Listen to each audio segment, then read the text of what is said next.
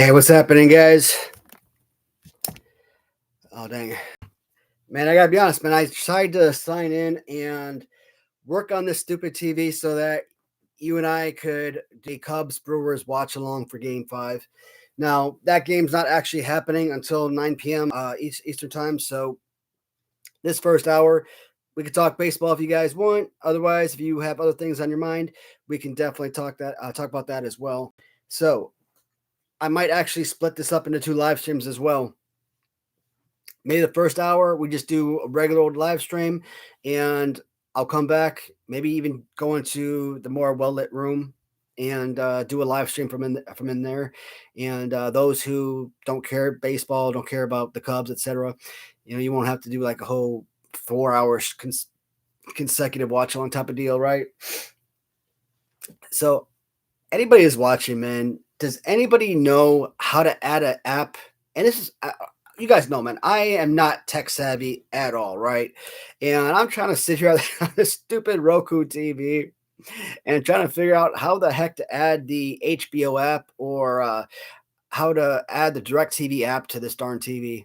Because I even Googled it, like, how do I do this? And yeah, go to the HBO Max app. I'm like, what HBO Max app are you guys talking about? There is no freaking app. So I'm at a loss. Got this nice TV in this room, but like the only thing I really use it for is YouTube. Hey, I see you, buddy. Hopefully, but there'll be some good news going on with the Cubs matchup tonight. Oh, actually, I'm gonna put this off to the side. I am going to start with some Pink Whitney Pink Lemonade. All right, so I thought lemonade was it going to be like anything crazy? Then I'm like, man, this is a 60 proof. Man, this is pretty bad too. Shoot. I tell you, man, you go to Liquor Barn, there's like a million different drinks, and I don't even think I'm exaggerating. Every imaginable type of whiskey and rye, just scotch, whatever you want, man. It's crazy stuff. Oh yeah. Well, the Pink Whitney lemonade, it's drinkable. I'll give it that, but it does have a hell of a kick to it. So if I was sitting here and drinking nothing but these little lemonade glasses, yeah, I could see myself getting really hammered tonight. But I can't do that, right? Because we got to watch along. But over the course of 4 hours, again, an hour until 9 p.m. local time here. And then, Cubs game starts around 9 p.m. Eastern. So game usually lasts about 3 hours, right? Although, hey, maybe a lot of viewers would absolutely tune in and absolutely love that because me drunk watching the Cubs, especially if they're winning, who knows what kind of shenanigans we might get ourselves into. Yeah, I'm thinking a lot of people saw that Cubs title and they're like, not interested. I hope not, man. I think in the Monday live stream, same thing kind of happened, I wanted to talk baseball primarily in that video and didn't get any viewers for that one. So I'm kind of hoping that's not the situation again today. It's a Saturday live stream, right? I mean, technically any live stream that we do, it's open to the public, right? Any topics of discussion. So it's not like it's limited to that particular topic. It's just maybe that's a focal point I want as part of the video or something. I don't know. Oh, yeah. That is enough. Cubby, are you trying to leave? All right. Gotta let the big baby out. You want out, Cubby? Come on. What? Watch your head. Over here. No, that way. You're going the wrong way. No, don't lay down on the floor.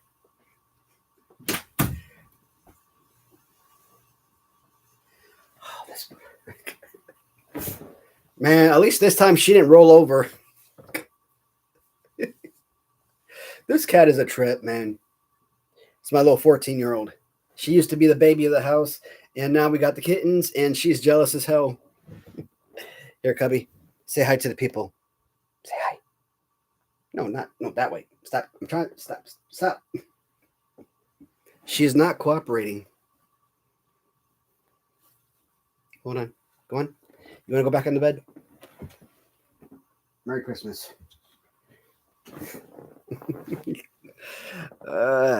Figure news. I was casually browsing Target's website, buying some code on sale, and found one whole Kogan Gin pre-order available. So I finally got them all on oh man, that's awesome.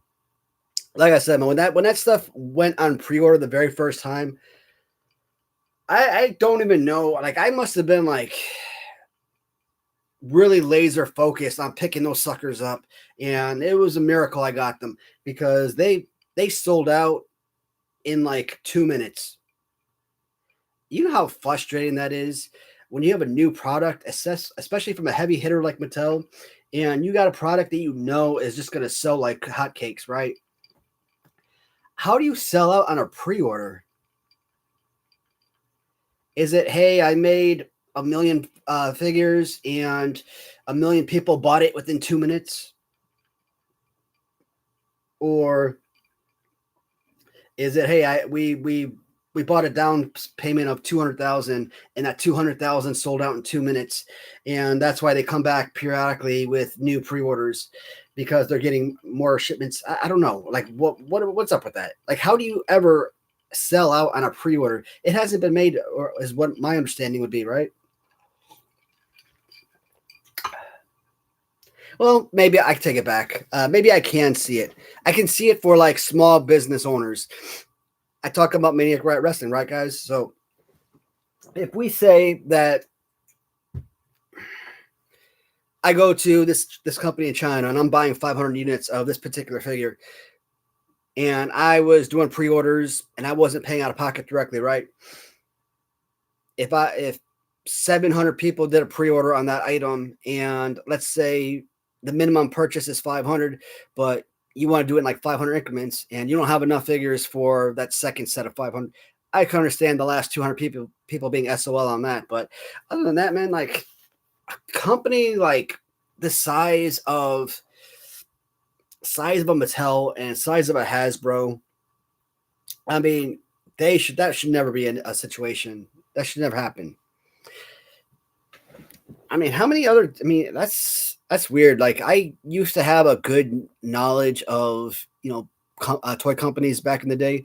Nowadays, I can't even name any other toy companies. Like Hasbro and Mattel really are like the big heads at the table, like the two-headed Hydra type of deal.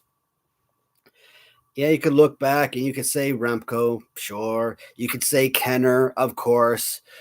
I mean, is Kenner? I think Kenner was purchased by Mattel, weren't they? Or were they purchased by Hasbro? So I don't think Kenner is around anymore.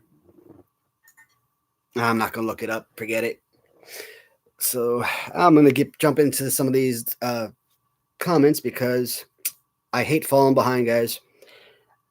Buying some coffee. Go coffee. Those LGNs might ship end of month. Yeah, they're expected, I think, by Halloween. And like I said, I don't know how many I have. I mean, I know I pre-ordered 2 of them, but the first time I ordered it, damn, I might have 6 of those suckers. God damn. If I end up with 6, and I've talked about this before, like I purchased 2 of them, right? One I open, one I keep card, yada, yada. And it was like having like this error or whatever. So I had to hit the back button, and I went back in and I hit 2 more. But I remember doing that before, but I've done that so many times with like Zombie Sailors and Grapples and Gimmicks, and I am getting like 4 of these figures, 6 of these figures, and I'm like, well, I don't want all these. With those companies, you can't do a return, so you're screwed. And the only way you're going to get any money back is if you list them for half price. No, not taking that kind of loss.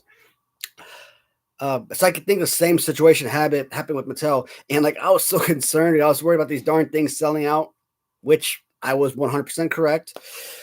I told my wife, jump on this website, purchase this item. It wasn't that serious. But yeah, it was kind of, It kind of was that serious. So I think my wife might have ordered a couple if it went through. I think it did, maybe. Like she never tell me. She didn't tell me if she bought it or not. So I don't know. But worst case scenario, I end up with the two that I bought. Best case scenario, I might end up with like six of those suckers. And for my viewers, at least it means that hey, I got something for you guys if you need it. And if not, I think those figures are going to quickly lose value within the first couple months, but I still think that they are going to be LJN as far as value. I don't think it'll take long for like especially the Hogan figure to really jump in value. Demolition from Big Rubber Guys, it took a matter of months to go from a $50 figure to a $200 figure, or a $100 set to a $400 set, right? So I think the market for when these are initially released, you're gonna have everybody on eBay trying to get like $80 to $125 for them, and there's gonna be very slim pickings for it. I do think eventually the market's gonna come down and people are gonna start buying them at the $50 price tag because that's what Latuni does. That's what Big Rubber Guys does. So if they get theirs for $50, only twice the price, I'm pretty sure a lot of people are gonna be really excited about that. But there's a reason I don't buy a lot of Big Rubber Guys off of eBay or something, right? Because I don't want to be paying scalping prices. So, but that's a good thing with having me have more. And it's only happened like I only had like two people reach out to me in the past with the Big Rubber Guys bloody Ric Flair figure. That's when I did have the same situation, right? Having an error, hit the back button, went back in, put two, and I ended up buying four of them. And it didn't occur to me until I got four figures in the mail, 6 months later or however long ago later it would be, 2 months later, whatever. And I looked at the purchase history, and sure enough, it shows four. I'm like, damn. Luckily, at that time, I was looking on eBay, and other people on eBay were selling that same figure for like $125 to $150. So a couple guys reached out to me, hey, what do you want for this? Look, pay what I paid for it, cover my shipping to you. It's yours. So, $65 purchase price or whatever. I think shipping was like probably $8 to $10, something like that. I mean, we're not talking me charging double the price, almost triple the price. And that's stupid. I hate that. So, let me get back to some of these. Yeah, Hasbro and Mattel brought Kenner. Looked them up once, but forgot which one. I don't remember. Like I want to say Mattel because Mattel I think is the largest toy manufacturer in the world, if I'm not mistaken. But I kind of feel like acquiring Kenner is more of a Lockheed Martin type of deal. I'm pretty sure almost everyone that watches this has absolutely no idea what the hell I'm talking about. So I'll backtrack. So Lockheed Corporation joined with Martin Marietta.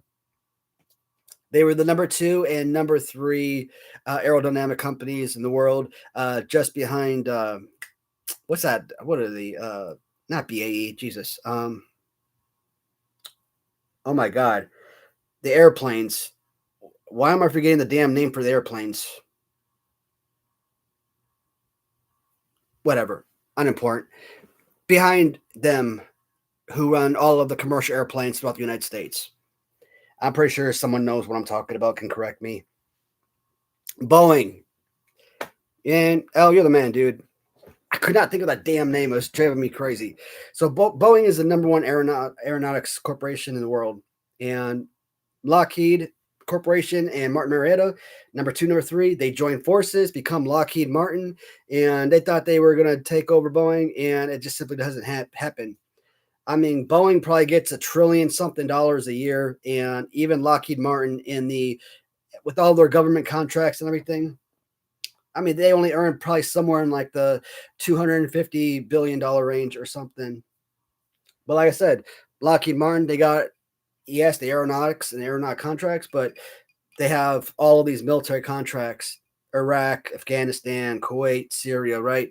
They have these special forces contracts, they make these, that, and the other. So when I'm on deployment, like they're like the guys that work on the Humvees and the motorcycles and stuff like that. So Mantech, they're on the big army trucks, the MRAPs and RG31s and 33s and MATVs. And again, I'm pretty sure a lot of people are like, what the hell is he talking about?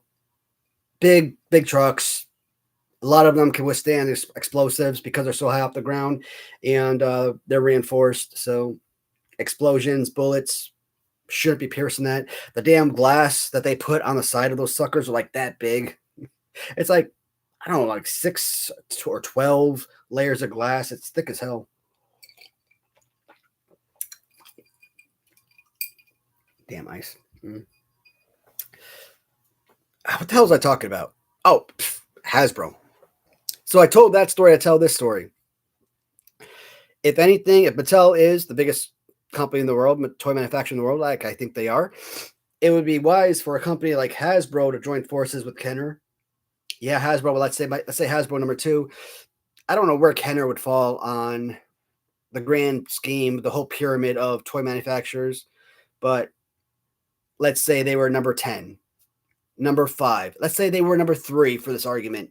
Hasbro number 2, Kenner number 3. They join forces. Maybe they can put together, become the next Mattel, become number 1. But you can't do that because Mattel, their freaking Barbie figures have been selling for like 60 years or something. I think no, Hasbro had G.I. Joe. So, but that's like your two toy line, G.I. Joe versus Barbie, which is the bigger sell.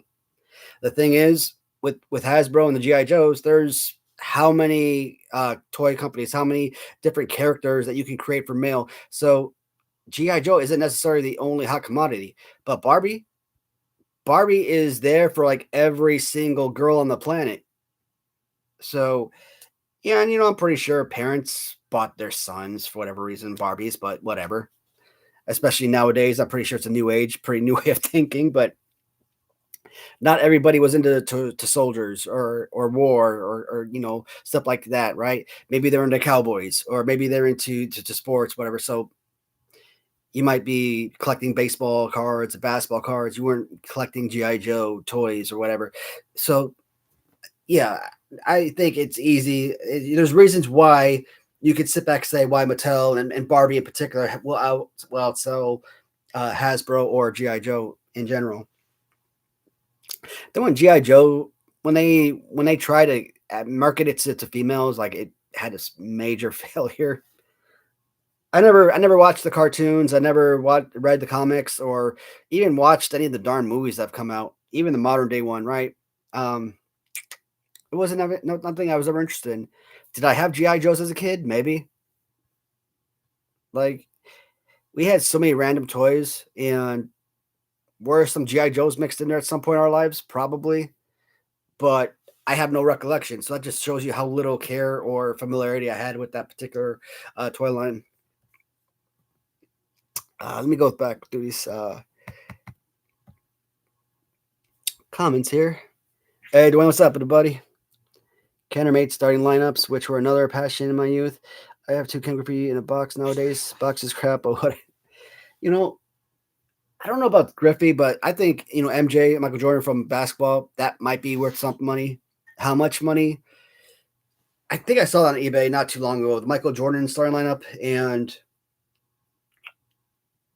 I don't think it was like crazy expensive, like $50, but like I don't look at those particular toys as being like overly valuable or anything, right? So to see that for like $50, I'm like, nah, I wouldn't pay that. But it's a Michael Jordan, right? I mean, someone who grew up in Chicago, who watched the Bulls during all their championships, you would think something like that would speak to me, but I don't know, man. Like I'm always looking for new stuff, right? New value, new collectibles, whatever. And that might be something I could potentially pick up if the need ever or the desire ever arises. I don't think they're like crazy, big figure lines or anything like that. So maybe. All right. Went too far again. I don't know why that always happens. I do see LJ and Hogan pre-orders going for around double. Yeah, I mean, I put one when I actually took another guy's listing, and I mean, I took the title and I switched around a few words. Then I took his description. I had a very lazy freaking moment, man. I'm like, I don't know how to create a pre-order on eBay. Like, I know you can change the dates, right? So you could say, well, if you created this listing on August 15th, you could say, well, it doesn't ship until this date or whatever. But it was a lazy moment. I didn't feel, obviously, I don't have anything in hand, so I can't really create my own photos or description, anything like that. And he did an awesome job. I'm like, okay, let me imitate this guy. Flattery, right? And I kept putting it up on my page, and eBay kept denying it. I don't know, something wrong with, you can only put listings out, a month in advance or something like. But that wasn't accurate because I've seen people do that 2-3 months in advance. But I finally got it listed on there. I hit the button that said recommended prices. It was at like $93. I'm like, okay, whatever, $93, whatever price I put down. But I always say, man, I put best offer on those suckers. And if somebody, gives me a price that's way up there, like if somebody comes at me like the $60 offer or $75 offer, would I turn that down? No. Like, shoot, you just $60, you more than doubled my profit, right? I got that covers 2 figures for me, and then I got $10 left over, minus selling fees. So maybe not $10 left over, but I think that only works for me if I actually got the extra figures, which I still don't know for sure. Again, I'm being freaking lazy. Why don't I just go back to the freaking Target invoice and look at it? Because I'm kind of slow in the head sometimes, and I really don't think that far in advance. I think my most brilliant moments are literally on live stream with you guys, and then I intend to do something, and a week later I'll be on live stream with you guys again, and it'll come up again. I'm like, oh yeah, I was supposed to do that, wasn't I? Good stuff, man. Log into your Target account and you should be able to see past orders. Yeah, that too. But I save all my emails that I get, either Gmail or AOL, whatnot. So I mean, it'll be really easy for me to find because I keep it I have a bunch of different folders on AOL. So I probably have it under the receipts or save folder or something. Big Rubber Guy series at a reasonable amount. Hopefully, I was only able to pre-order Crush. So I did get Demolition. I think this time I smartened up and I actually ordered 3 sets. Don't have to explain the first 2 sets. We know what that's about. Why did I get a 3rd set? This one I'm probably going to hold on to for the right price. Look,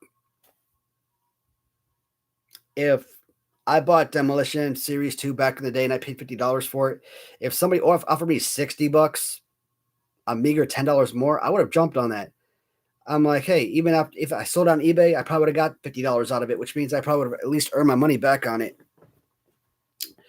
But seeing within a short period of time how those figures have gone from $50 each to like $200, $250 each, I smartened up. I'm like, you know what? If Series 2 sold that well and people keep slobbering all over, Big Rubber Guys or Major Bendies, I love their stuff.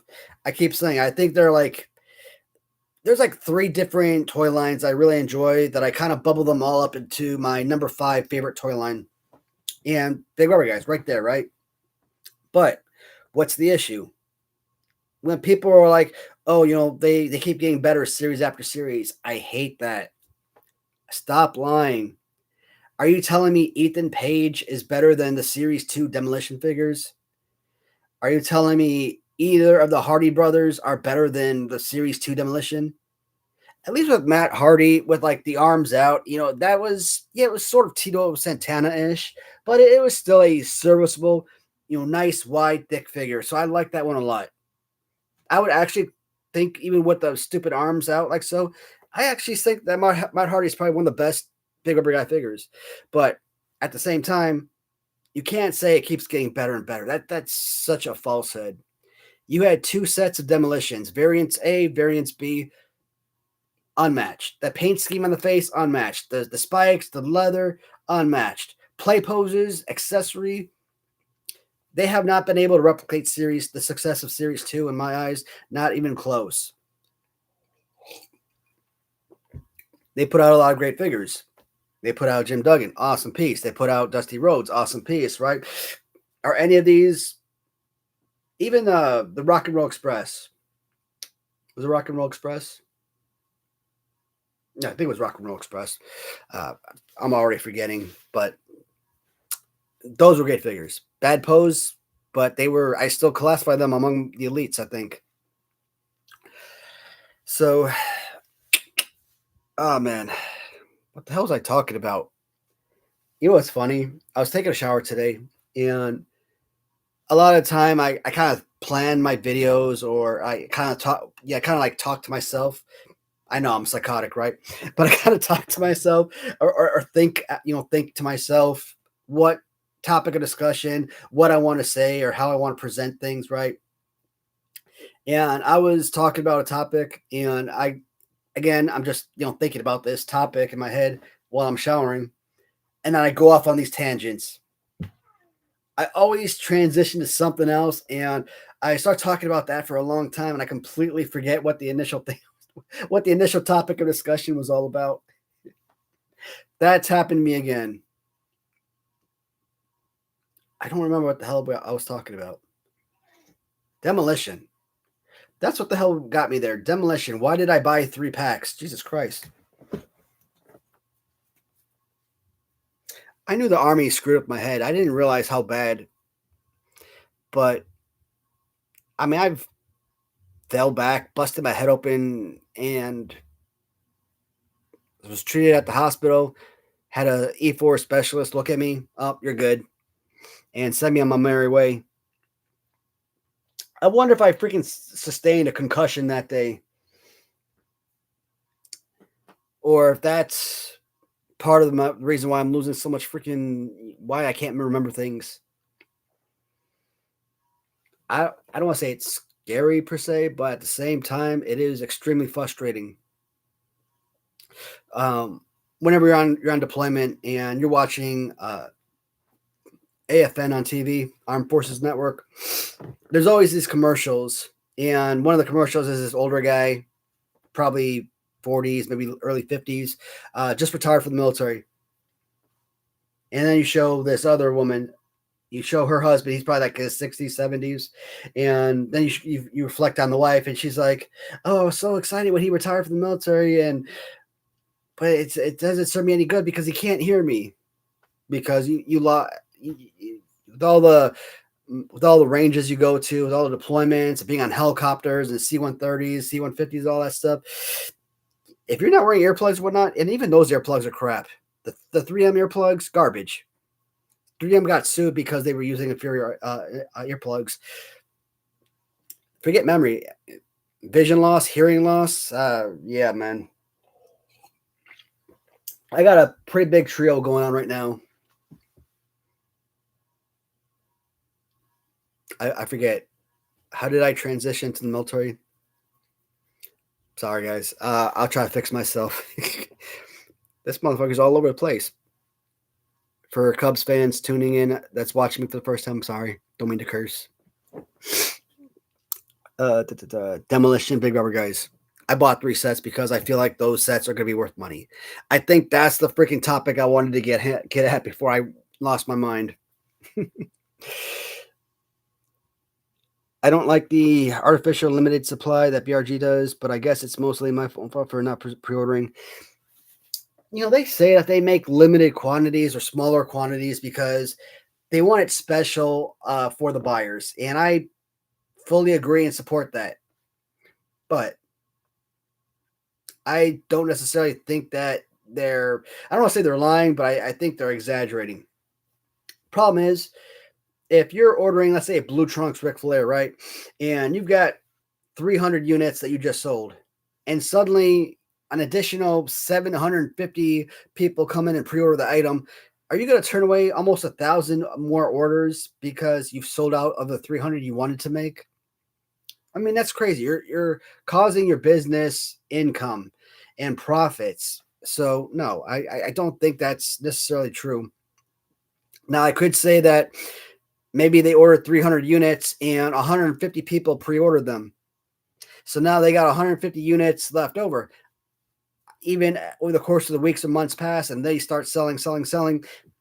I could understand where they're saying, well, I want it to be a limited quantity so that, people could enjoy them and not everybody in the world have them. They're not going out and ordering another 500 units or something, another 300 units, another 1,200 units, whatever. So if that's what they're talking about, sure. But they're not just going to stop themselves from making money.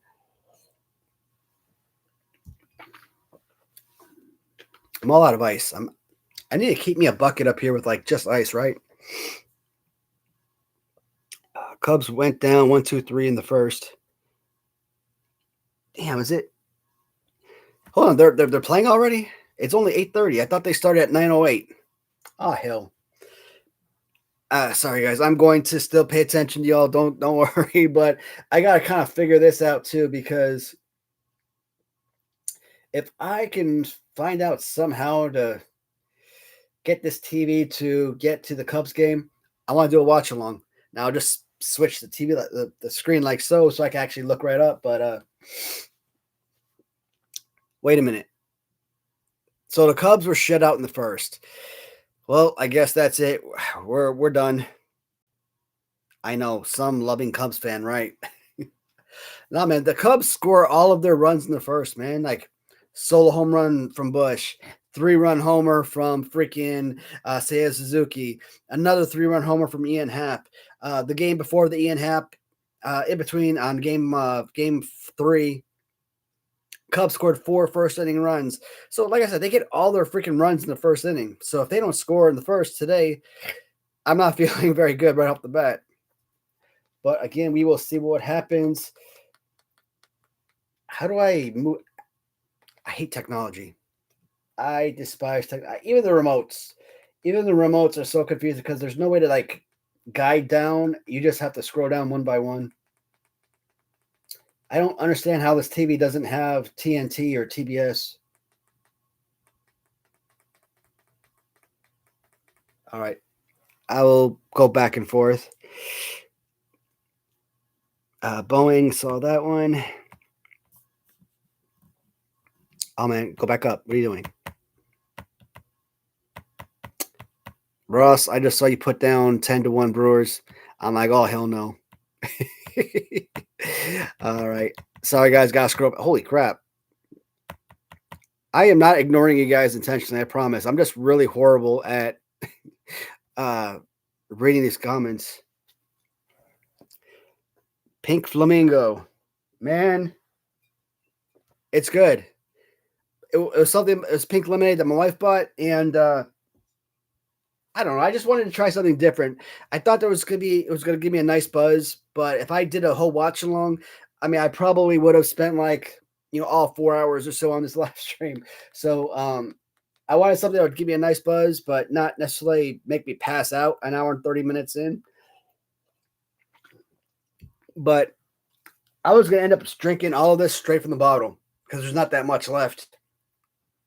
I'm glad I brought me a cup and I can drink it in increments because that stuff is doing its trick. And where the hell is this Cubs game at? Damn. I thought that was it. I know, right? Pay attention to the darn viewers. What the hell are you doing? I'm slow sometimes, guys. You got to forgive me. All right. Salute to the community. Absolutely. I see beers. Just kind of looking at that little emoji. Why is it whenever you watch The Simpsons, Homer has this beautiful, beautiful brown, sort of root beer float style beer, and he just sips that thing down, and it looks, like I said, it looks so freaking delicious. And then you get an actual beer, even if you pour it in a cup, it doesn't have that same look that the Simpsons presented as. And of course, beer is beer. I mean, it's neither disgusting nor good. That's why you don't have a lot of beer drinkers out there, because it's an acquired taste. But I mean, I always felt like beer would. You know, my older brother used to always freaking serve us beer when we were kids. So like, I could have been like 6, 7 years old, and my brother would have been serving me beer, serving my older brother beer. Hell, imagine being 6 years old and drinking beer. So my younger brother, he was born in '88, so he would maybe at 3 years old, maybe his ass was drinking the beer too. I don't know. You could say very good parenting, or we could say very bad big brother. Not much of a role model, huh? But I like those beers because they remind me of the Simpsons beers. That's all. What's the top shelf spirit for tonight? 60 proof of the Pink Whitney Pink Lemonade. Get it from your local liquor barn. All right, I gotta stop. I gotta stop sponsoring all these people that aren't paying me. Although if they were sponsoring me, I'd be all over it. Hey, you already know I like the product. You know what? I think that's important though. Kind of going off topic. It's gonna be a long stream, I feel like. So I guess these little sub discussions are fine. Whenever you get on like what's that one guy? Levi Nix, I think, is one guy that I always watch. And, you know, in the middle of his video, he'll put out a Morgan and Morgan sponsorship, right? And does a really excellent job with the editing. Everything's beautiful. Perfect. But here's the thing. I kind of feel like if I'm going to be sponsoring a company, let's say I'm sponsoring Pink Whitney, right? Would you rather listen to me talk about Pink Whitney one day, just randomly start talking about it and getting a sponsorship from this company when I probably know nothing about it? Or would you rather get a sponsorship from somebody who actually, you know, drinks and utilizes that product and actually likes it? So when he goes on to, you know, his videos and he talks about that sponsorship, people know that he's actually being sincere and he actually uses the product. So if I was a smart man and I knew how to actually reach out to these companies and get that sponsorship, I mean, do they reach out to you? Are we supposed to reach out to them? I don't know. I haven't been on this process for very long, so I don't know how all these different YouTubers have sponsorships. It's like crazy, and it feels like every YouTuber that has a monetization through YouTube, it feels like every last one of them have that what the hell is the company called? But they sell like face cream and other moisturizers and stuff like that. So, like all of the YouTubers I watch, man, I feel like every last male that I watch, they have that same advertisement going. It's insane. Hey, will I sponsor them? Well, first, send me a free gift. Let's see what happens. If it works, if I like the product, yes, I will definitely give a shout out every time around. But I don't know, man. It just feels weird sponsoring something that you don't like, right? Like if I was sponsoring Bic razors, they're cheap plastic razors that cut the hell out of my head every time I used it. I mean, is that something I would sponsor? Probably not. Those son of guns used to freaking destroy me. You know, every time I went on combat deployment as a soldier, I'm a cheap ass. I know. You look at this and you're like, really? How do you figure? Trust me, I'm a cheap ass. Whenever I go on combat deployment, instead of freaking going and getting a $5 haircut at the barber shop, you know, every day, every 5 days, every week, whatever, I'd go into the bathroom, I'd shave my head. And I always have those little cheap ass plastic big razors. And they would always just slice the damn, like, it felt like freaking Leatherface, man, just carving up the person's body or something. Like they would just destroy my head. And I always end up with all these cuts and scars on my head, man. I was in. Man, Cubby, you freaked me the hell out. Look at this one. Look at her just sitting there. Like I kind of like look over just for a second. I see this creature just sitting there, creeping all creepily, man. Hey, Cubby, you're creepy as fuck. Love you, Cubby. Aw, my little baby needs to be pampered now. Come here, Cubby. I'm sorry. Oh, come here. I'm sorry. I will let you go outside in a few minutes or a few seconds. I want to play with you a little bit. Yes. There's your good baby. I think she's finally, I don't want to say showing interest in the kittens, but it used to be anytime she walks up to them, she would always hiss at them. Now she sleeps on the couch, even when the kittens are like running around on the couch too. So I think she's getting used to them. But she pretty much spends all her time up in this room now. And the fox, the boy, he always either goes into that room across the hall that I call the blue room, even though really only one wall is blue. And or he'll stay in the master bedroom on one of the cat towers. But you ready to go outside? Yes? Okay. Come on. Here. Come on. Bye, Cubbies.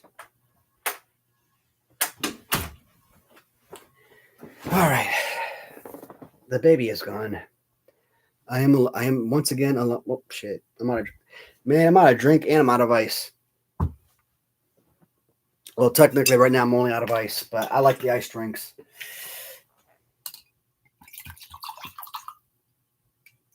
Yeah, I'm going to fill this sucker all the way up. I might be able to polish this off before the end of the live stream. All right, let's go back through these. Starting lineup are dirt cheap, just for pure nostalgia. Yeah, I might go for them because I've heard a few people recently start talking about, collecting starting lineups, and I'm like, why not? Like I said, it wasn't anything that I collected, obviously, but I don't know, man. I'm thinking about different videos I want to make because I don't want to keep producing the same kind of content, year round, right? It's going to become stale. So one of the things I'm thinking about is why not have like a segment where I kind of go through my basketball collection? Do people care about that? Probably not. But maybe a lot of people just be interested to see the different basketball cards from 80s or 90s. Or actually, I think all I have is 90s. I don't know. But I still have my original set from childhood and everything. So I haven't bought basketball cards in, let's see, 96, 97 maybe. It's probably the last time I ever bought basketball cards. And all the baseball cards, because I never bought baseball cards myself. I think my oldest brother, his girlfriend's son, that used to come stay at the house with us on occasion, like a lot of his Thundercats and, yeah, pretty much Thundercats that I can recall. Some of his real Ghostbuster figures, that's how we came to own them, is that he basically left them behind and they're there. So he what was it talking about? Oh, baseball cards. So he had like this cigar box about yay big, about that long, filled with all these 1970s, 1980s baseball cards. So I still have that. I probably have about 10 books of baseball cards. Obviously, not all of them are full, but I mean they're still separated or segregated by series or release, whatever type of baseball card. So that might be interesting to go through. Who knows?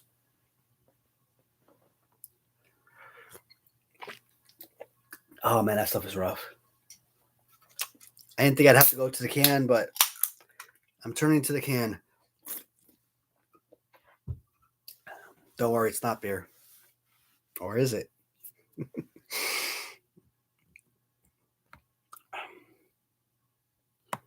Zebra cakes. Actually, I don't know. Am I the Zebra King anymore? The Zebra Cake King. I think Bone Breaking Action is doing a phenomenal job advertising for those suckers. So I think Lil W needs to get on it and start offering us some advertisements. All right, guys. You're right. Let's get them Zebra Kings. 1-0 Brewers, of course. Man, I'm gonna be down for the rest of this darn stream. I gotta find this freaking game. God dang it. I need to have this game on. Like, I don't have to be necessarily watching the whole thing, but I just have to have it on. But I don't know where it's located because there's no. How is TBS, a basic cable channel, not showing anywhere?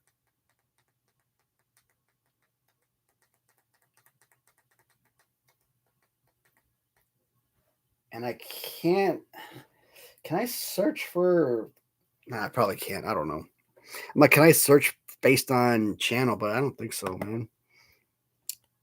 Hey, Rick, what's going on, bud? Man, I'm sorry to hear that, man. Shoot. I think you said something to me last week about that too. So, no, that's cool, bud. Matt Hardy with arms wide open. That big rubber guy, man. That is awesome. That is using creating that reference is freaking brilliant. I love that. Ricky Morton and Soda Popinski. I don't have a rag in here, but man, I'm about to cough and choke all over the place. Hey, what's up, Steven? Doing pretty good, bud. You know, my wife and I were on the deck earlier today, probably about an hour before I came down here, or came up here to do the live stream. Not gonna say what we were doing on the deck. It's not that, I promise. I mean, I wish it was that, but no, it wasn't that. But anyways, what we were doing is unimportant. And I'm kind of like talking about today. I'm like, I like today. It's a nice, warm, breezy day outside. You go outside and like for lunch, I made myself a sandwich, cup of coffee, went out on the back deck and sat underneath the shade and everything at the table. And the last probably month or so, my wife and I, we've been using that deck a lot. We've had lunch out there a few times. I mean, we sit out there when we do certain things. Again, not the kind of thing that you're thinking in your head. That's okay.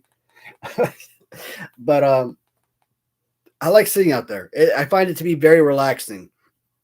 I like the wind blowing. I like to have that little umbrella over my head. I like looking out at the deck and the pool. For those wondering why hasn't there been any updates to the pool deck, it's because there isn't any. I don't think the guys have worked on our pool deck in over a month. Do I think that this guy has screwed me over because he received all the money already? Possibly. I mean, that's occurred to me, but I'm hoping not. It's a legitimate business, and they don't want that type of feedback. So, that they're not gonna. That it's just a matter of, hey, we don't have this product on hand, so we can't continue the work. So, some spindles that's going to go into the actual siding of the deck. Obviously, that's what we're waiting on right now. But I was talking to the wife. I'm like, it was a lazy day today. Nothing really happened. I really didn't accomplish anything. Then I started naming off all these things. And I'm like, you know what? It actually was a very freaking productive day. So I had a couple items sell. I put those out for shipment. I had a couple other items from eBay that are sold. So I'm wrapping and packaging those up for sale when the time comes. Made a YouTube video, posted that today. Went downstairs, made four different demolition short videos because that was specially requested to me. Cleaned up the living room, put all the stuff in the garage, organized it enough so that it's not messy, disorganized, which I hate. Had lunch, talked to my mom for like half an hour. But the second she started talking about Trump and stuff, I'm like, oh, hell no. Hey. Diane Keaton died. Aw. Sorry. That's effed up, dude. She was 71. Do you need anything? Ice. I'll bring up a cup of ice. Thank you. Well, So, how was I talking about? Oh, cleaning. Yeah, so I actually accomplished a shitload today. But second she started talking about Trump and stuff, I'm like, dude, come on, man. Like, you don't have to be a Trump supporter. Like, I hate that term, Trump supporter or MAGA. Like, why is it that when you want the best for the country, that's considered a bad thing? I hate that. Like, I don't consider myself to be a Trump supporter, but I do know that he is the best man for the job, right? So I leave it at that. And I'm just listening to what mom's saying and all of this false information. I'm like, dude, I don't know if you're making this stuff up or if you're hearing this stuff on the news or if other people are just telling you this crap. But I'm like, it's completely false. The most inaccurate crap I've ever heard. So, like, oh yeah, he's loading up people on the Washington, on the White House lawn, and that's. I'm like, come on, man, let's be serious. So yeah, she was driving me nuts. That was really aggravating the hell out of me. And so about 30 minutes in, I'm like, you know what?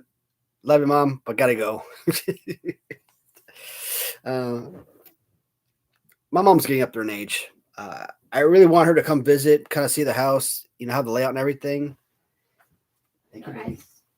Love you. Thank you. Love you. Like I said, I let her out. She doesn't want back in here. Okay. But I just don't think that she has another trip in her. Yeah, my mom's like 72, I think. No. When was she born? Damn, she's 75. Holy crap. My mom is 75. She has outlived my grandma, and she's the same age as my grandpa when they died. So that has me nervous as shit. Right? You don't want to lose your parents, man. I've only seen my mom a handful of times since I graduated high school. Obviously, 2004, right after AIT, I came back for vacation for a couple weeks until I went to my first duty station, Fort Hood. I saw her in 2010 when I returned to Chicago after I exited the Army after 6 years. Once we left Colleen, left Fort Hood. And of course, I deployed a couple months later, for my first contract and job. And my wife went back to Colleen to buy a house, a couple months after that. So,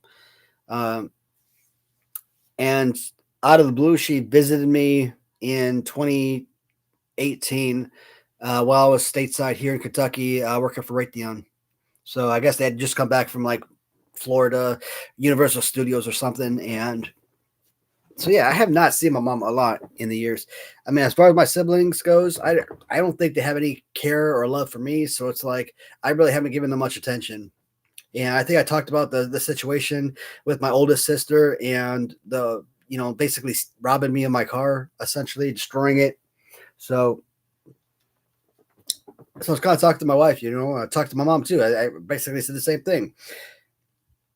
If anything happens to my wife and I, like, where does all of this go? Where does the house go? The cars, the collection, the furniture, the works. We really don't have anyone that we're going to give our stuff to. Is it going to, maybe we donate it to a church or something. But, first thing that they're going to do is reach out to family members. And I'm going to have family on my side. She's going to have family on her side fighting for this, because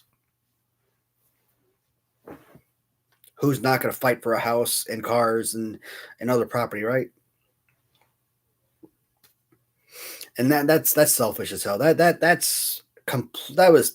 I know that's a downer, guys. You guys do not tune in for the downer talk. You tune in for the live and upbeat content. But let's be honest, man. Sometimes it's the real stuff that that a lot of people want to talk about, or a lot of the real talk that people aren't saying out loud. So it's nice to hear from others. seeing that they go through the same stuff that you might be going through. So let me go through this. See, how's the Cubs doing tonight? L says they're down 1-1. Hopefully that, or 1-0. Hopefully that changes. Haven't had a chance to check it out yet. 1-0 Brewers. Yeah. Ross, man, shoot. I'm not losing hope yet though. We had 2 very good games in Chicago, so I'm hoping that they go back to Milwaukee, keep that momentum going. Oh, they tied it up. Nice update, though. The Cubs heard you. Hope your Cubs win tonight. Absolutely. Will be a good series with that Dodgers. Oh man, we gotta pay those sons of guns back twofold. Look, the freaking Dodgers swept our asses in the division series back in 2008. I will not forgive that crap. I was on deployment, and I swear to God, man, this one dude, I think his name was Orozco. He had been part of Bravo Company for as long as he'd been part of the unit, and our unit was very new. It was reactivated around 2005-ish or so, and he was part of Bravo. And while we were on deployment, 2008, 2009, at some point halfway through the deployment, he was transferred into our company, Alpha, from Bravo. One of the girls in our platoon, SSA, she moved to Bravo Company and worked the PLL office in the motor pool. And I guess he's from Los Angeles. So obviously my Cubs and Dodgers being in the division series together, we were both really going at it, obviously. That sounds so gay. If you are gay and you do not appreciate the use of the word gay, sorry. That sounded so stupid. I have to correct myself. Got to be politically correct. Some things it's okay to be politically correct on. Other things are just stupid. It's like shut the F up. But no, man, it wasn't even close. They got swept. They got swept by the Diamondbacks in 2007. They got swept by the Dodgers in 2008. Embarrassing because they had 2 absolutely phenomenal teams those years. Lights out. And being swept in both series, I hated it. It's like 1998 all over again. Cubs make the wild card. They face the Braves in the first round, and they get swept. I mean, not even Kevin Tapani could save that series against the Braves. So when the Cubs finally beat the Dodgers in the 16 NLCS, I'm like, hell yeah, payback. But what happens? The freaking Dodgers beat us in return in 2017 in the NLDS or NLCS again. So, well, not again, but they just beat us again. So if the Cubs do win today, they make it back to the championship series and they're squaring off against the Dodgers. Yeah, it's our turn. Just like Giants won every other year, won the World Series in 2010, 2012, 2014. Every other year, Cubs, Dodgers. Dodgers in 08, Cubs in 16, Dodgers in 17. Guess what? It's the Cubs' time in 25. So I've already been wrong on a few items. Like I thought the Dodgers would beat the Phillies. I thought Brewers over Cubs logically. I thought Dodgers over Brewers, Dodgers back in the World Series. But I also thought that Yankees were going to beat the Red Sox. Cleveland and Detroit. I don't know who I said on that one. I thought maybe Cleveland. Actually, I don't remember who I chose. But I think it's Boston and Seattle right now, isn't it? No.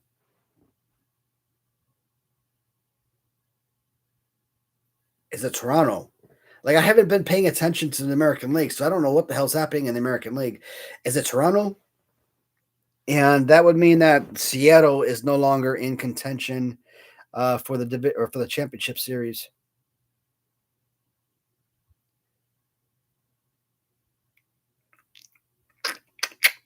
I'm not sure. Yeah, man. I only pay attention to the National League because as a Cubs fan, you care about the National League. You really could care less about American League. Same thing with like White Sox fans. I mean, they follow American League teams. They don't give a rat's ass about National League. All right. Hope you're coming out. That will be a good series with that Dodgers. Now say the Cubs are down 10-1 or something. Reverse jinx them.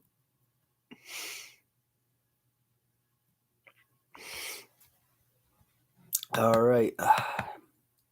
Pre-order is the order isn't bad. Now that I'm pre-ordering everything from Big Over Guys, I do hate the convention exclusives that you can't just order or pre-order at their website. Yeah, because they had the freaking bloody Harley race. They had the American the Independence Day version of Matt Cardona. I don't have either one of those. I'll tell you what, I'm not paying $150 for those darn figures. If someone said, hey, someone from Facebook reached out to me, hey, I got this item, I could sell it to you for $75, I might say, you know what, they're normally $50. I'll pay the extra $25 to get that, to be able to add it to the collection. I like two figures. So now, just because I bought one doesn't mean I can't buy another. So who knows how much the second one's going to cost eventually. But just having that first one carded, that's the importance, right? I'm hoping those two figures are found on the open market, on eBay, Mercari, whatever, for a cheaper price in the future. Or if someone is selling it on Facebook, I don't care. I'll pick it from there. I'd rather have them, friends and family, that money to them, as opposed to going through eBay so that they can get all the money. Because if we agree to $75, I want to ensure that they get $75. I don't want them to take $75 off eBay and then end up with like $60.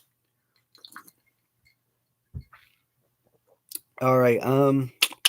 That's I gotta stop saying that every time I read the comments. All right. Shut up, dude.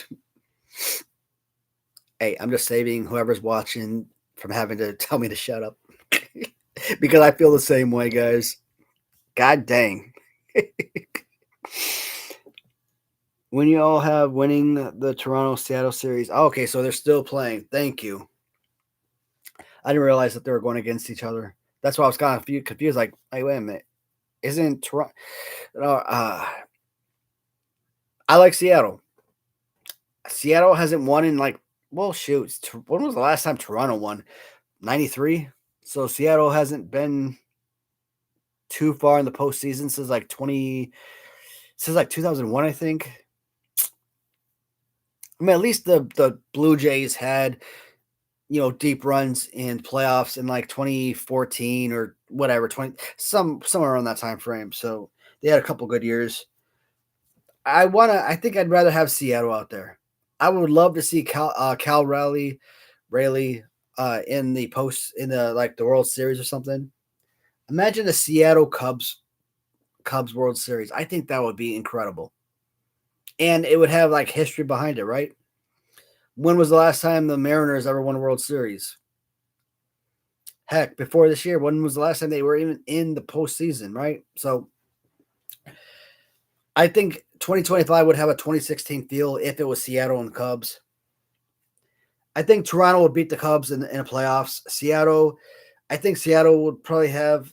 I think it would be like another. I think it would be like another Cleveland thing.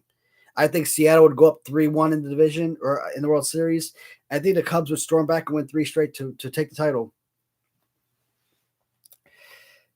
But my initial belief was that the Dodgers and Yankees were going to be in the World Series. Well, Yankees are already gone, so that's off the top. That's off the list. Luckily, lately the exclusive at Big Over Guys have been Cardona and Myers, so I'm fine missing out. Well, there's Series 10 figures, or is it Series 11? I think it was Series 10. With the release of Brian Myers and Matt Cardona, I like that. I think, they used different figures, gave different poses, and they were fine. I think both Series 1 and Series 10 are actually really solid pieces. And, of course, Matt Cardona changing it up to the whole Macho Man with the whole tassels coming. Awesome. His exclusive with the American color scheme, I want that, but I'm not paying $150 for it. But you're absolutely right, though. As far as like when you guys were mentioning only being Comic-Con exclusives, stupid. I hate that. So we kind of go back to what they talk about in the podcast. We want to make it exclusive as possible because we want it to be fun for collectors. Well, here's the thing: it's not fun for collectors. Imagine if every collector who wanted this figure had to go out because scalpers, not even fans or collectors, are picking these up for the personal collection.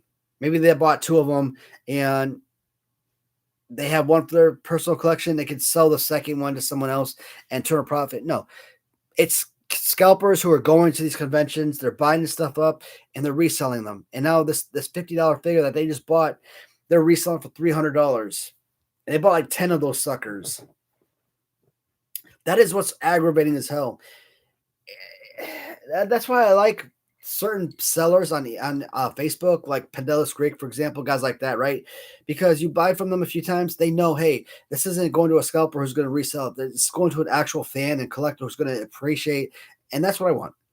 Anything I sell, I want it to go to someone that's actually enjoying the collection and actually enjoying the artwork, right?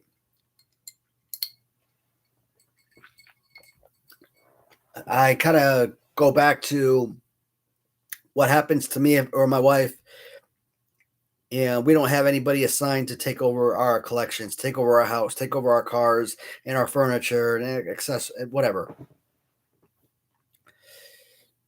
I hope some family would immediately come in because we have babies here and they need to be taken care of. But besides that, or any of my brothers or sisters, they're going to take all this stuff in, put it in their house, display it, look at it every day, enjoy the collection, or are they going to give it to Goodwill, not realizing how much value there are in this?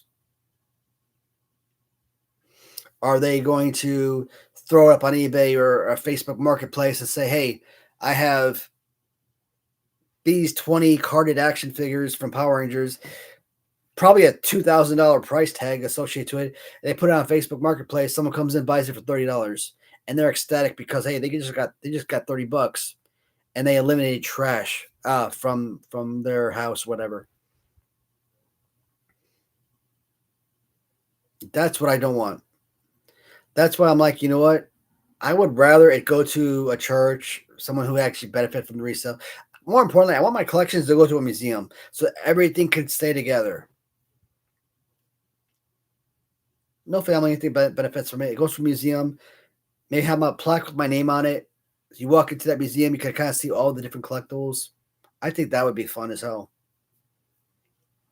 Now, if I knew that there's someone in my family who actually loved and appreciated this stuff and would, live with this stuff for decades, I might consider, giving it to them among my passing, right? But anyway, let's see. 8:08 on the East Coast. Damn it. So, Steven, I was an hour behind because my phone told me it was a 9:08 start time, right? So 9:08 start time means 8:08 Central Time.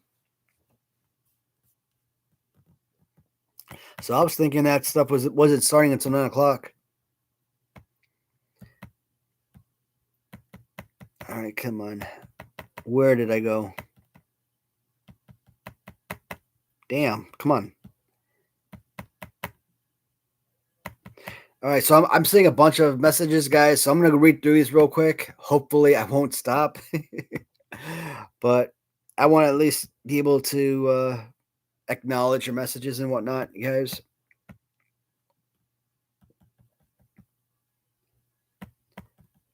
Every time I kind of hit this bottom button, it always goes right to the very bottom. So as I scroll back up, I see all of the messages I missed.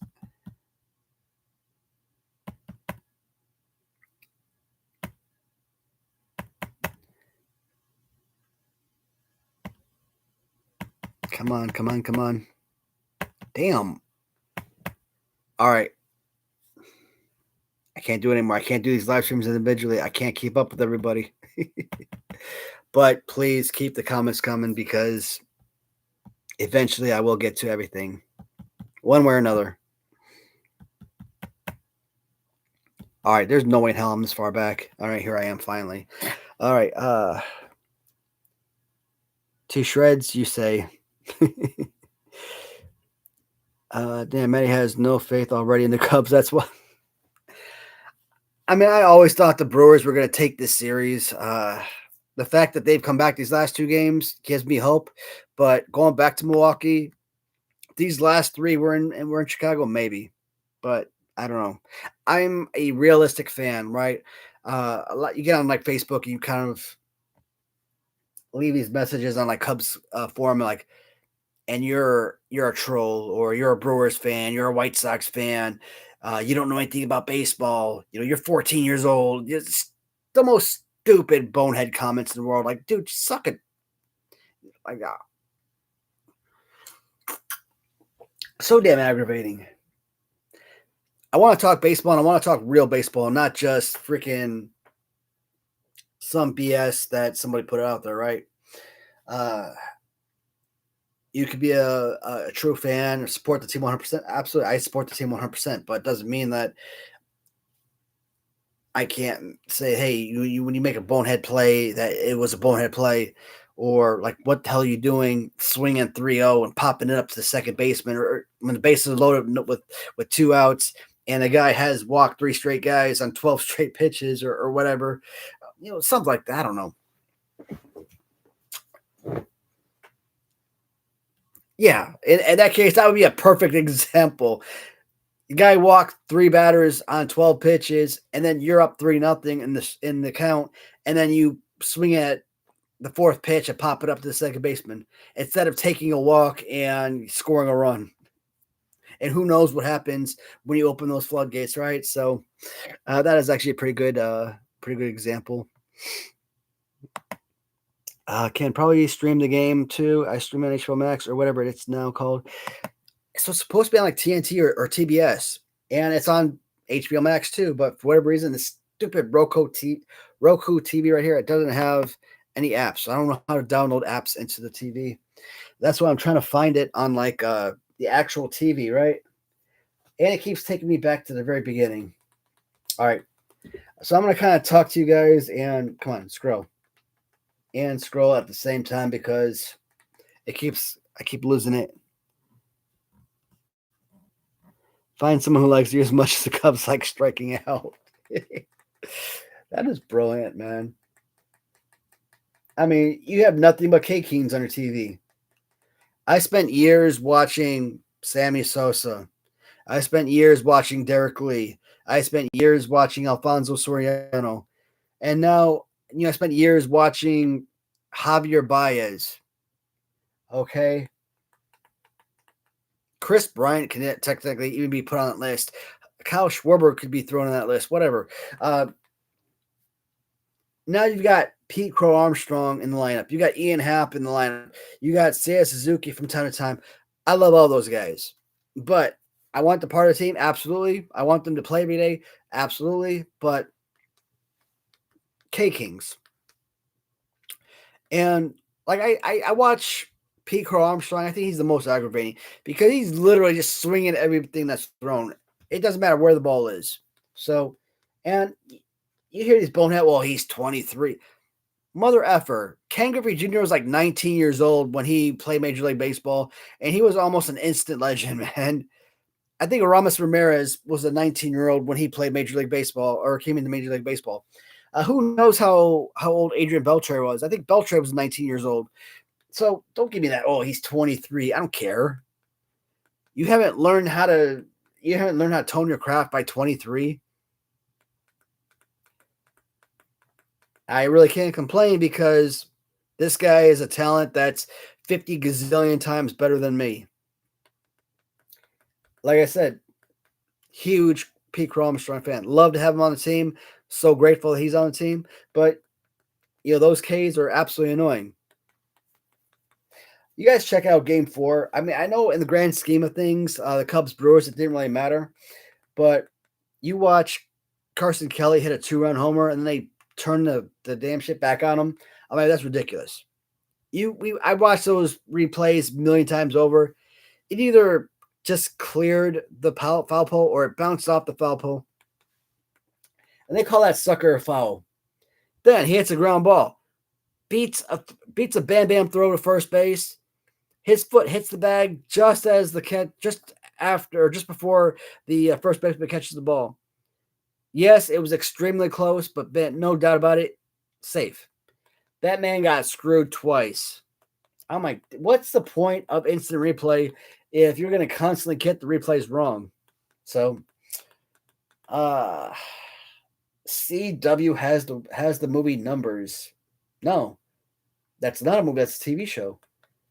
I didn't know that they came out with a TV show called Numbers. Up here's Xena.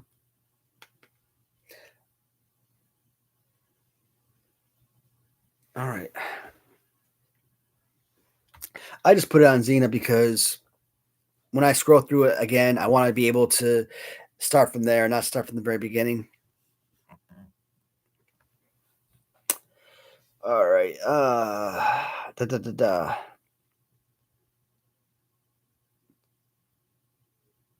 That's my beautiful mid-shelf product. That Pinky Whitney. Heck yeah. I'm not a tequila guy, but sampled an anejo at the liquor store today and made an impulse buy. Awesome. In a good mood because the insurance company released the rest of my claim funds and I haven't got my final bill for my roof. And I told you I bought that roof straight up, and I had plenty of time to contact the insurance company so that they come in and do their inspection and whatnot. I don't think they would reimburse me the full amount of my roof, but I mean, shoot, 10%, 20% of what I paid into it would have been incredible. Yeah, like I said, you could look at a regular roof and get it changed out like every 10 to 15 years, or you just do what I did. Just get the damn metal roof and just say F it and call it a day and be good for the rest of your life. But the problem is if you really need need a new roof and you go the metal roof route, how much more value does that add to your house, right? I don't think if you put a $50,000 roof on there, it's going to increase your house from like 100 grand to like 150 grand. You got a $500,000 house, you put a $50,000 roof on there, it's going to increase it to 550. I doubt it. Maybe if you got a $500,000 house and you put a $50,000 roof, maybe it goes up to like 503, 505, maybe if you're lucky. But oh yeah, if I ever had to sell this son of a gun, I'm making sure everything that's new in his house is notated because I want this house to be, even the electricity, the amperes for a normal house is 100. I got 200 amps in my house now, so even that upgrade alone has probably increased the overall cost or value of this house sufficiently. Oh man, did I just hit the back button too much? All right, good. I don't have to go too far. I'm still looking for TBS. I'm still trying to find that damn channel. And I'm coming across everything, but I loved being in Chicago growing up, early years, teenage years. I knew the channels for everything. Just one cable box. You want to watch Encore? 14. TMC? 15. Cinemax? 16. HBO? 17. Showtime? 18. FX was channel 24. 28 was ESPN, or 29 was ESPN, I forget. 32 was TNT. 33 was TBS. 39 was what was 39 was USA. I think channel like 73 or something was like or 71 was the Sci-Fi channel, but ABC I think was like channel 3, NBC like 5, or CBS was 3, NBC 5, ABC 7, the WGN was channel 9, and of course WGN and the WB were one and the same. So Fox was channel 12, right? So like basically it was so easy to go through those channels. Nowadays it's like, oh, channel 482 is ABC. I'm like, what, really? Like, I'm going through this, I can't figure this out. I know I could go into the other room and watch it in there, but I'm here. I really don't want to do anything else. All right, I'll put on Ninja Turtles. And I'll put on Ninja Turtles and I'll come back and mess around with that some more in a few seconds. All right. Need a zebra cake flavored liquor, vodka or rum? Yes. My answer to that. My full approval, 100%. Yes. I actually thought about getting myself a birthday cake, just a big quarter sheet cake of zebra cake, but I don't know if I have it in me to eat that much zebra cake. They're perfectly fine in little individual packages, but nah, I'll stick with the double cake, man, for my birthday.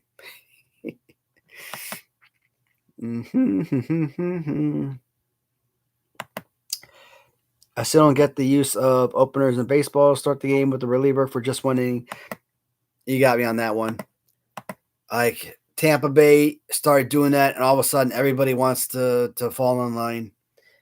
I still find it to be stupid. I still find it to be stupid that major league starters are taken out after 4 innings. Imagine being a Jameson Taillon pitching 4 perfect innings, or maybe not perfect, but 4 shutout innings, and being taken out to start the 5th. What happened to the days of starting pitchers going 7 innings plus?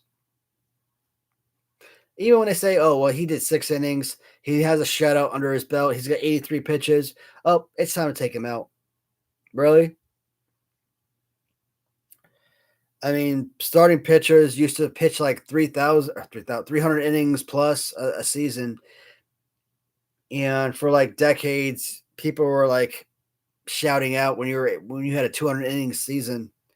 I mean, come on, Steve Traxel for the Cubs was an average 200 inning pitcher per season, okay?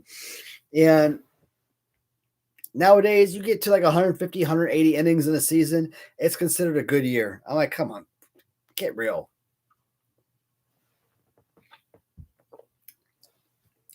5 starting pitchers. Your number 1, your number 2 starting pitcher pitches 33 times a year. 3 through 5 pitches 32 times a year. Now, obviously, with injuries, that's not always the case. But essentially, if they go in order and everybody stays healthy, if you pitch 30 times and you go 6 innings every time, that's 180 innings. That's a horrible season. 32 at 6 innings apiece, 192 innings. You at some point during the course of that season, you got to fill in those 7, 8, 9 inning starts. And let's say Drew Pomeranz starts today, goes 1 inning. You're a lefty down in the bullpen. And what are you gonna do? Shota Imanaga, Colin Ray. I don't know who's coming in after him, but I would have just started Ray to begin the game. Love Shota. I still want him part of the team, but like so far this postseason, he just doesn't have it. I don't know if it's a mechanics thing or whatnot, but or if he's afraid of working in this high leverage situation. I don't know. How do you go from this really awesome dominant pitcher in 2024 and really have a dominant performance for most of 2025? But the man's going like, what is it, 10, 12 starts with the home run given up in each of his starts? I'm like, that's insane. But he should have never gotten the ball in game 2 against Milwaukee. They should have started maybe Jameson Taillon, maybe Colin Rain in game 2, had Imanaga go in game 3 at Wrigley Field. So that would have made a whole lot more sense. All right. Let's see. Bum Shadow says, I like to buy the cheapest vodka traveler and then duck in the tourists and drink with the brown bag over it. That's funny. I haven't. Oh, shoot. Hold on a second. I got to turn this up.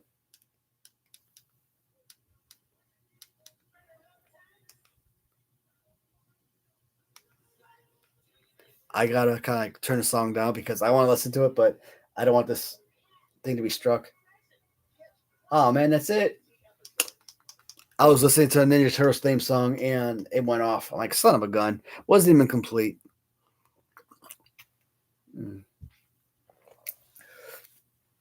Oh damn, they got original Turtles on the Nickelodeon. I gotta start watching Nickelodeon apparently. God dang. All right, up there I go again. Let's have a drinking game. Every time I say, all right, as I read the comments, you gotta take the fattest freaking sip ever. Son of a bitch.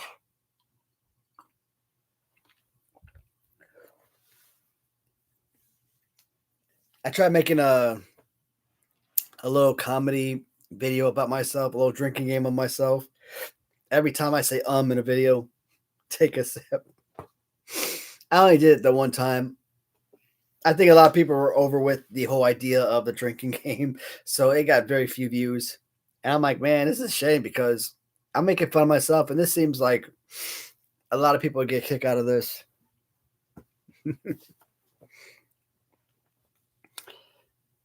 Get a discount code at each figure store, Ringside, Big Bad, JJ, etc. I don't have any discounts, unfortunately, but like I buy from all of them. So, discount code of your name. That would be awesome. That would be freaking awesome. But yeah, like Kyle or Major, that's they screw you up on that one. I keep seeing the TikTok videos where like put discount code Major into your purchase. I always put Major in the discount and like does not apply or isn't a real discount code. I'm like, you lying sons of. So like yeah, whenever like Matt and Brian the guys talk about their action figure line, I'm like that bothers me. I'm like your discount code doesn't work. Maybe other people are having success, but I'm not. So who knows how much money I could have actually saved on buying that stuff too. Use discount code at 10%. Hey, if I ever get this Maniac Right Wrestling line off, Ringside Collectibles, how awesome would that be to sell it there? You could buy your Ringside Collectible White's Channel exclusive figures, while at the same time buying your Hasbro / Mattel Retro protective cases as well. Free shipping with the ship free 60 code. I started cutting my own hair years ago. Electric clippers with no guard. I tell you, man, I never used like electric clippers. Like in the army, my hair was always short, right? So whenever I shave, just wet it, shaving cream, but it was always too thick. Like if I shave my head like every 3 days or so, it'd be fine. But like if I waited like a week in between shaving, like yeah, I would like rip patches of skin from my skull, man. It was terrible. It was funny as hell. My first deployment, man. My first Sergeant Irvin. He knocks on my door one night. I open the door. He hands me this big ass bag of disposable razors. So, everybody knows I was shaving my own head and I kept freaking cutting my head open because I was probably using these rusty ass razors. Oh, God.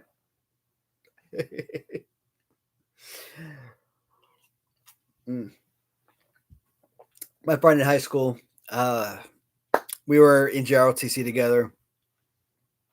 I don't think we ever had the same ROTC class, but we knew each other obviously through ROTC and we're really good friends over the course of over the 4 years. And in between junior year and senior year, he went to basic training. And when he came back to school, obviously during the year, he obviously told me about the stuff that he went through. Obviously, towards the end of the year, he knew I was going into the Army, and like he showed me how to like individually roll your socks, because when you get into basic training, you got to roll each of your socks individually. The way you stack them, the way you roll your underwear, the way you roll your t-shirts and stuff, right? So I already had that knowledge before I left, which was awesome. So that really helped. And I think being part of JROTC, for all 4 years of high school, I was already familiar with drill and ceremony, so that helped. But it's funny, like when you cross your hands behind your back, right? Your hands are crossed like so. This is how your hands are looked behind your back.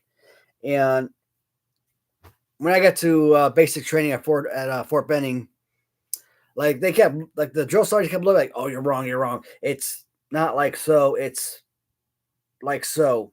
So your fingers are like." I'm like, look at the damn manual, dude. That's your parade rest, dude. But no. It's like this. I'm like, okay, whatever. But uh, the term standing at ease or standing at parade rest, there's a difference. Parade rest, at ease. So I'm like, who the hell are teaching these drill and ceremony? So I obviously didn't say that to no damn drill sergeant, but still, man, damn.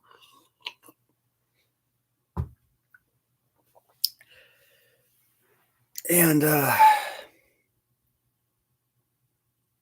there I go again, man. Shit. Excuse my language. I don't even know how I got there. And I'm pretty sure a lot of people who are watching me are like, dude, you're just forgetting because you're drinking. No, I can literally just be sitting down, having lunch or taking a shower, watching TV, whatever. I'll completely forget what I'm talking about. I started talking about my friend showing me the roll ups, but how did I get there?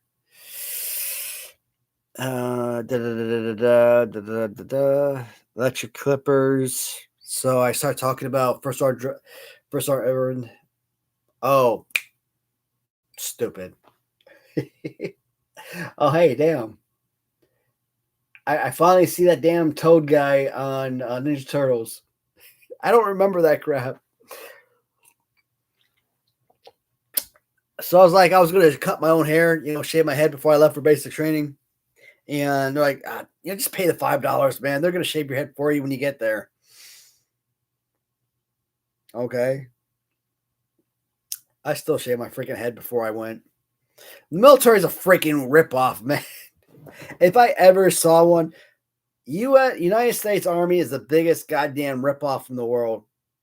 I got a haircut. I shaved my head before I left for basic training. And even though I had no freaking hair, now I wasn't sculpted or anything like it. Like I didn't get a little plastic razor, but my head was shaved, right? I got to basic training. They still made me pay for a freaking haircut. I'm like, you freaking assholes. And now, mind you, at 19 years old, I'd been working at Sierra Relief for 3 years, making $7.50 an hour.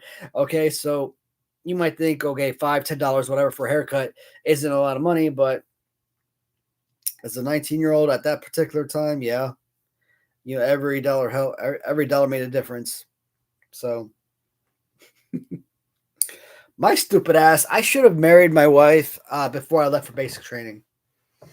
So we got engaged my senior year of high school, right? And I told the story already. We got engaged, I think in November of 03. We got engaged in November of 03. And we had just gotten back from watching the 2003 release of Texas Chainsaw Massacre, the one with Jessica Biel. After watching that movie, came back to her place. I proposed to her there. So I had already bought the wedding ring of her dreams, right? Because we were at the mall and she was basically tearing up over this ring. So I went back at a later date and I bought that exact ring for her. And for, again, being 18 years old and spending $2,500 on this damn ring, basically all the money I'd saved up over the course of my life, man. And I spent it all on this ring. Big, beautiful diamond, just gorgeous ring, right? So I had this ring sitting in my pocket for probably a month or two. And, when we went to the theaters that day, we saw that scene where, Jessica Biel's, her boyfriend is like hung upside down and the wedding ring or engagement ring that he was going to use to propose to her falls out of his pocket, right? It hits the table. I watched that in the theaters. I'm like, I don't want that to happen to me. Like I don't want to get into a car accident and die or and not have my girlfriend realize what she meant to me. So I made sure that to propose to her that night. And you think it'd be weird and awkward as hell just watching this slasher film to use that as the day that you decide to propose, but hell, man, I'm very desensitized, right? So something like that. I mean, it wasn't so much that it was a horror film; it was the fact that, like I said, what if situation. So I wanted my girlfriend to realize that hey, she meant something to me.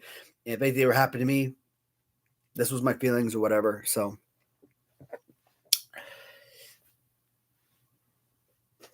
my wife and I, we met probably junior year of high school, right? And like we were taking like high school photos that morning for JROTC. I was there for drill team and for honor guard or whatever. Actually, was I there for honor guard? Because I never made the honor guard team. I never made color guard, but I think I was there for drill team. It was junior year, yeah. So it wasn't officer pictures. Now, obviously, senior year, I was a cadet major, so I had to take not only drill team but also officer pictures as well. But that's where we met junior year of high school for JROTC photos. And one of my friends that I went to elementary school with, he was in one of her classes, and it was cool because every morning I'd show up, I'd go to her class first, I hang out with her for a few minutes, talk to my other buddy that was there, whatever. It took a long time before I suckered up or suckered up the amount of courage to actually ask her out, man. But my wife, man, she's always been amazing. Whether we were high school students or now, it's because we've been married for 20 years and we've been together for roughly 23 years. We've known each other since we were teenagers. So the way that we kind of talk to each other and the kind of way we rip on each other, it's more than just a married couple. It's also that friendship, right? And that history. So if I were to say, hey, this is how we talk to each other to a random person, like they're like, oh my God, you have this horrible marriage. I'm like, no, we really don't. We have this awesome marriage. When she's not being difficult. I'm gonna watch this video live in the living room one day while she's sitting on the couch, on her phone watching it with me, and she's gonna look at me like, "Oh, really? I'm difficult. Is that what you think?" And kind of give me the show, the cold shoulder rest. But it's okay. We have a fun. I say that my wife and I we have a fun relationship at that. Let's see. That's what the wrestlers did back in the day. Cut their own hair. Checking out your macho. Yeah, so I did put out a video this morning or this afternoon, late this afternoon, with all of the different acquisitions this week. I think it was a pretty decent pickup video for a 15-minute video. Always with 2 outs, these Brewers. Man, please don't tell me they scored again. Because if we're up 4-1 and they score one run, I can live with it. We're up 4-2, they score another run, I can live with it. But if we are trailing at any point in this game, my heart's going to explode out of my chest. My head's probably going to explode. So, like, I want my wife to come up here in a couple hours, hand me a bottle of champagne or wine, and just drink to that, man. I want to see them advance advance as far as possible.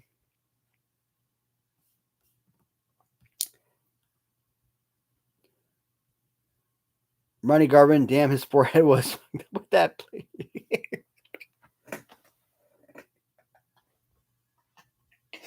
Poor Ronnie, man. Ronnie and Lenny Poffo. I swear to God, those are two guys that never get no love. Well, you know what? I say Jimmy Snuka and Ravishing Rick Rude don't get no love either. We've seen their freaking action figures, man. They get no love. Mm-hmm. Like those big ice drinks. What's nice is whether Cubs win or lose, you have a reason to drink. You know what? Oh, god dang it. That's exactly right. That is a good freaking point. Sorry, guys. I know we're only an hour into the... An hour 40. We are an hour freaking 40 minutes into this live stream. I thought we were like 40. I thought we were like 45 minutes. What the hell? Where has the time gone? But you know what? If they lose, I'm going to get drunk to freaking like try and salvage some of this pain I would be feeling. But if they win, drink some more because, hey, you're celebrating. Right on. I think I have to use the bathroom, guys, but I don't want to go right now because I don't want to cut the middle of this live stream. It's going pretty fun. It's being pretty fun right now. Oh, man, I got to blow my nose, too. Razor. I know you guys can't watch what I'm watching, but I'm telling you, man, there's freaking a cartoon version of Razor that's on the screen right now.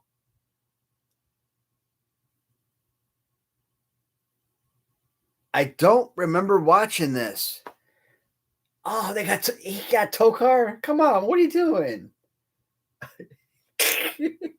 Man, Tokar is wrapped up and being thrown into a van and driven off. And there's just Razor, man, just like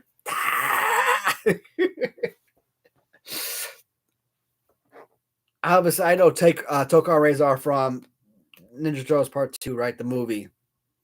And, they wanted those characters instead of Bebop and Rocksteady because they wanted to produce new figures, new characters, new sources of income. So actually seeing them on the cartoon, and there was Mondo Gecko. I know all these, like Mondo Gecko, like I don't remember him at all. But I know his toy great. All right, I gotta watch this again, man. I don't remember a lot of this stuff. I'm pretty sure I saw this stuff when I was young, but I don't remember it today. Like, I'm looking at this right now. It looks brand spanking new to me. BBO should get a little sponsorship for sure. Man, I am the obsessive Little Caesar or oh God. Well, Little Caesars too, god dang it. But Little Debbie's whatever. Anything Little Debbie, that's okay. I get them all. Every little cake that they come out with, every brownie they come out with, I'm all over that stuff. I probably should stop saying that because you see these jackasses that keep making fun of me and keep turning me into Violet from freaking Willy Wonka, man. In all their videos, like video after video, I go,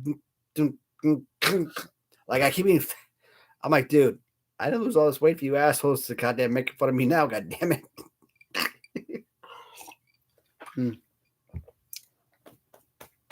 Yeah, that's what's up right there. All right, I'm so stupid. Strip poker. Who wants to do strip poker? All right, I'll begin. Sheet. We haven't been pokerized yet. Dang it. Enjoying each other's zebra cakes. I'll tell you, man, when my wife tries to take more than her fair share from the zebra cakes, I literally bite her freaking hand when she tries taking it. I'm like, look, I don't have time for that. Those are my damn zebra cakes, darn it.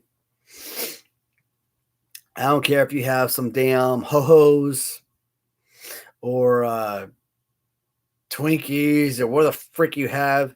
You ain't touching these damn zebra cakes. They are mine. Are we clear? And then she slaps me in the face.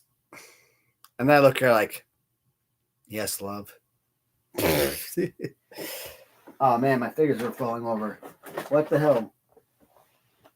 Man, I just knocked over my damn Masked Rider figures. That's not cool. Damn, am I this drunk already?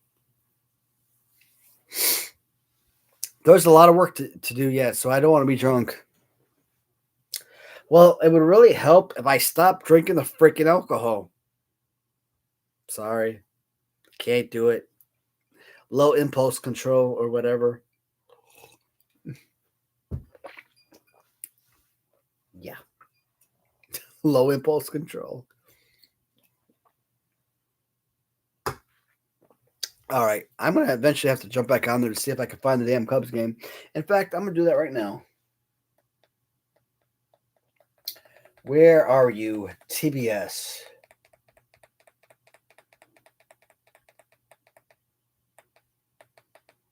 We're on baseball, but not quite what I was looking for.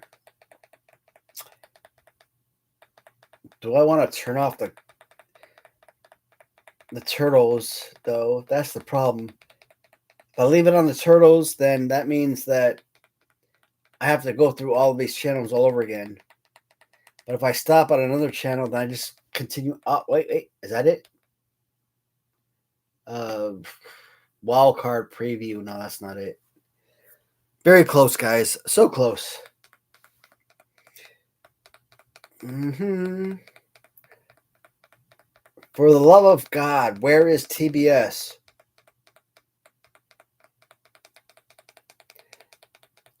All right, give me 20 more seconds, guys.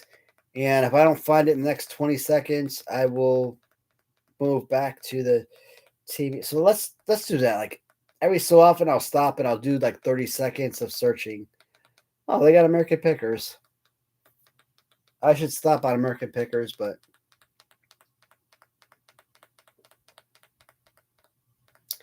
I can't find it. I cannot find this damn Cubs game. Are we at 20 seconds yet? Zombie house flipping. All right, zombie house flipping. I'll put you on. Yeah, sorry guys. I am drunk right now, and I'm probably gonna have to leave in a few seconds to handle some business, but invite her to sit in your deck. You guys see the oh man, Bill Engvall and like Larry the Cable Guy and all those guys, right?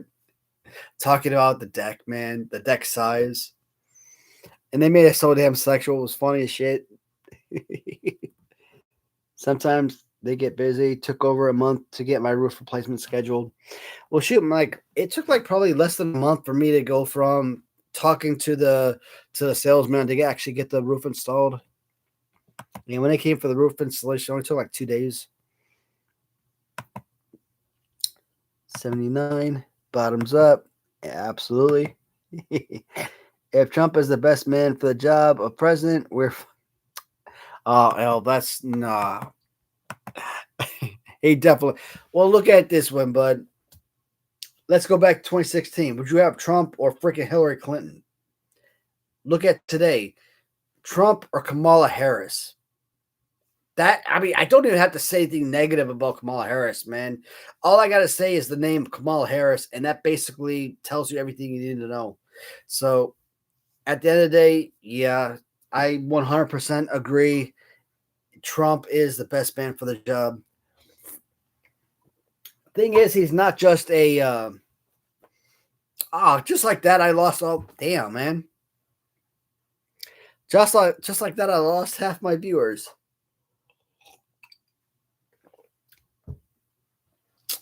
That sucks. But all right, let me say it this way. He's not a politician, he's a businessman, right? So this is what I like. He runs the company, he runs the country like a business. And you want to have the best or the most success for your business, right? So hello. I don't know if that really answered any questions, but I'm drunk and I feel like I answered the question. But I'll probably watch this video tomorrow and be like, dude, no, you're all over the place. That didn't answer shit.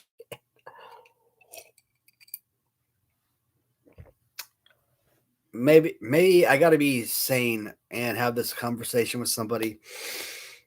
like you said, man, I always like debates. I always love hearing from other people, other sides, right? Because I want to hear their opinions and what they think. But at the end of the day, like I always say, you don't have to necessarily agree with the other side, but as long as you give them opportunity to explain, their points of view, there's no harm in that. You can always appreciate what the other side says, and if it does nothing to sway you from that's fine. In this particular case, yes, I feel like it's the right man for the right man for the job in this particular instance. Let's organize my sock drawer. Hell, that is funny as hell, bud. Mm. Oh, that is too funny. I like that a lot. I keep my bum by politics. I always said that there were certain things from my channel I was never going to do. I was never going to talk religion. I was never going to talk politics. I was never going to talk about things like the death penalty or abortion, like really important topics, right? But I don't know, man. Like, I want to be open for every sort of conversation. I want people to know that when they come on my channel and they express their feelings, hey, I'm going to listen to what you have to say. Whether or not I believe it is irrelevant. At least you got the opportunity to say your point of view and hear from a side that maybe you weren't thinking about before. So that's why I love debates. I love hearing what people have to say. But that's how you learn. You can make those determinations on your own on your oh god, what the hell is the word I'm trying to say? Give me a minute. Ooh.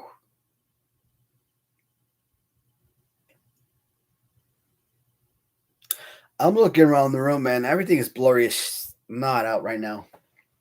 And I know I'm probably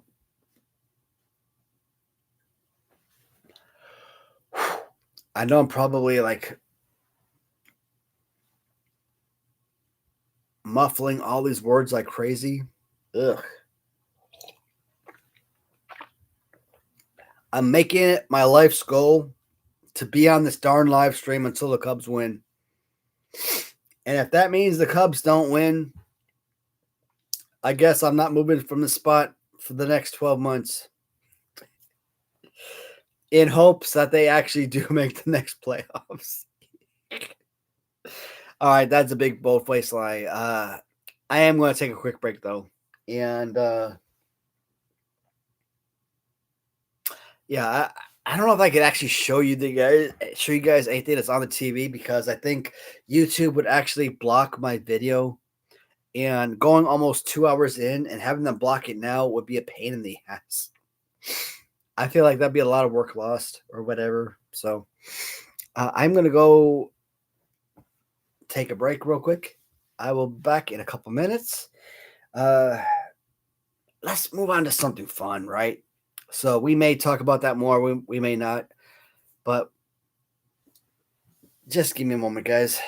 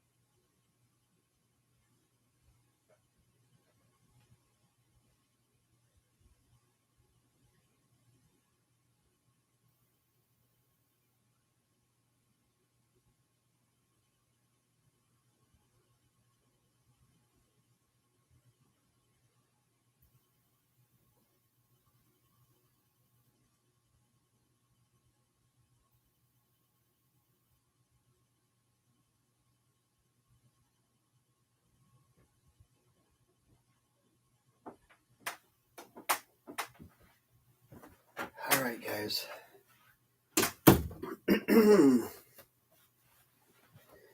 All right, I am sorry for the interruption, and I'm going to interrupt a little bit more if you guys don't mind, because I am going to go.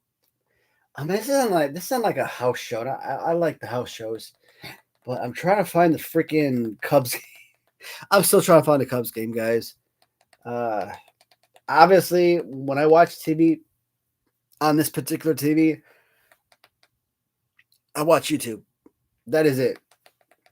I watch YouTube and that's it. So now that I'm kind of scrolling, and if I was a smart person, I never claimed to be intelligent. Like I'm stupid as fuck. I gotta stop swearing. God damn it. Uh, but I should have like focused on this earlier in the day. I just didn't think it would be this hard to find something.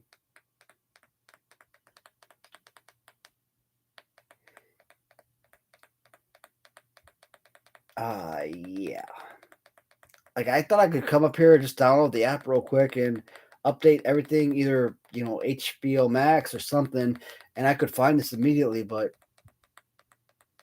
this doesn't allow you to guide down, so you could do like 10 different shows at one time. You have to scroll through individually, and this is taking forever. Oh, they got something for Kandahar. What is this? Oh, that's probably a movie. I like Kandahar, man. Actually, Kandahar freaking stunk. If you're like going through the base of Kandahar, it stinks. Whenever you fly into Kandahar, you have to have a Rogard vest or Rogard belt around your shoulder, around your waist, whatever. Whenever you're traveling at nighttime, and I'm like, man, none of us was doing that shit, man. But like, they wouldn't maybe leave the flight line unless you actually had a Rogard vest or belt around you. Luckily, a lot of time when I came into Kandahar, it was daylight, and one of the team guys came to pick me up.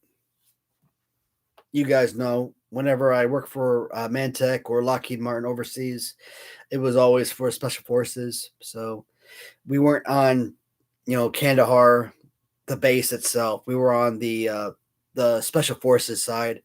So the SOCOM contracts were incredible.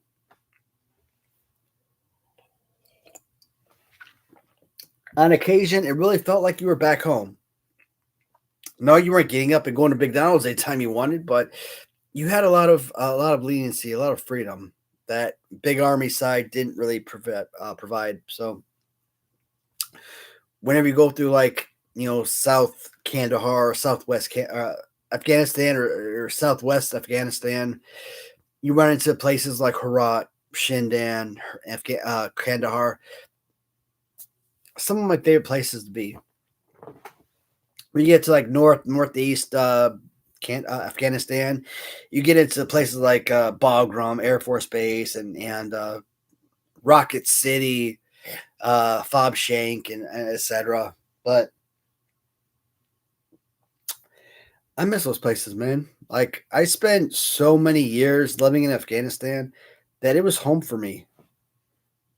Whenever it was wintertime and it snowed in the mountains, you could look out in the distance and you could see that beautiful white snow fill the mountains up. It was just, I loved Afghanistan, man. I know that's weird to say, given the fact that it's a combat zone, given the fact that it's enemy territory and all that, but I loved Afghanistan. I spent so many years there. Whenever I came home back to the States on leave, it just felt so weird and awkward. At least I had an idea of what I was doing that day. Hey, I'm gonna wake up at this time. I'm gonna go to work at this time. I'm gonna do this at this hour, from these hours to this hour, and then from this hour to this hour, I'm gonna do this, etc. You get back home, it's like, well, shoot, yeah, I'm spending time with the wife. I'm feeding the cats. I'm taking out the trash, but I feel like I was just there.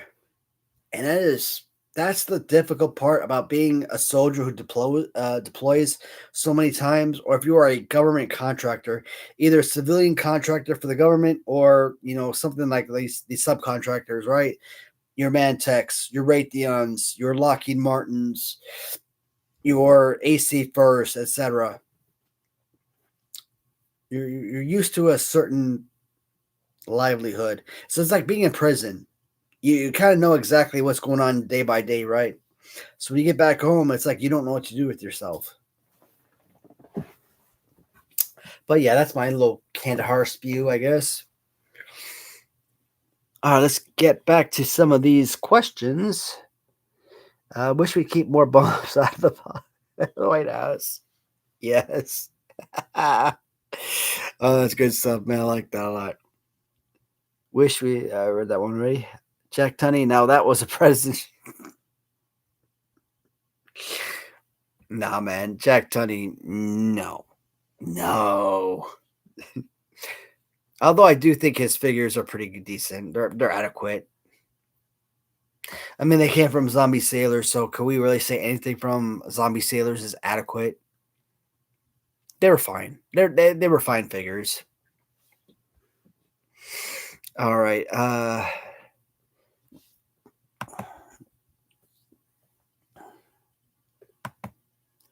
You got to fight for your right to what? I'm pretty sure anyone could take a picture of my house and put it into Google Maps and figure out where I live, but hopefully not. But I'm not that very important of a person, so I don't think anybody's gonna be sending pizzas to my house or police to my house. Swipe on my keyboard isn't doing it so good, but I think L is drunk with me, which is awesome. I think that's absolutely amazing. Still 1-1. That's good to hear, man. As long as they're not losing, I'm good. Tie ball game as of now. Hopefully not another 15-inning game like last night. 15. Jesus Christ, 15 innings. Hey, here's the thing. If the Cubs win tonight, I'm all open for a damn 15-inning game. Oh, God. That was a can of pop. Why is it burning my nose? I just drank a can of pop, like just a small sip, and it burnt my nose and into my eyes. Ugh. Not tearing up, but man, I feel like I'm close. Ugh.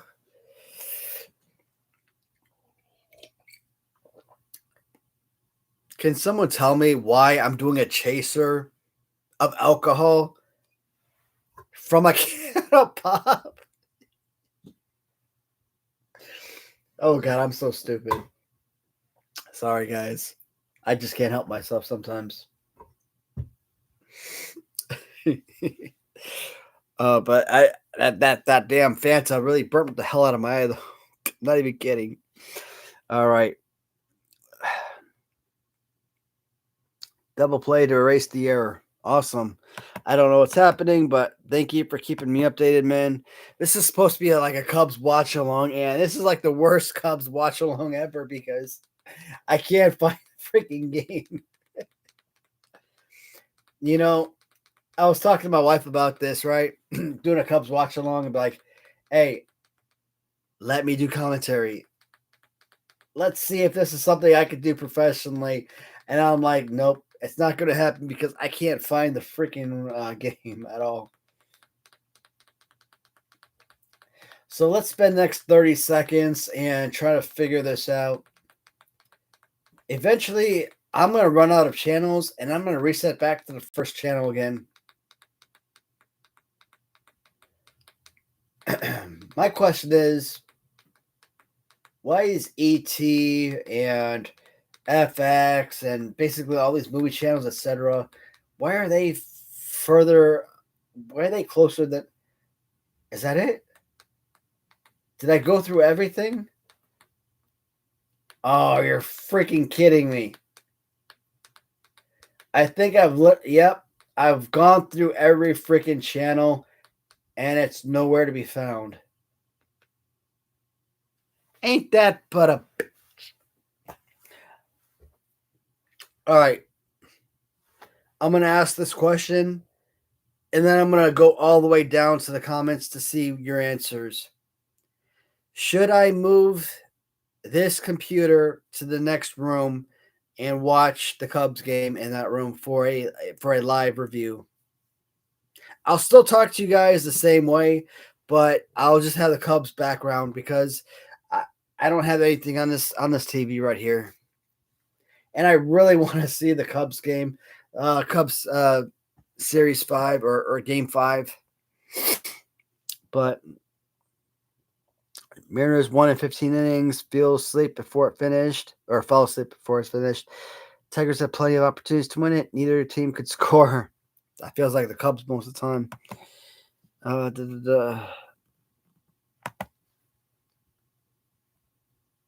right, I'm going to scroll all the way down to the end to see what you guys say. Look for a bunch of losers losing, and you found the Cubs. Oh, man. Let me go backtrack because I kind of feel like we just gave up the tie or something.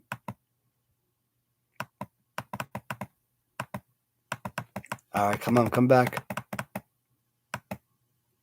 Channel 27.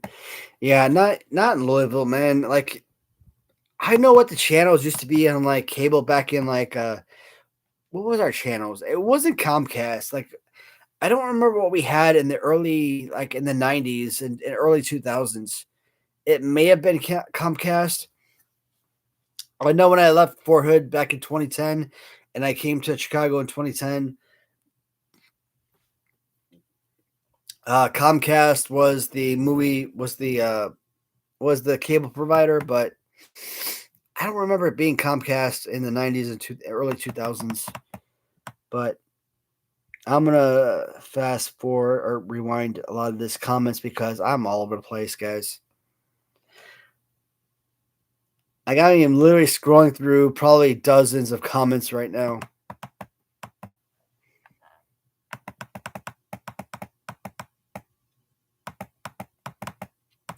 And it's not that I'm ignoring everybody. It's just that I just haven't gotten to those comments yet. I'm just that slow, my dudes.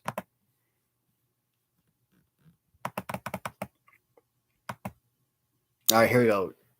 Mariners at 15 innings, fell asleep. Tigers saw that one. Haven't watched baseball since the 90s. I'll be honest with y'all. I feel like baseball is the best sport. So, I mean, you have to follow it somehow, either by internet or through YouTube videos or something.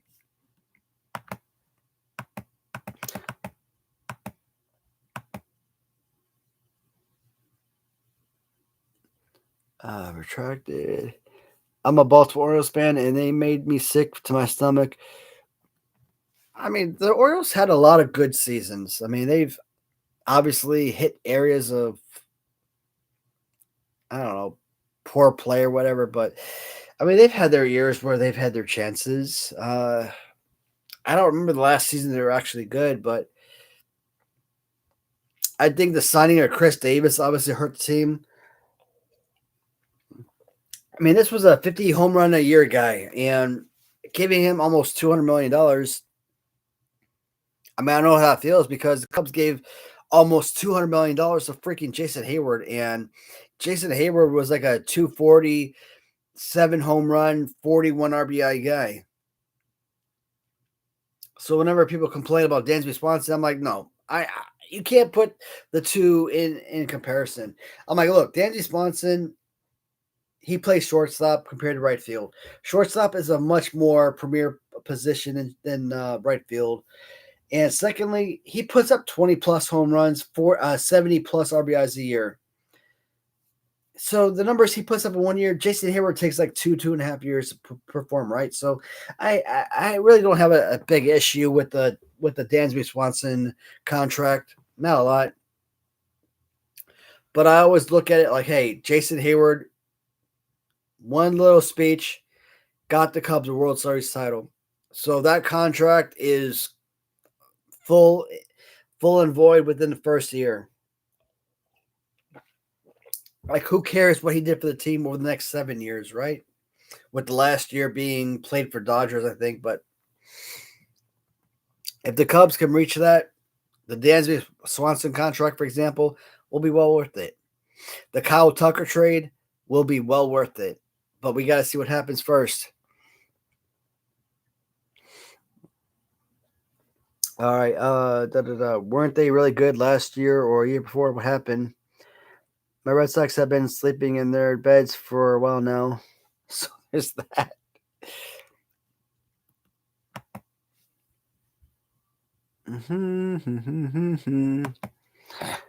Year before last year, and then apparently they sold a few players they shouldn't have.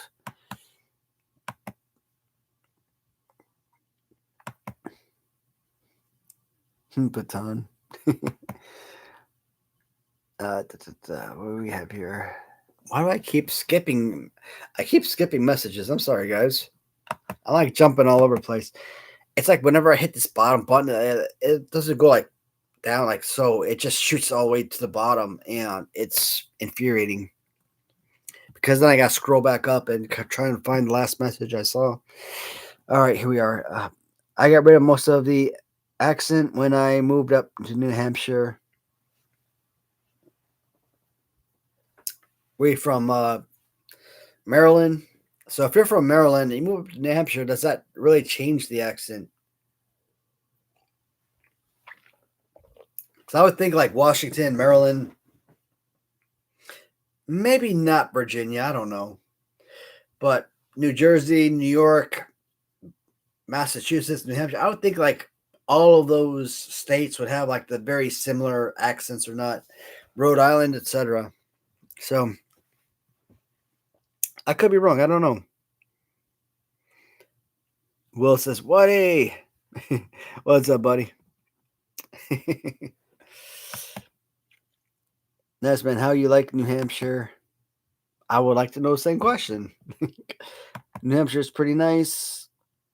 Man, can't really complain too much. Shitty drivers around here, though. Better.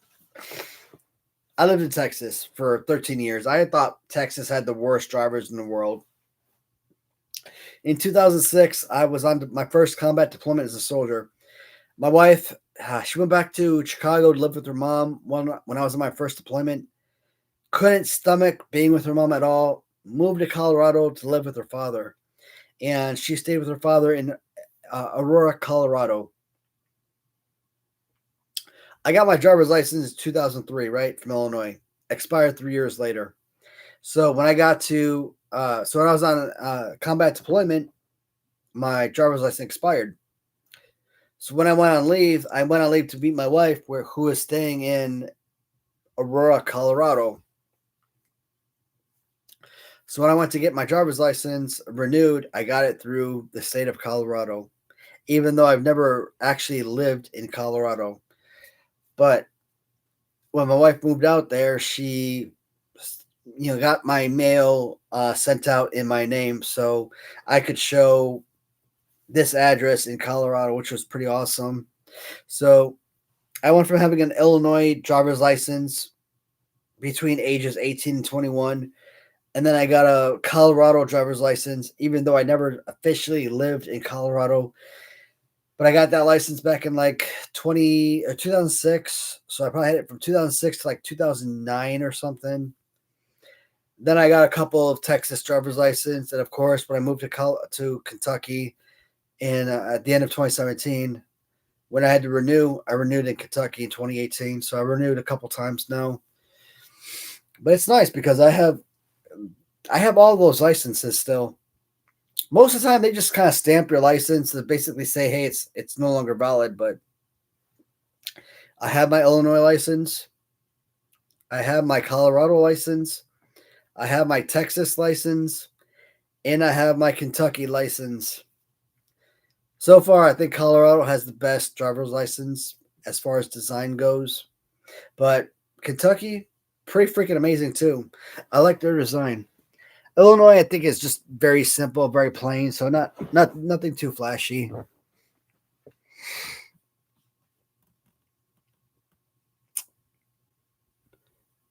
But yeah, when I got to Colorado, those 2 weeks of vacation, 18 days.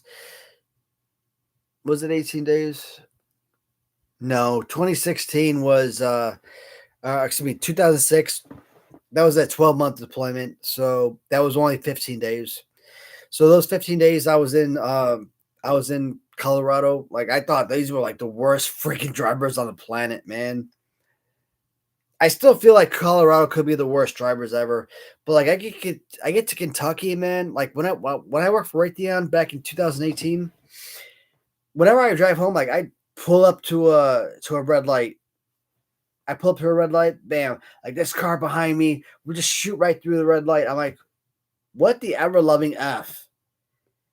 Like I stopped at a red light and I've been stopped for like 2 seconds, and you're telling me this car to my right just shoots right through this red light. So that's what Colorado. That's what Kentucky drivers are like. Normally, I'm sitting at a red light. Light turns green. Bam! I take off. What happens if you have one of these mofos that just shoot right through the red light, just crash into you? Because they don't have the patience to wait 2 minutes or whatever it takes to get to the next light. So I don't know. I'm kind of torn. Texas, Colorado, Kentucky. Who has the worst drivers? Now, I actually wouldn't know unless I spent time in each individual state, but Texas is up there. Colorado is probably one of the worst ever. And Kentucky, if not the worst, it's probably right there in the middle. Sadly. All right. Where we at? Root for Seattle, but Toronto is probably the favorites. Yeah, I root for Seattle, but like I said, I think Toronto, like you said, same thing. I feel the same way. I feel like Toronto's going to take over. Shea drivers in all of America. You ain't even kidding about that. Very true. I'm in Maryland. All these do is text and drive. Oh man. There are times when I'm driving and I get a message, but I at least wait till I hit a red light to pull up my phone to see what's going on. And if I can't read the message before the light turns green, then so be it. If it's that important, I'll turn my ass over to I'll turn off on the side road or something, you know? There's no reason risking your own life or risking the life of other drivers, right? So.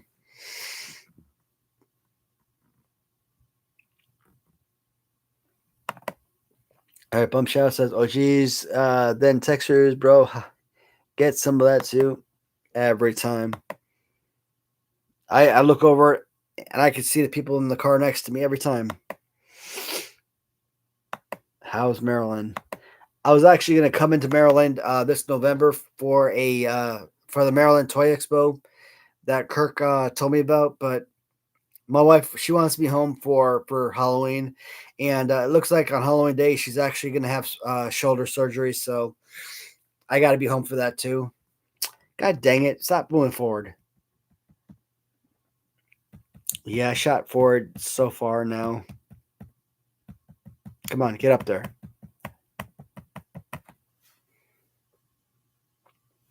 Jesus, why am I always way behind? All right, here we go.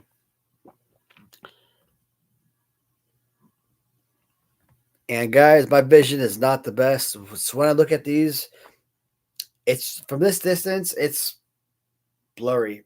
I can't make out anything. I got to be like this close to the screen to actually read it. I'm sorry about that. But got crabs there one got crabs there once. House Maryland. Yeah, I got crabs. What was it, like 2 years ago, man? I think it was September of 2023. I could be wrong. It could have been 22, but I think around September of 23 for my wife's birthday, I took her to Joe's Crab Shacks here in Louisville. I mean, it's a little bit of a drive. I think it's like near downtown or something. But it's funny that it says I came all the way from Chicago just to get crabs on the little bib that they gave her. I'm like, dude, we haven't lived in Chicago since 2004, 2005. Okay. We did not come from Chicago just to get crabs, as that bib stated. We spent 13 years in Texas, and then we spent so December of 2017. So this year will be 8 years here in Kentucky. So I just thought that was adorable that they put that on there. I thought that was entertaining, right? Just to get crabs. I see a crab. I see a smiley face. All right. Otherwise, it's good. I don't know if I'm taking with the crabs coming. Anything is possible. It's an old joke. Greg Ferguson used to tell on his late show about getting crabs in Maryland. Hey, man, we get crabs in Kentucky. I think it's pretty solid. Yeah, I never thought that I would actually live in Kentucky in my life. Like when my parents divorced, right? My father moved to Kentucky, and he got a new wife, had two new boys, etc. Kentucky really wasn't on the itinerary of any place I'd actually live at any point in my life, but joined the army. Got assigned to Fort Hood, Texas. Spent so many years at Fort Hood that Killeen, Texas was home. So when my wife, when we got in the army and we came back to Chicago, there's a reason why a couple months later, she went back to Chicago to buy a house because Texas was home for us, and there's no state taxes, so that's always huge, right? Problem is, Central Texas, more importantly, in Killeen, Texas, job opportunities are slim to nil. Like my first job after I left Afghanistan, I went from making 142K a year working for Mantech in Afghanistan. Came home, first job I could get was a couple months later working as an overnight stocker at HEB, the grocery store. I'm like, $10 or $10.50 an hour. I'm like, no. I ended up destroying my back doing that job. So I was only there for a couple months, and I was actually working that job the same time I was working at Teleperformance, which was on the Right Source campaign. So for anyone that was on Humana Insurance, getting their mail order prescriptions, that was Right Source, or later on Humana Pharmacy. But doing that, I was only making like $9 an hour. Luckily for me, at the time when I left Afghanistan, I'd already paid off my house. So that $1,200 a month I was making through Humana or through Teleperformance, whatever you want to call it, we were poor, man. Like that sucked. That was literally a paycheck to paycheck situation. And if we didn't have our house paid off and be able to save that extra $500 or $600 a month, we would have been struggling like crazy. You know how embarrassing that is to know that you spent 3.5 years working in Afghanistan, making high six figures, and then you come home and you're making $9 an hour. Like, dude, like this was the least amount of money I made since I worked at Sara Lee back in Chicago as a high school student, making $7.50 an hour. So whenever I look at people like, hey, I'm making $10 an hour, $12 an hour, I'm like, all the power to you guys, man. Like I've been there before. I know how that feels. That sucks. And depending on where you live, like if you live in Los Angeles and you're making $12 an hour, you can't live. You got basically have to have like 5 people rent one single apartment, right? Now, if you're living in someone like, Killeen, Texas, Central Texas in general, and you're making $12 an hour, $12 an hour, I feel like is a livable wage in that regard. But like I said, I was only making like $600 every 2 weeks, and Only way I made it happen was because I had my house paid off. But eventually, I redeployed, went back to Afghanistan, started getting my paycheck back up to where it needed to be. And then I got an offer from Raytheon, and they paid for my relocation from Texas to Kentucky, helped me sell my house in Kentucky, helped me buy my house here, or actually, help me sell my house in Texas, help me buy my house in Kentucky. Like, and the wage that I had from Raytheon was incredible. Like, that was supposed to be my job for the next 30 to 40 years. So it was very depressing when I actually had to leave it. But I am the type of person who does not like bills, right? So having a house that was paid off in Texas for like the last 5 years, and then like going to Kentucky and having to go through a mortgage again, I'm like, no, I don't want to do this again. So what happened? Went back to Afghanistan. You stupid schmuck. But if I didn't go to Afghanistan, things wouldn't have played out the way that they have. And I'm fortunate with how things ended up in the end. So, but Raytheon was supposed to be it for me. I moved to Kentucky for Raytheon. I was supposed to work for Raytheon for decades until I retired at age 60, 65, whatever. Only having that job for a year, that's very disappointing.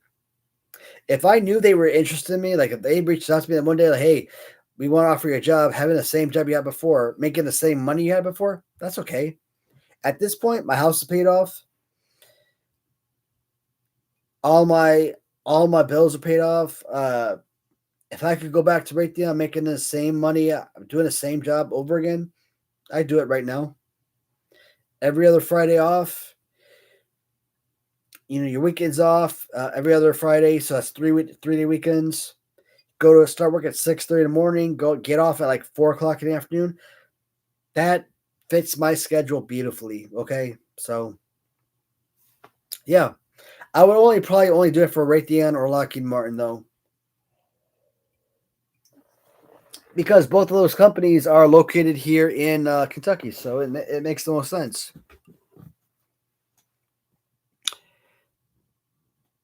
All right, guys. It's an old joke Craig Ferguson used to tell on his late show about getting crabs in Maryland. Crabs are good here, I can't lie. It works because it could be seafood or perhaps something else fun. I got crabs in Boston, not good, can't lie. I would think that the crabs in like the Massachusetts and Rhode Island area would probably be the best, but maybe that's not the case.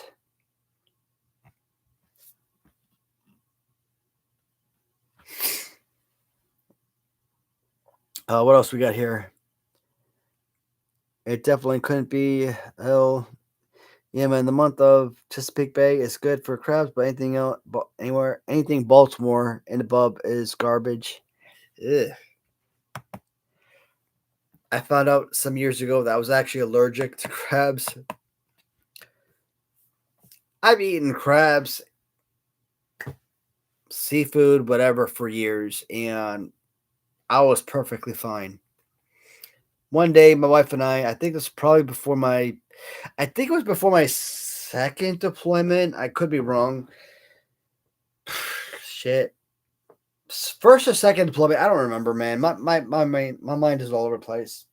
My wife and I went to Boston. Was it Boston Market? No, I don't think it was Boston Market.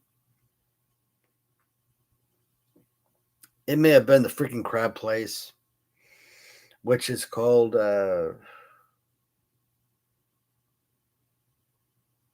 Jesus freaking Christ. Ah, I'm telling you guys, I need to file a complaint with the VA because my memory is absolute crap.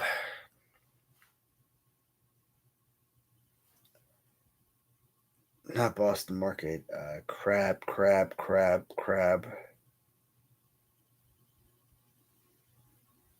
Oh my God! What the hell are you called? Oh, gee, hold on, I gotta count down the alphabets to figure it out. A. It's not Boston Market. C D H I J K.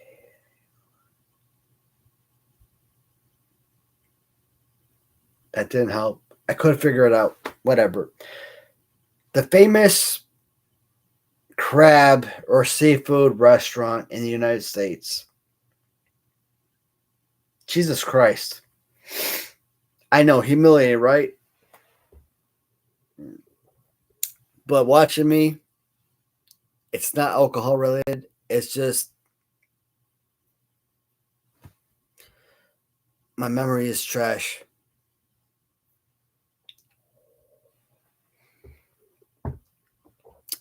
Anyways, my wife and I went there before one of my combat deployments, and this sergeant major kind of grabs me, pulls me aside because I was in uniform. Hey, here's my military ID. I'm Sergeant Major so and so. He was bitching at me because I was showing affection to my wife. Like I was holding my wife, I was loving her, holding her tight, kissing her forehead, whatever. Oh, it's not very professional. I'm like, suck my motherfucker. That's why a lot of shit in the military is absolute bullshit. Like you can't even be affectionate to your spouse without somebody freaking riding your ass. But anyways, at that point, that's when I finally learned that like I was possibly allergic to seafood. I've eaten seafood my whole entire life, no biggie. Suddenly I went there and like I was eating my lobster, crab meat, whatever, and like it felt like my throat had closed up. It was hard to breathe. You know that guy from The Simpsons? Oh, I don't know. I have to talk to my manager. That guy, right? I started sounding like that dude. My wife had to rush me to like freaking Walgreens, man. And she went inside, bought me this big ass bottle of like cough syrup or whatever. So apparently now for like the last decade and a half or so, I've been allergic to seafood. I still eat shrimp fried rice, still get the occasional shrimp, whatever, but like it makes me sick. And it's funny that 'cause whenever my wife wants to go to, still haven't figured out the name. It's not freaking Boston Market, damn it. I'm gonna scroll all the way down because I'm pretty sure you guys have already answered it for me. Not just yet. That's fine. Like whenever she wants to eat there, right? I'm like, dude, this food's gonna freaking kill me. What are you doing? Oh, you don't have to eat it. You can order the chicken. I'm like, dude, you don't go to Burger King and order the chicken.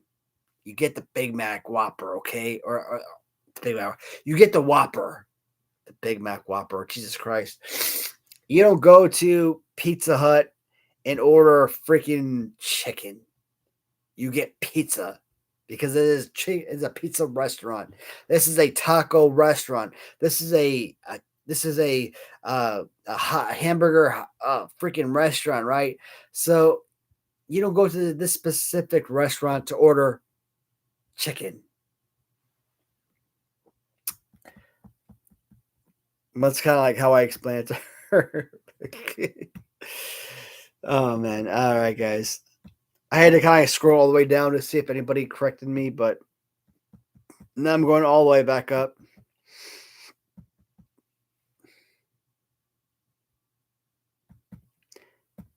I see Ross saying, Matt's been trying to find the channel for an hour. Dude, you're not even joking.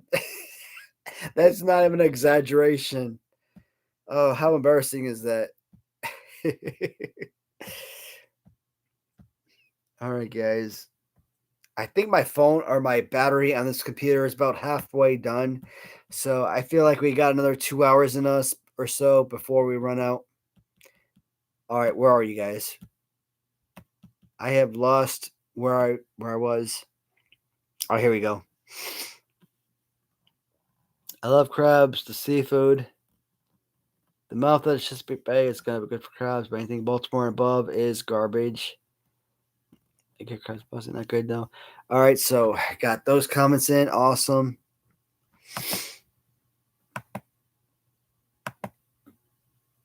And clams. Have I ever had clams? I don't think so. Oh, come on, mother fudger. All I did was hit the down button once. I am so frustrated. Oh, hey, look, it's the April O'Neil's partner. Dude, I remember those characters. The chick with the glasses and the guy with the pink shirt. I don't remember their names, but I remember the characters. All right. Sorry, guys. Got to keep going through, trying to figure out where I left off. Did I go too far?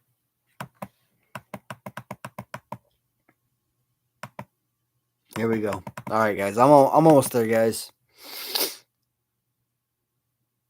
Makes sense. As a landlocked person, I've been eating a lot of canned salmon, easy meal over lettuce.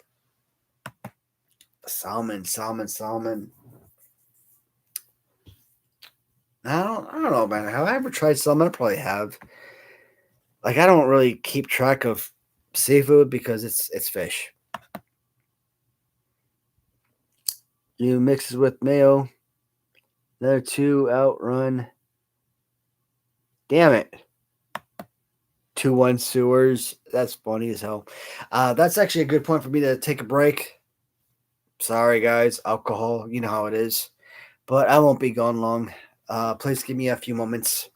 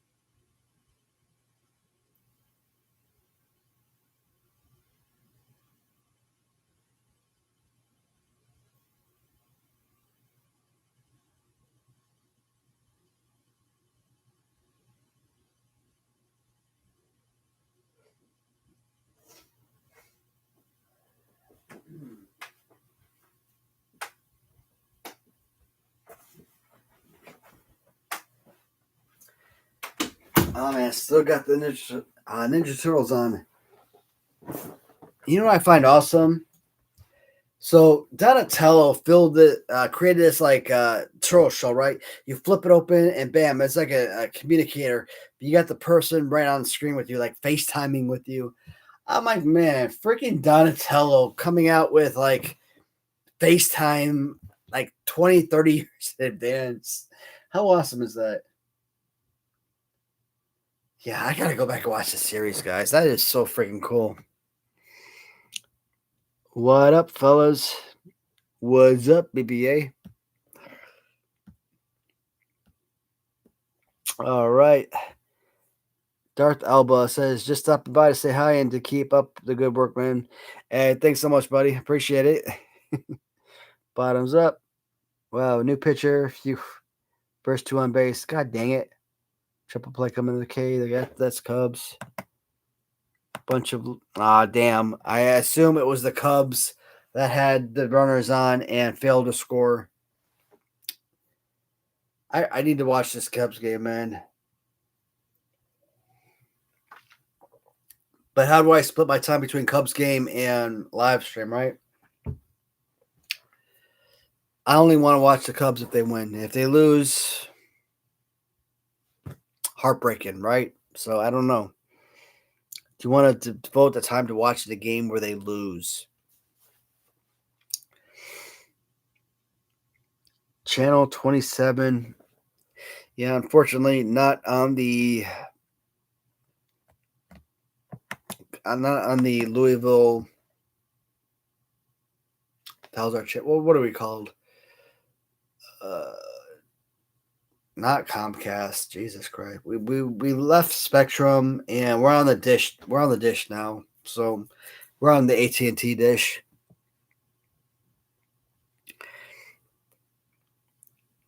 Clinton, Harris, Rose Prospero. How many bankruptcies from this supposed great businessman? Hey, we shall see. Hey man, even like when he did his taxes and like he got like had to pay back like zero finances, like that is brilliant freaking financing, man. He knows how to work the system. I give him that.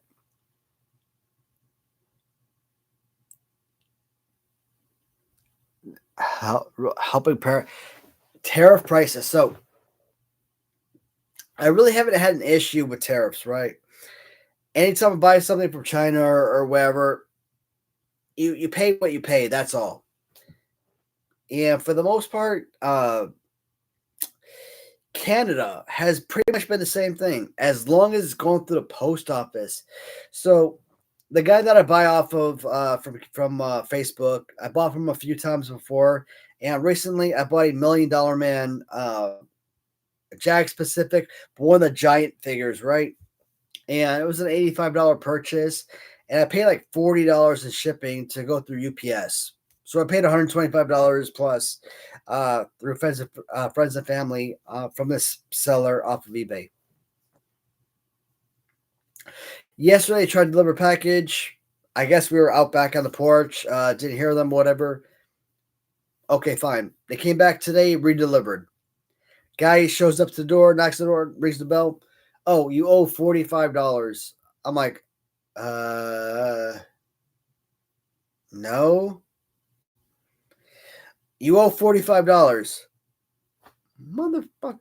I just paid $85 purchase price. I just paid like another $45 shipping from freaking Canada, okay? $45 shipping. You're telling me I gotta pay another $45 for a tip? Like what the hell? No. I reached out to Pendelis Creek today. I'm like, look, bud, I'm not paying close to $200 freaking dollars for this crap. It's a great figure. I want it for the collection. I'm not paying $200. So at this rate, if UPS stops by again, send it back to Canada. I'm not paying that. Hopefully he gets his money back. And at that point, I will have him refund me and I will repay him to go through the post office because this is just stupid. Only FedEx and UPS do that crap. If you go through the normal post office, I've yet to receive any type of tariffs.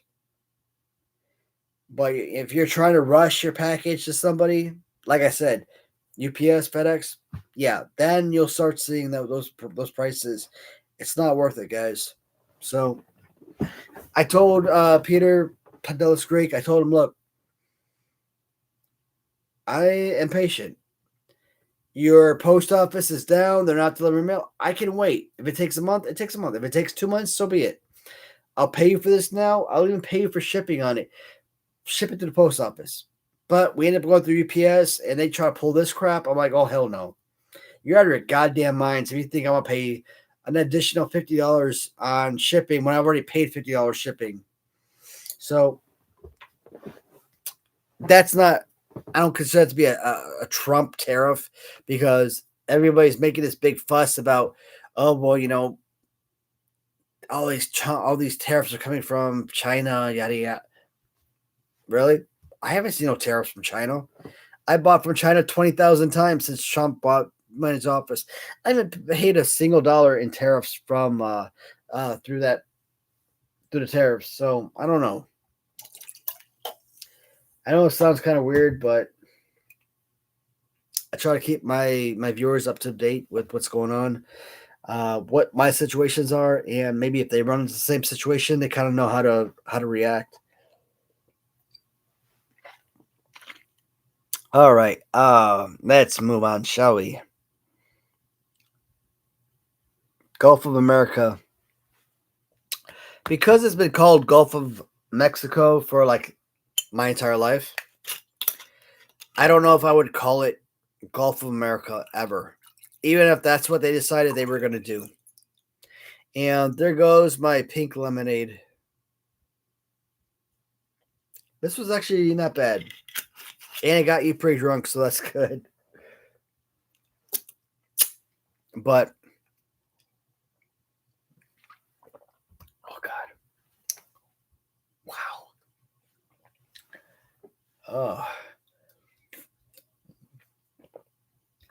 Yeah. Yeah, I'm just watching Ninja Turtles, man. Can't watch the Cubs game, so I'm kind of watching Ninja Turtles. Badass. That's all. Just got his bow struck in half. All right, let's move on, shall we? Might be drinking for another 200 years when it comes to. I don't think so. I think 108 years was enough, right? I don't think it'll take the Cubs another 100 plus years to win the World Series again. Remember, Boston, when they ended their 86-year drought, it was in 2004. It took 3 years, but they won another one. It took another 6 years after that one before they won their third title, their third championship.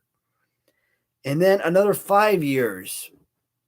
So in less than 15 years, they won less than 15 years, they won 4 championships. So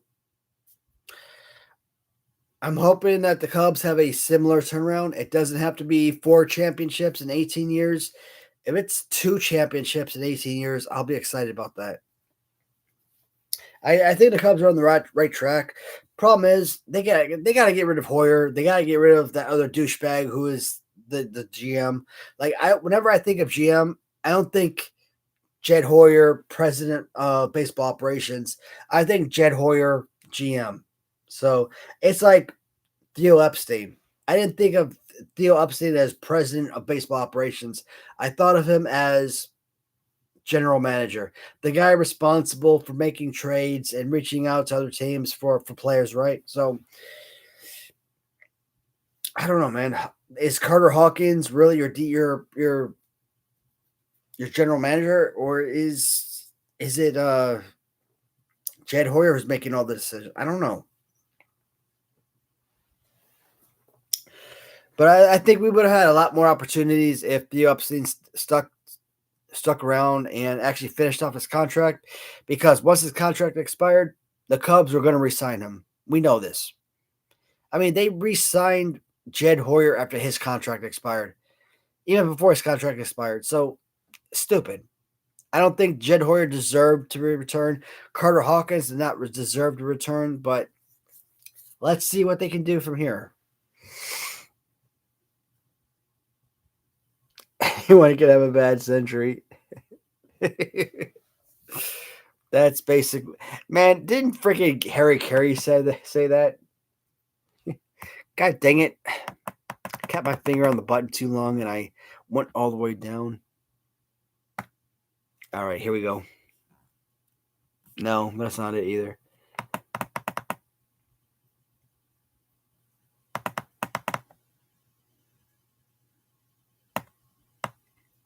Come on, dudes. Hook me up here.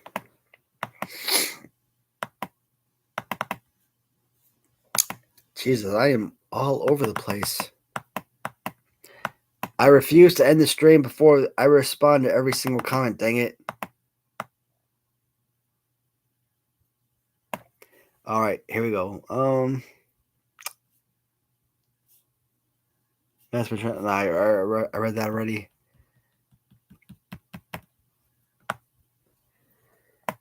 All right, guys, give me a second, man. It would be nice to have a co-host kind of talk about this stuff while I'm kind of going through, but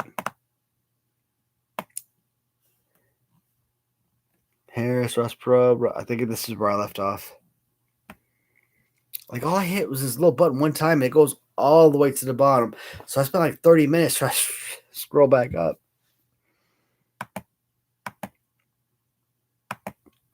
All right, Gulf of America, saw that. Bad Century. Brock Lesnar break. That's good stuff right there. Vince McMahon break, depending. Maybe. Hapless is such a loser. Stared at strike 3. Man, are we surprised? Like, Ian Happ has been doing nothing but striking out the entire postseason. He had one huge hit, but that is about it. And let me turn on this baseball game. Yes, please, because I can't freaking get the son of a gun on the TV. I will have to go into the other room in order to kind of see what's happening.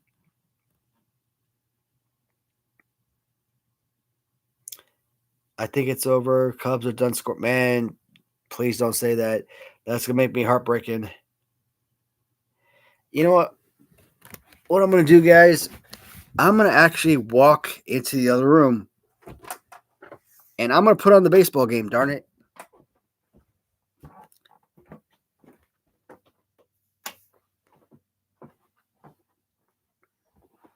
This room's a mess because I've been moving the stuff off the chair, like this junk, and putting it on the bed. So, all right, guys, hold on. Let me find this baseball game. Let me see what this is all about, right? It's a good day for a good deal at Outback. ESPN. No, I don't want ESPN, damn it. Any reason is a good reason to celebrate at Outback. Come on, what are you doing? Go away. Go away. First letter G. Japidity? Come on, you just switched to Geico for car insurance? They knew exactly what you needed? Friendly people at Geico weren't lazy. Yeah, this ain't very helpful either. European accent, yay big. Napoleon? No. Not even a lizard. Maybe I can help. No way, it's the Geico. That's the regular TV remote. Maybe I gotta use the aha. Thank you. Don't worry, guys. I'm figuring it out, man. Very slowly, but I'm figuring it out. These dishes just aren't getting This Cubs Brewers. Stand up to cancer. You know, I might have to come in here and start talking to you guys because I want to watch this Cubs game. And I'm going to turn on this volume because, I don't know. I don't want this live streaming. Shit, it's 3-1 Brewers. Oh, my God. Is that final? No.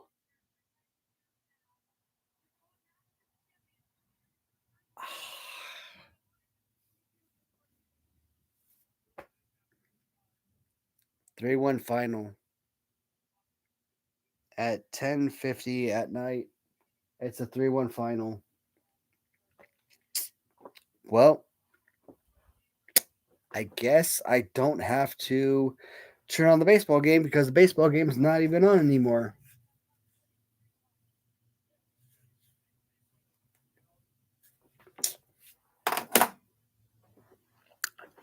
All right, so I'm going to go back to this room and pout and be pissed off.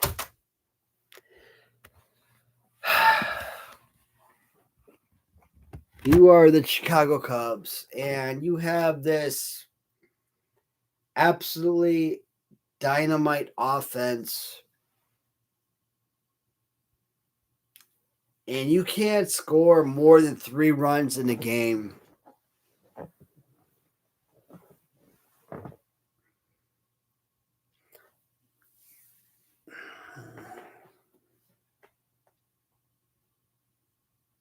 I'm pissed. And I didn't get the opportunity to watch the freaking game either. And what can I say, man? What more can I add to the sheer disappointment? You score 6 runs the previous game. I kind of had a feeling that there's no way in hell that the Cubs were going to win the series. When they score 6 runs the previous game, I'm like, look, they scored all the runs this game. They're not going to have any runs saved up for tomorrow. And it's stupid you think about that way. Like, if your team scores 20 runs in this game, There's no reason to say, well, they can't score 8 runs in the second game and 14 more runs in game 3. Absolutely destroy this team that they played against. It's usually, hey, you score 20 runs in this game, you're going to get shut out the next game. And that's just how it works.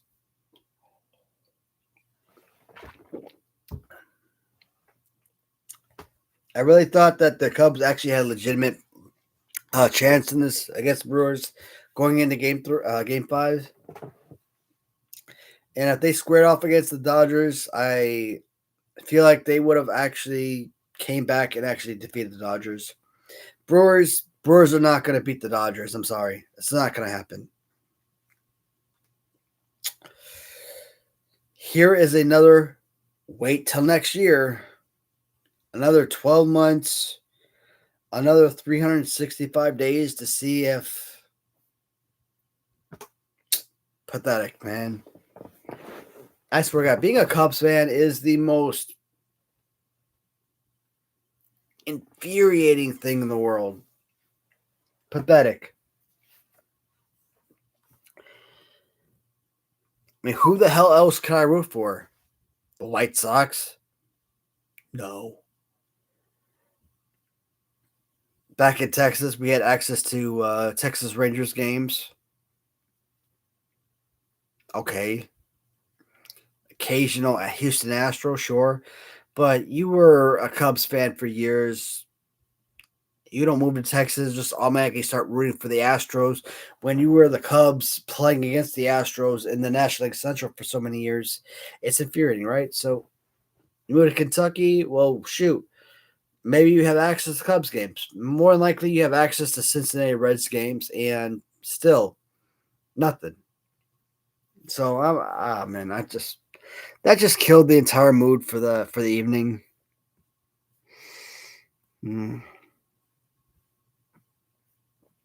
I should have went into the other room and did the actual live stream watch along like I wanted to do, but it was BS, guys. I'm sorry.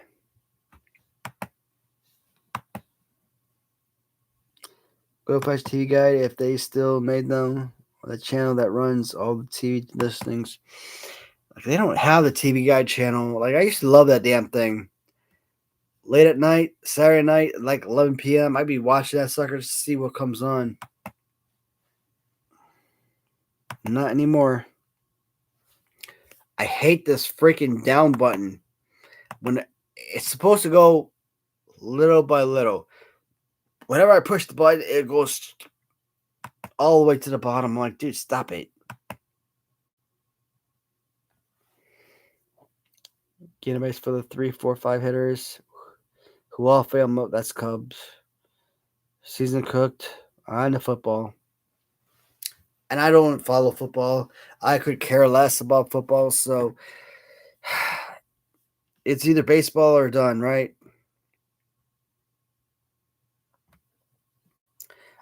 Even with the last 2 games the Cubs played, I don't feel like this series was ever in jeopardy for the Brewers.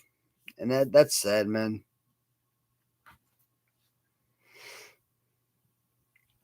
When the channel's found, maybe scribble that down on a Post-it or a napkin or something, man. Yeah.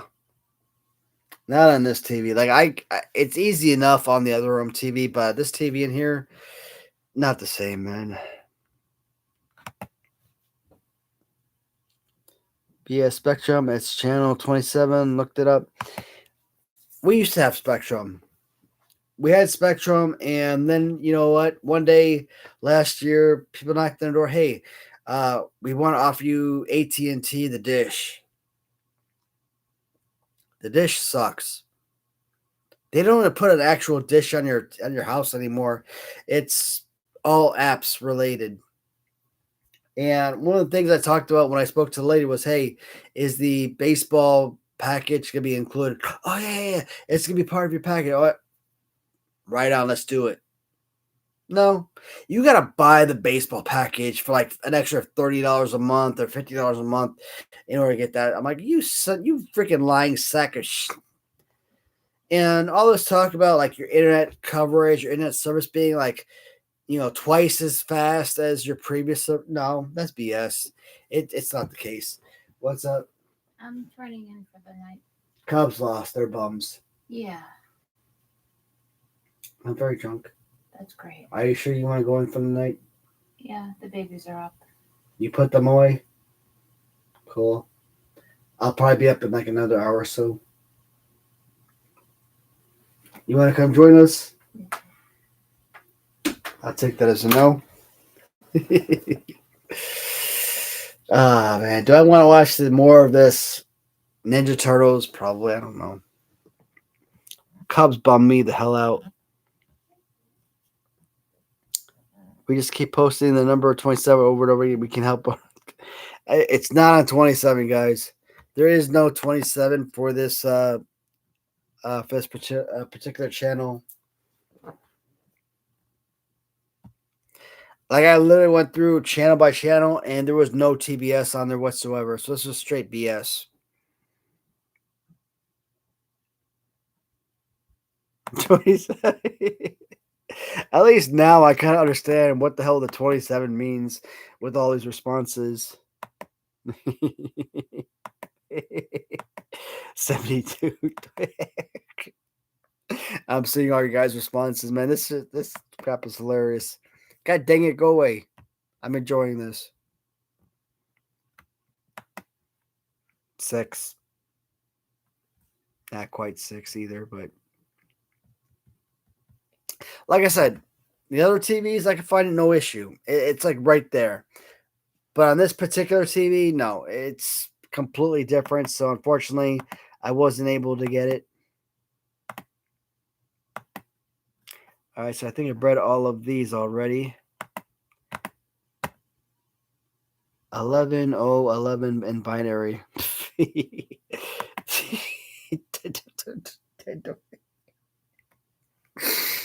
I'm good, guys. I'm good.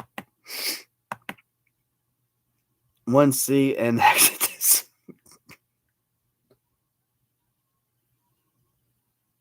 I want to tear up. This shit's so damn funny, man. Oh, this is good stuff. Okay, I'm good. Whew. 27 exit demo. All right, guys. That is brilliant. 33 in octal. I'm not sure what that means, but that shit's still funny as hell. I assume that's 27, but oh, that's good stuff. Look for the Cubs players playing baseball. All right, I can't anymore. I can't with those comments, but they're freaking brilliant. Oh God, this stuff is terrible. I thought when you get drunk, alcohol is supposed to taste better. Why does it taste even worse? All right. Look for a bunch of losers losing and you're found. Yeah. Unfortunately, God damn, I got stuff my nose. That seems to be the case, man.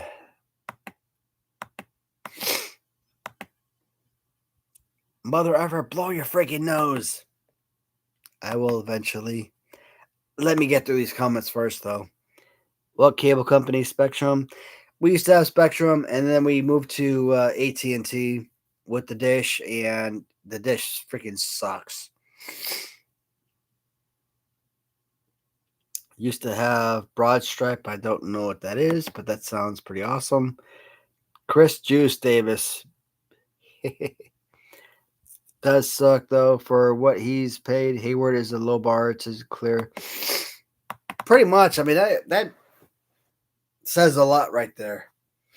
You're paid $177 million for, what was it, 7 years? I mean, that's got to be well over $20 million a year.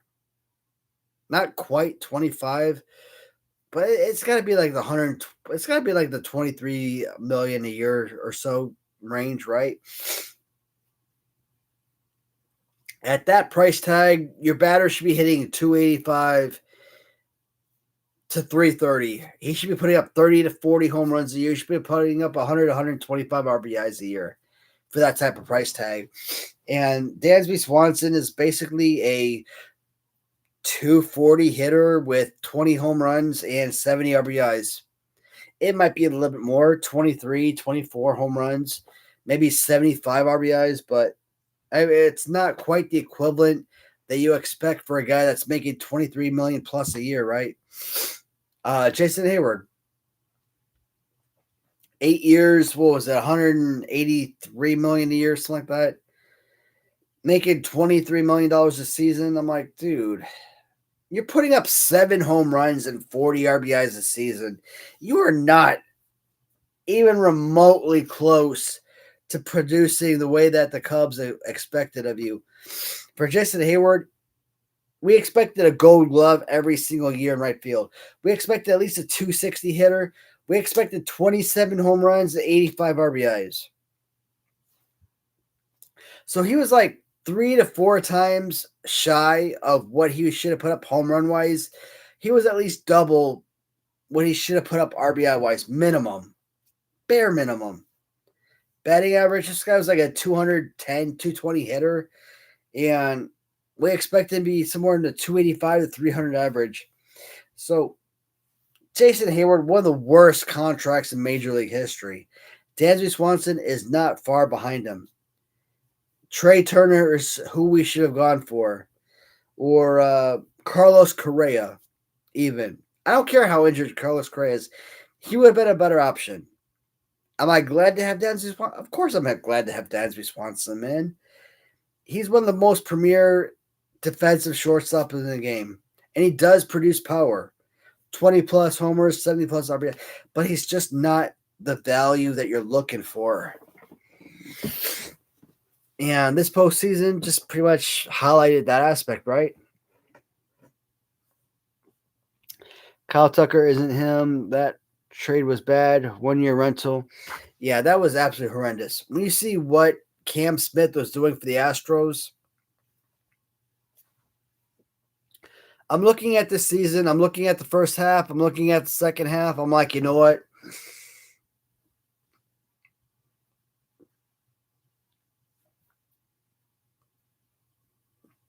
Sorry.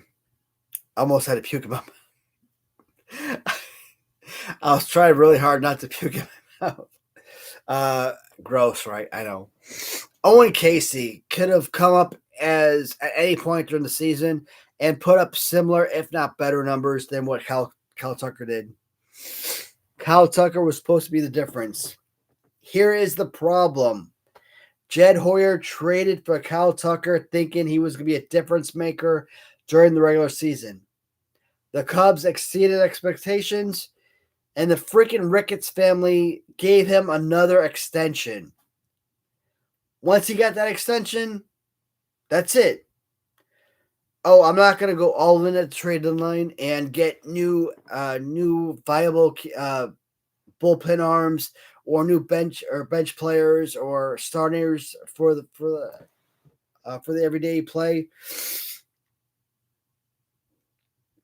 I get it. Eugenio Suarez, he was awesome for the Diamondbacks, traded to the Mariners, and he sucked. Got it. It doesn't mean that if the Cubs traded for him, he would have been absolutely lights out for the Cubs. He could have been, I don't know what his numbers were, but let's say he played for the Cubs for 50 games. He could have been a 20 home run, 50 RBI guy in 50 games. You never know. Just because he sucked for this team doesn't mean he would have sucked for your team.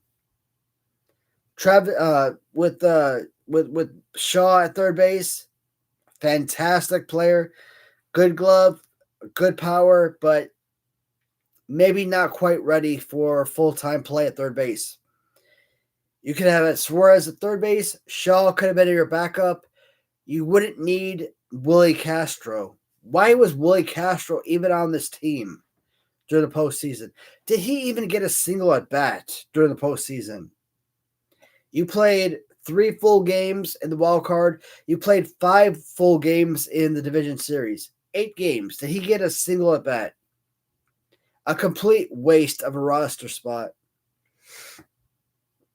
So, all the woulda, coulda, shoulda. Any fan, any fan out there could do a better job than what these professional managers, what these professional general managers come up with, what these professional presidents of baseball operations come up with. It's pathetic. So seeing this loss, I mean, it wasn't exactly something I wasn't expecting, but I was hopeful that the team could perform today. So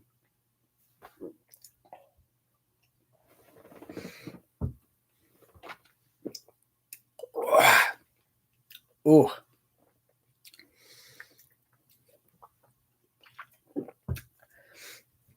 Go on, Shredder.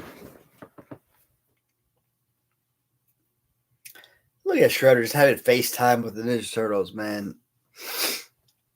I'm so freaking weird. How do I go from like baseball to like Ninja Turtles just like that?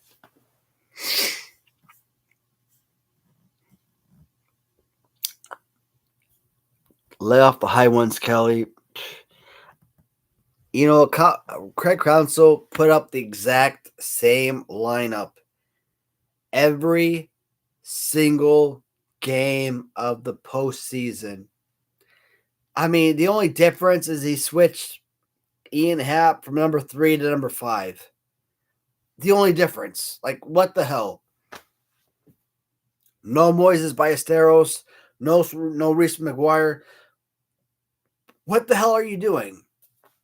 I mean, Willie Castro deserved nowhere near the starting lineup. Infield, outfield, it doesn't matter. Keep him away. But the rest of those other couple guys, Ballesteros could have DH'd. Reese McGuire could have started at catcher. I mean, Justin Turner at first base, no, not really. I mean, you want Michael Busch to get every at-bat. Horner should get every bat. Swanson should get every bat. There's really nobody to put at third base unless you put Turner or Castro at third base. So, yeah, it had to be Shaw at third base. Outfield, you weren't going to touch the outfield. Kyle Tucker wasn't going to see the outfield this postseason, so he was strictly designated hitter. You could have replaced him with catcher Moises Ballesteros at DH. Okay, you could have had some improvements, but freaking Counsell is one of the most overrated bum of a managers I've ever seen in my life. I don't care what anybody says. Oh, man, this guy's a brilliant mind. He's a brilliant strategist. You know, he led the Milwaukee Brewers to X amount of freaking division champ.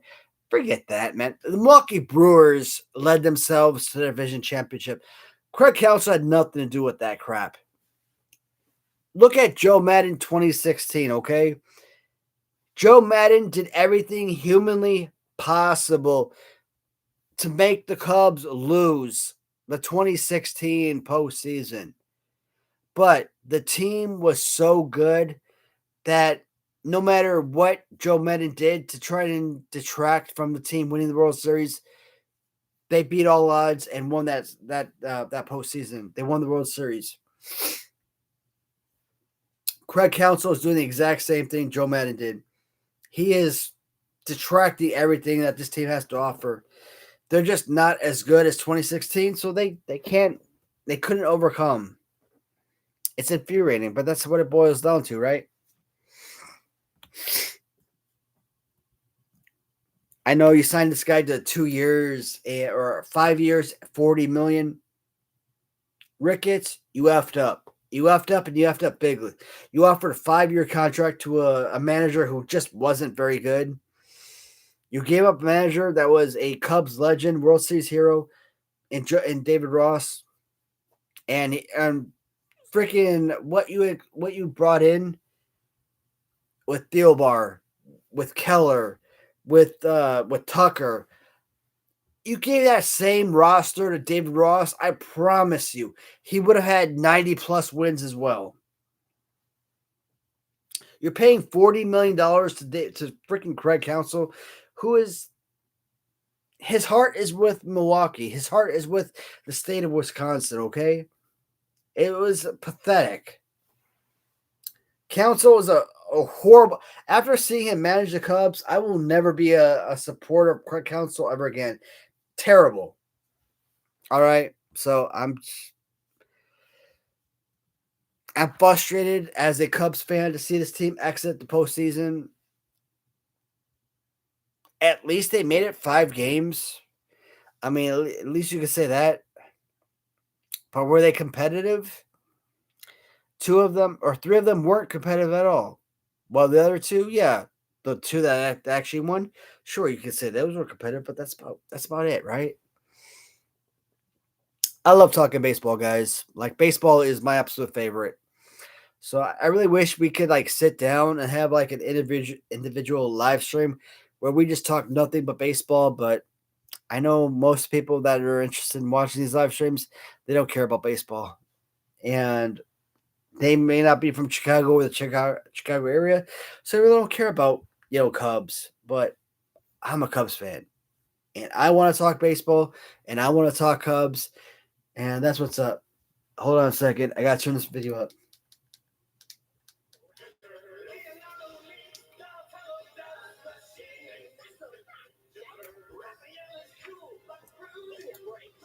That is it for my alcohol, guys. Alcohol is gone.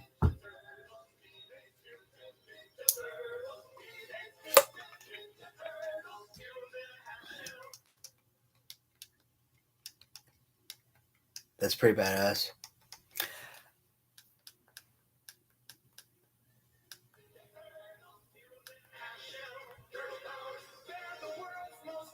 That's pretty awesome. Sorry, guys. I gotta listen to this song real quick.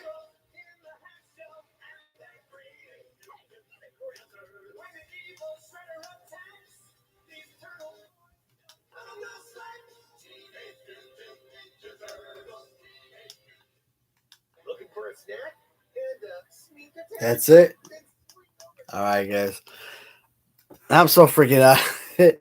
I really hope that YouTube doesn't block my video because of that song, but I mean, I don't know why you would block a video because of that song, because I mean that's just free advertisement for the company or whatever. Damn, I almost dropped my stuff. Where the hell did we leave off, guys?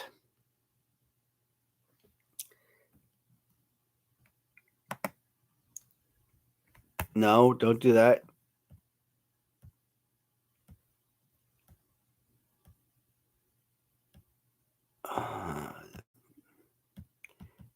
Come on, don't do that. Every time, man. Every single freaking time. Guys, this is annoying. Alright, you'll be surprised, man. I'm originally from East Boston. You sound different from even different like regions of the state. All of New Hampshire, Vermont, and Maine are pretty similar sounding. Oh damn. Almost got like freaking what do they call it? Oh hey, that's live action right there. That's pretty awesome. Man, they got like live action mixed in with like the cartoon. That's pretty badass.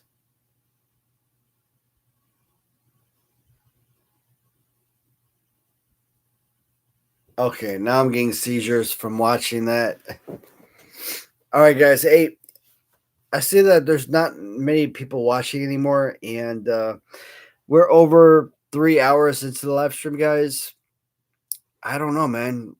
With so little people interested in today's video, I don't know if I'm willing to continue going on any further. So I'm going to stop right here. No, I'm not.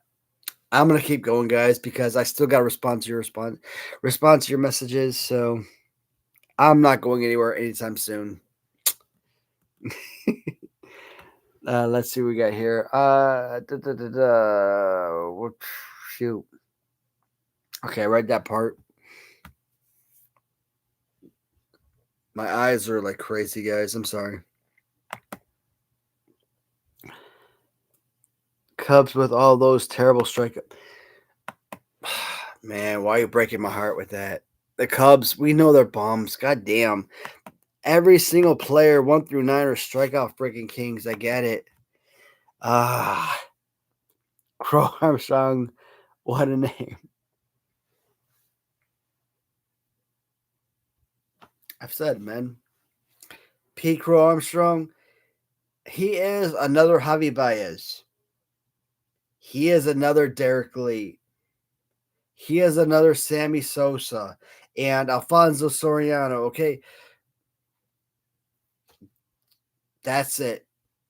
At some point, the Cubs are going to sign him to a 7-year, $210 million contract for $30 million a year. And we're going to watch him strike out 200 plus times a year. And he's going to be about a 220, 240 hitter with 30 home runs and maybe 90 to 100 RBIs. You got to ask yourself, is 30 home runs and 100 RBIs for a 220 hitter worth $30 million a year? Back in the early 2000s, the Cubs signed Sammy Sosa to a 4-year, $72 million contract. 4 years, $72 million. All right. You're paying $18 million per season for a guy that puts up 60 plus home runs and 125 plus RBIs per season. And the Cubs were bitching. They were bitching about paying him $18 million a year.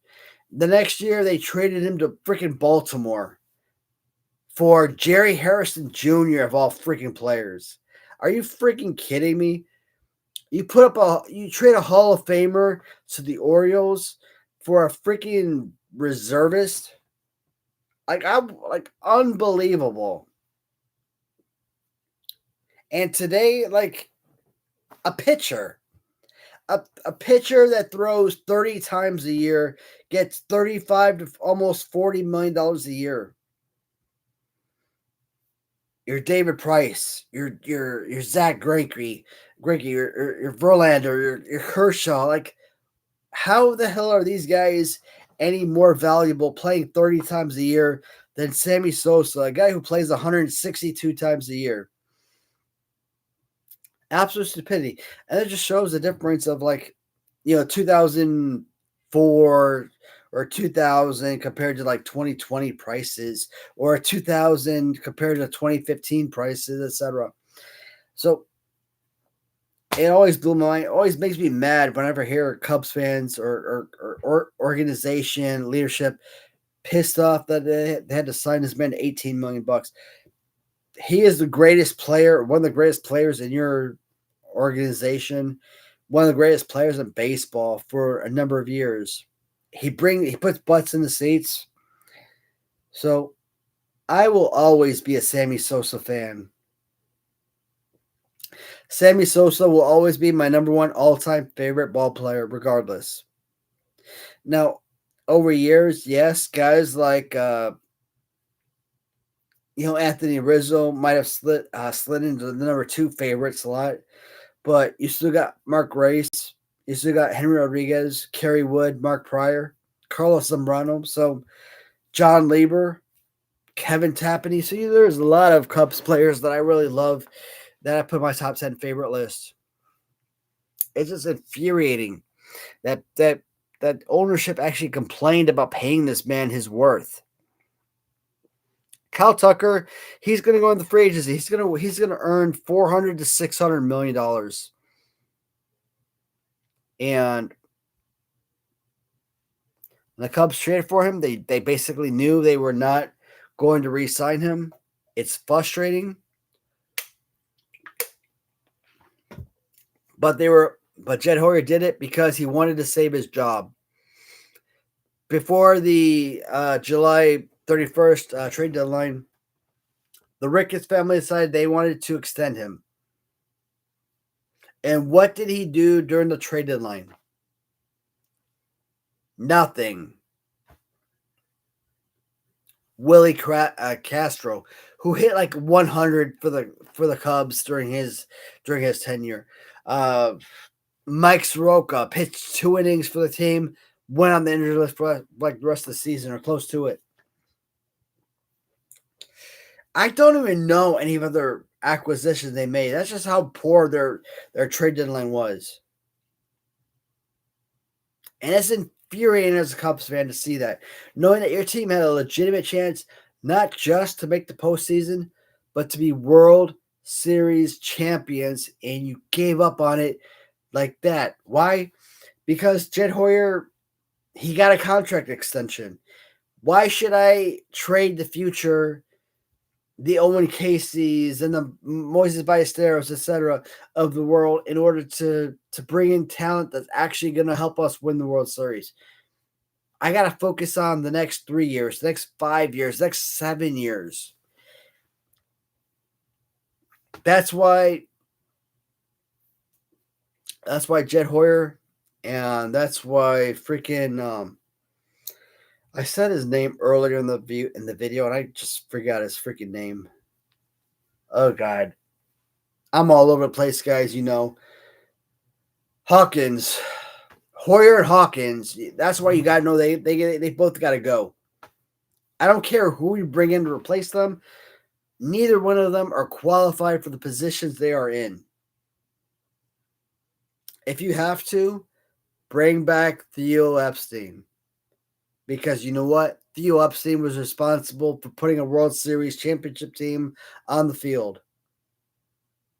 If he gives up your future, oh well. It's about right now, not then. So what I'm really interested in is I want to see the David Kaplan, post recap to kind of see his reaction to the Cubs losing in the postseason. He gives that real fan post cap, right? That's exactly what I want to do. This right here is pathetic. The team as a whole is pathetic.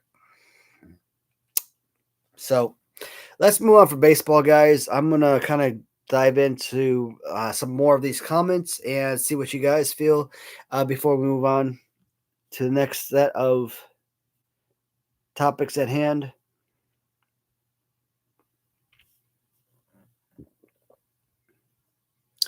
Yeah, Ross, man. I'm seeing this Orioles comment that you have with the Cubs being garbage. I can't even argue with that. Oh, well, the Cubs are the postseason. The Orioles aren't. Oh, well. Like, I'd rather see the Cubs lose 90 games, be a 72-90 team and not even make the postseason than this crap. If you're not going to even be competitive in the postseason, what is the point of being in the postseason? And I talked about this prior to the Cubs or to the postseason in general. I said if the Cubs make the postseason, it would be a complete embarrassment. I would be completely humiliated as a Cubs fan to see the Cubs in the postseason because they have been garbage for like 4 months. All right. I mean, do I think the Padres would have defeated Milwaukee? No. Milwaukee would have defeated the Padres. Not a question. But the fact that you got to see the Cubs in a few extra games, that may have made a difference in the world for Cubs fans to see that. But this was all 3 games in Milwaukee was just sheer embarrassment, humiliation. It shows you can't win in Milwaukee. You could only win in Chicago. It's pathetic. So I'm kind of feeling you on that one, right? Myself. Red Lobster. So Fly the L was mentioning Red Lobster. Yes. L, god dang it. That's how stupid I am, guys. How effed up my memory is, I could not remember the name for Red Lobster. L, that is exactly what I was talking about earlier. I don't know if it was my first deployment or my second deployment, but my wife and I, we went to a Red Lobster for dinner just before my deployment, and I was in uniform, and it was probably my first deployment, if I'm mistaken, because I probably packed up all my stuff, gave it to my, put it in storage, whatever. So the only clothes I had available was my military uniform. And I went to Red Lobster with my wife for dinner one night, and I was in BDUs. I was there. I was holding my wife. I was kissing her. Yada yada. This guy pulls me off to the side. We have to go. We step outside. He shows me his military ID, showing me that he's a sergeant major. Like, riding my ass because I was a private first class and I was at a dinner with my wife in uniform, and I wasn't being professional because I was in uniform. My motherfucker, I'm going on deployment, okay? I'm going to a goddamn combat deployment. I might get killed, okay? And you're fucking riding my ass because I'm holding my wife, because I'm kissing my wife. I'm not acting a fool. I'm at a restaurant. I'm waiting on our seats, and I'm holding my wife, okay? So that pissed me off. To this day, that still pisses me off. I'm like, dude, get a fucking life, dude. It's not that fucking serious. Excuse my language, but goddamn, like that incident really irritated the shit out of me to this day. At the end of the day, I don't give a rat's ass about that goddamn sergeant major. Okay, you hold rank over me. Right on. My wife is a little bit more important than you, buddy. And what are you gonna do? Write me up or Article 15 me because I freaking was out of a dinner with my wife in uniform? Get the fuck out of here. That guy just pissed me off. So that really put me in a bad mood. And then I had to go on deployment, leave for deployment the next day. I'm like, unbelievable, right? All right. McDonald's, shit. Hey, Dwayne. I don't know what it was. My wife and I, we had a house on. We didn't have, this was after the army, so this was clean. This was actually in clean in my first actual house, not my Fort Hood house that I had. So one year it was my wife's birthday. This could have been like, I'm trying to think back. 2011 or 2010, we bought the house. I didn't come home until like December. So I'm thinking 2011. In 2011, I probably would have come home for my wife's birthday in September.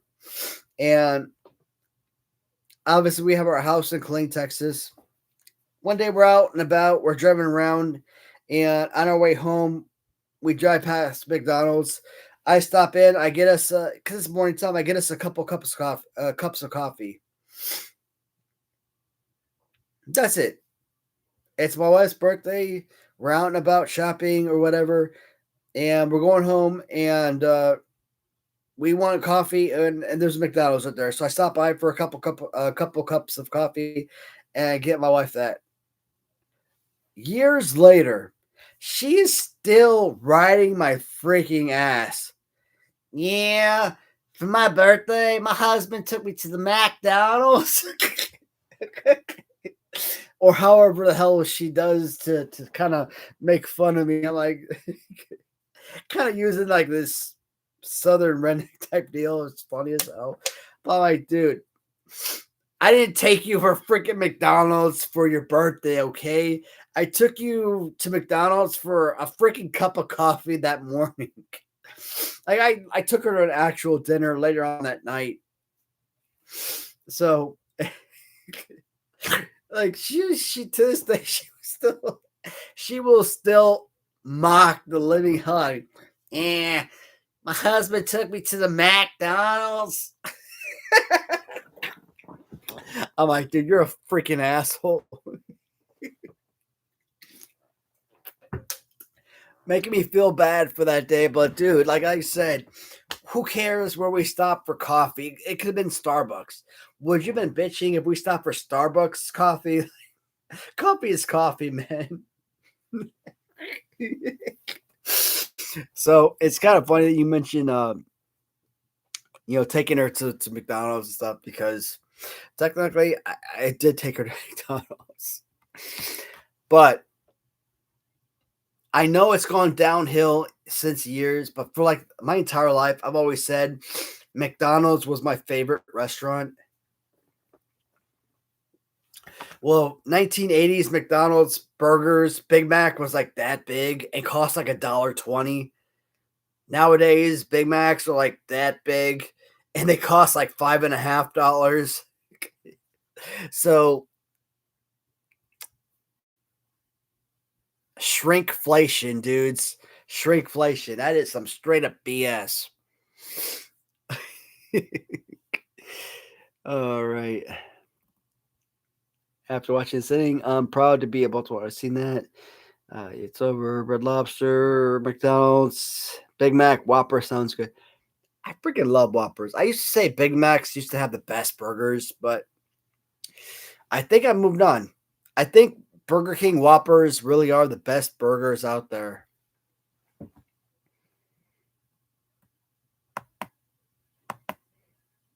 Zebra cake burger. Now that just sounds terrible. All right, guys. I bet Burger King would do it.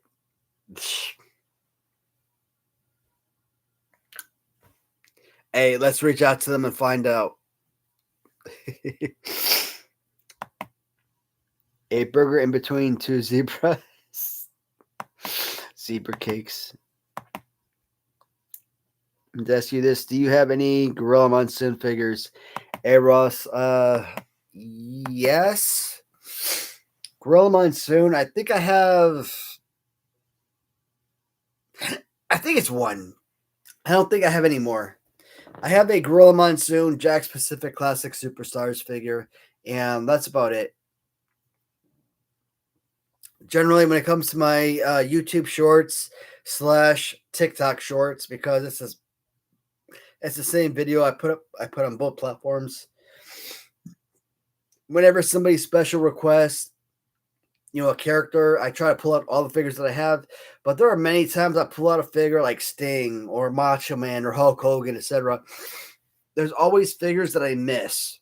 Like maybe there's custom figures available or Jack specific figure that I miss. Maybe I'll pull one, but I got like 3 of them available, right? So there's always something that I miss.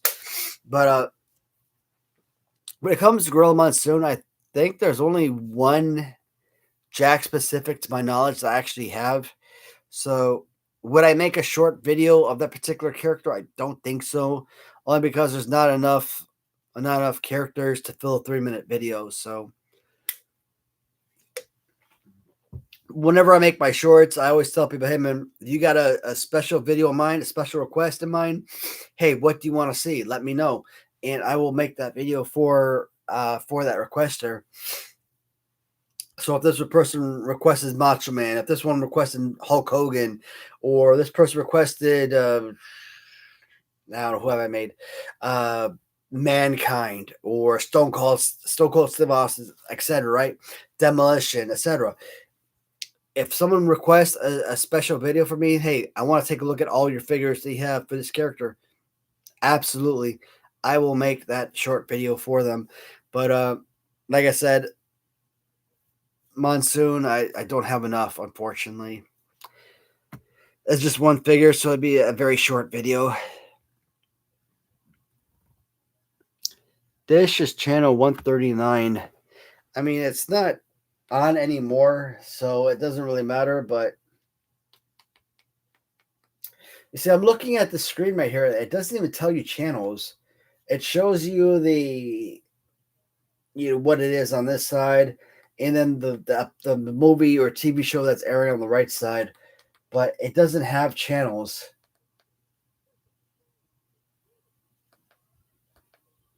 Yeah, like I'm looking at this, like there's no channels, so I don't know what the hell's what. The closest thing was this right here that said series standouts. 10-10, 25, Mariners walk off in 15th also. But like I said, it's only this TV. The other TVs in the house are fine. I could find it instantly. It's just this particular one. And I see Tigers and Mariners, and this is top 14. You know what? If this was a Cubs game and they went 15 freaking innings and they were like tied at 3 or something, or tied at 8 or something, going into like the 15th inning, and they lost, it would be a little bit more possible to stomach that loss, because at least you could sit back and say they were AJ Przinsky. What the hell? Did I say AJ Przinsky? That's got to be a modern day matchup, but I don't know, maybe Przinsky was on like commentary or something. But it's just one of those things, right? Let's see. I got one from Mattel Creations, 4-pack with superstar Billy Graham, Muhammad Ali, Harley Race, and Gorilla Monsoon. So, which 4-pack is that? Because with Billy Graham, Monsoon, and I haven't seen any of those. So, Harley Race, of course. We got Muhammad Ali, of course, for the Mattel Retros, but we never got a Gorilla Monsoon or a superstar Billy Graham. Unless those are customs or something. 39, 139. Yeah, so like I said, guys, I can find it relatively easy on any other TV in the house, but this one, yeah, nothing. Still on their site for $80, but wait for a deal. That's when I bought it, maybe for $40 to $50. So, L, I think you're probably talking about retros right there. And you get them for $15 a pop, $60 for the 4 set. Yeah. You wait till like December or something when they go on sale. You probably get those suckers for around $30 or whatnot. Maybe not. I think the last set that sold for that low was probably, I don't know, man. Like maybe wave 2 or 3, probably. Wave 2 or 3 for Mattel Creations is simply wave 12 or 13 or series 12 or 13 for the overall Mattel Retros line. They just gave yeah, that's what I'm saying. They gave Hoyer an extension, and he no longer had any reason whatsoever to try and build this team up to make it championship worthy. He went out and got Tucker and Presley during the offseason. Why? He needed a power threat, someone that could really make this lineup worthy of competition, right? He got this amazing closer in Presley. Presley sucked. Tucker was subpar.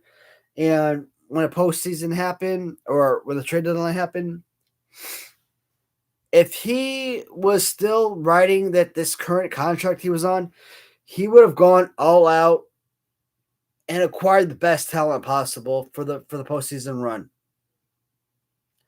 The Ricketts decide that these assholes want to promote or to extend Jed Hoyer for another 5 freaking years. At that point, he already has his contract. Who gives a rat's ass how the team performs on the field? So he does the bare minimum. And I think even bare minimum is a stretch. Soroka, come on. Are you kidding me? What the hell did he accomplish? Nothing. Willie Castro, a 100 freaking hitter over the course of the season with the Cubs. Garbage. Kittredge, okay. Kittredge has been a good reliever. Got it. That lefty Rogers guy, average to subpar for the bullpen. And that was it. I'm like, you freaking waste of a space, Jed Hoyer. Why didn't the Ricketts wait until after the season was over to extend him or not?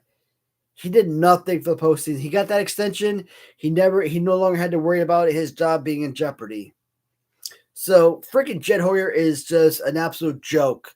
And I hope he goes down in Cubs history, Cubs lore, as being an absolute freaking joke of a human being, man. This is sad and pathetic. I would let any Cubs fan out there make the decisions for Cubs baseball than to have these professionals do the work, because they were garbage, man. We could have gone into the championship series. We could have made it to the World Series with the proper acquisitions, but the team that you have together can only do so much. And Jed Hoyer failed us immensely. All right, so we got here. You just skipped Jed Hoyer an extension. Got to turn off the Cubs game. Too late. I'd be willing to be a co-host if you want one. I have technology awareness of a 90-year-old with too much mic to figure out how to do it. Good. Hey, bum. I don't know. After seeing my last, few live streams, Saturday live streams do okay. They're not great, but they're average. At least for my channel, they're average. The Monday live stream was absolutely horrible. At this point, I kind of feel like only Wednesday live streams are actually bringing in viewers, right? So me and Bone Breaking Action hosting videos together. And I was contemplating going into this live stream. Hey, if this live stream does well, we'll continue to do Saturdays. Otherwise, I might go back from 3 a week to just returning back to one live stream a week and only doing Wednesday live streams with Bone Breaking Action. Reason being, like I said, this live stream, 500 views. This live stream, almost 1,000 views. This live stream over here, 1,600 live views, right? So when my average live stream is about 100 views or so, anywhere between 50 to 100, if having Bone Breaking Action helps my channel out, love it. So after today, I might only consider doing one live stream a week and going to Wednesdays with BBA. However, with that being said, if you are ever interested in kind of doing a dual live stream together, let's sync up and let's see what we want to talk about over the course of the live stream. And maybe one Saturday live stream we could work together. Everything works out beautifully. If you're available, hey, we could do that on a weekly basis. I'm trying to get Kirk's Corner to work with me on a Monday live stream, so we'll see what happens over time.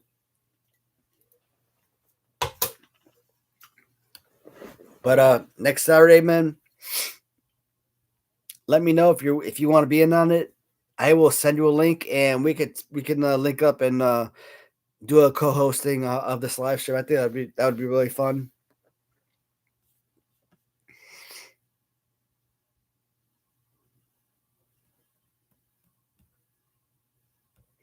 Let's see. Hey, Garu, peace out. Good night, everybody. Hey, good night, Dwayne.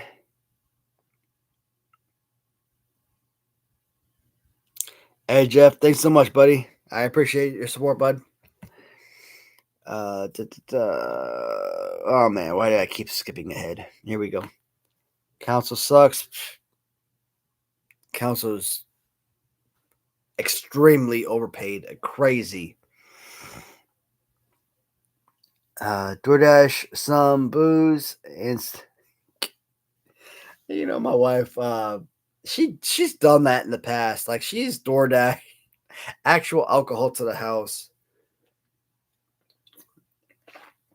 I don't know if it comes from like the liquor barn or if it comes from like one of these local or close alcohol stores, but I think she probably goes to DoorDash for alcohol for the liquor barn, but I don't know. I personally like to go in person to kind of look and see what I'm picking out, right? But that's just me. Can't remember the last time I ran out of alcohol. I keep a well-stocked bar. Man, ever since I started this live streams like on a weekly basis every Saturday, and I've been doing these live streams for what, 6 months or so. I think I started back in like March or April. So like every Saturday, I'd have a new live stream, and yeah, I like you said, I keep a pretty well stocked supply of alcohol, man. Like I'm not a drinker. I've never been a drinker. I've only started drinking for the sake of these live streams because it's fun, I guess. And I think a lot of the viewers enjoy watching me drunk out of my mind. Although it's really got to be hard on viewing, given the fact that you don't have the best speech when you're drunk. So I don't know, but I pretty much stay well covered in alcohol. And then once I run out, after several bottles of booze run out, maybe every 3 or 4 months, I'll go back to Liquor Barn and buy some more stock.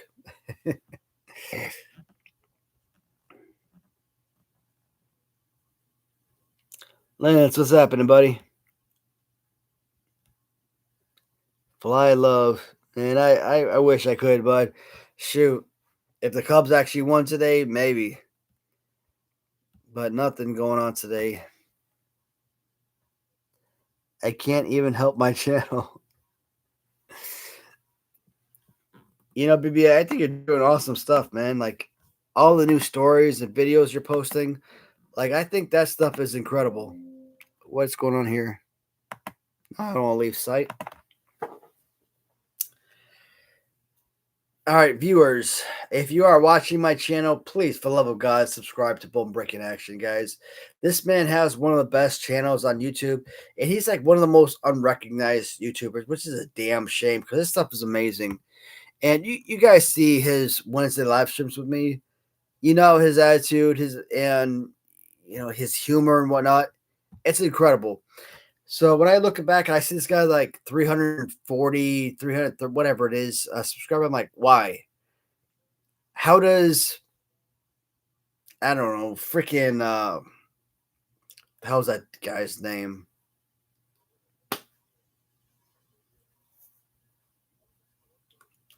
I'm going to watch these videos out of their time, and I'm like, I'm going to answer myself.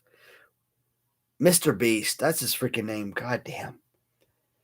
How does Mr. Beast end up with like over 200 million subscribers? And that number is probably even higher today. But someone like Bomberg actually has like less than 330 viewers. Like, what the hell is going on? How is that possible? I promise, Bomberg in Action is a far superior content creator than, well, not as in Jason Up. God dang it. I gotta specify that because whenever somebody from my channel hears, they assume Jason Up, but that's not what I'm talking about. Mr. Beast. Yeah, he does some awesome videos. Got it. A lot of them fake, maybe. Some of them not. But some of these, like, some of the smaller channels like myself, like JP's World Wrestling, like Bone Breaking Action, right? Like Kirk's Corner, etc. I want to see guys like that exceed. I want to see guys like Bum Shadow Wrestling exceed. I mean, he's got a huge number of followers, 4,000 plus, but why can't guys like that get up to 10,000, 50,000, 100,000 subscribers? Their content's amazing. And there's more than 100,000. There's more than 1 million people out there that collect and love this type of following. So I just don't understand it. Oh, man, they got freaking SG1, 17 seasons. I'm looking at the TV right now, and they're talking about SG1, 17 seasons, but they had like 10 seasons worth of SG1, probably another 5 years of Stargate Atlantis, and then 2 years of Stargate Universe. Here's the thing. Stargate Universe was actually pretty freaking remarkable. I didn't watch that until I went on deployment, but it was incredible. And I can see that 17 years of Stargate. I feel like it's the best sci-fi series out there, Stargate SG-1.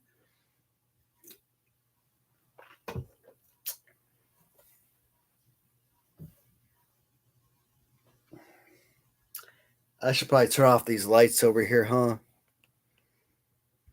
The little lights highlighting my little collection. I don't think I really need the sun anymore.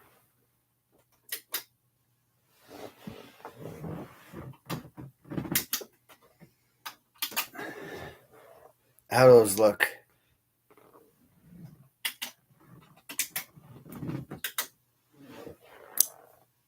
Yeah, I'm looking at it. It looks fine, man.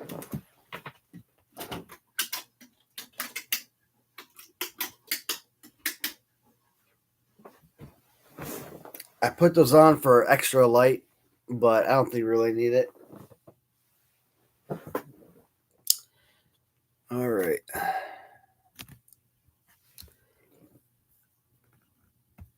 So we are at 3 hours and 55 minutes.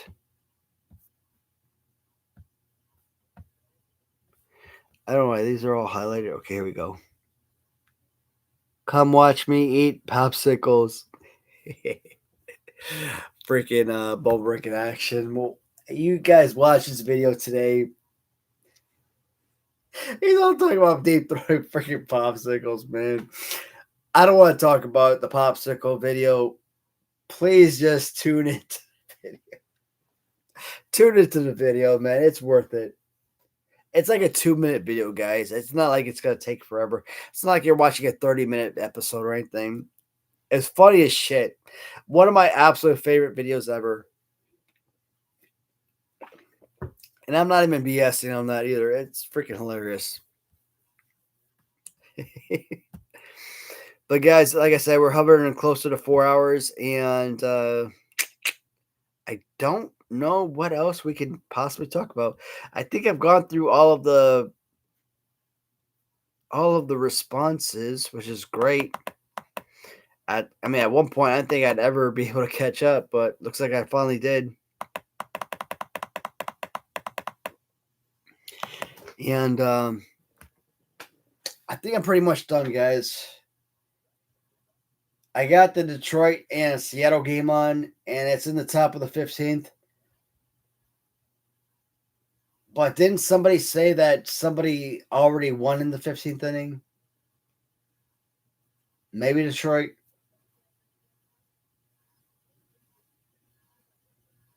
Yeah, so I'm probably going to sit back and watch this for a little bit. I highly doubt anybody wants to watch me watch this. Damn, Castillo's dominating. Isn't that the old Cincinnati Reds relief pitchers, Castillo?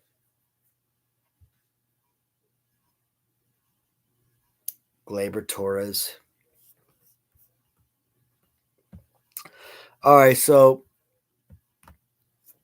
I think we're coming close to a close of today's Saturday live stream. So obviously Wednesday, Bone Breaking Action and I worked together to talk about Maniac Right Wrestling. We talk about horror films, whatever else comes up during the course of that live stream.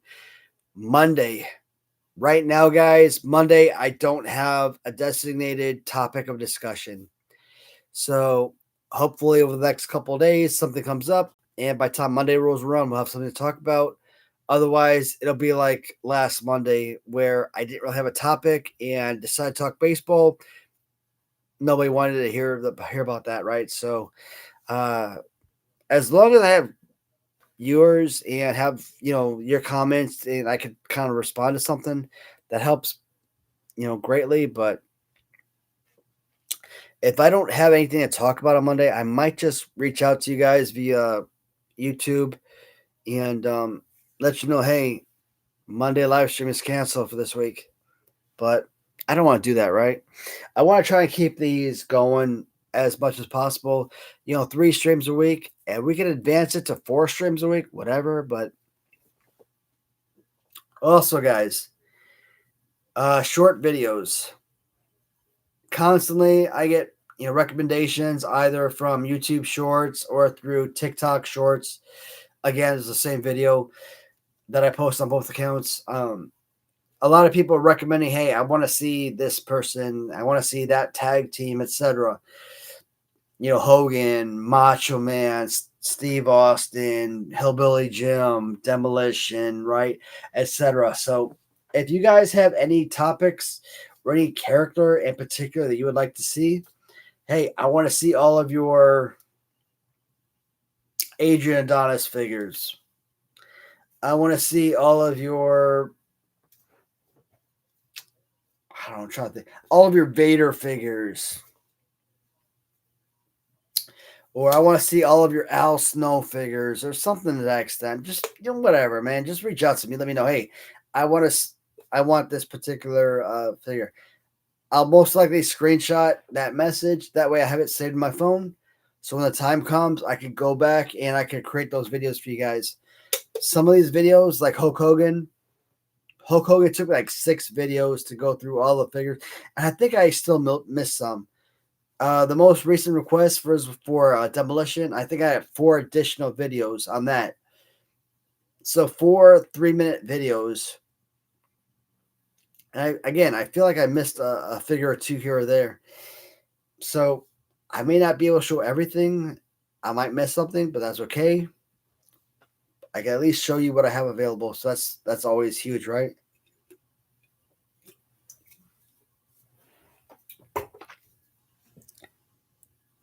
And guys, we have officially surpassed the 4-hour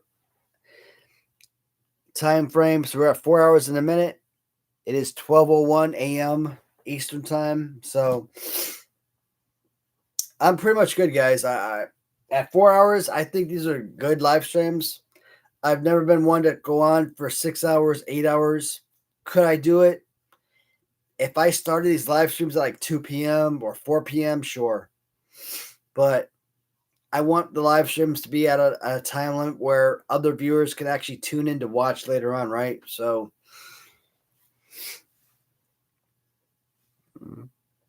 former Cub Gleyber Torres. When I think of Torres, man, I only think of him as a Yankee.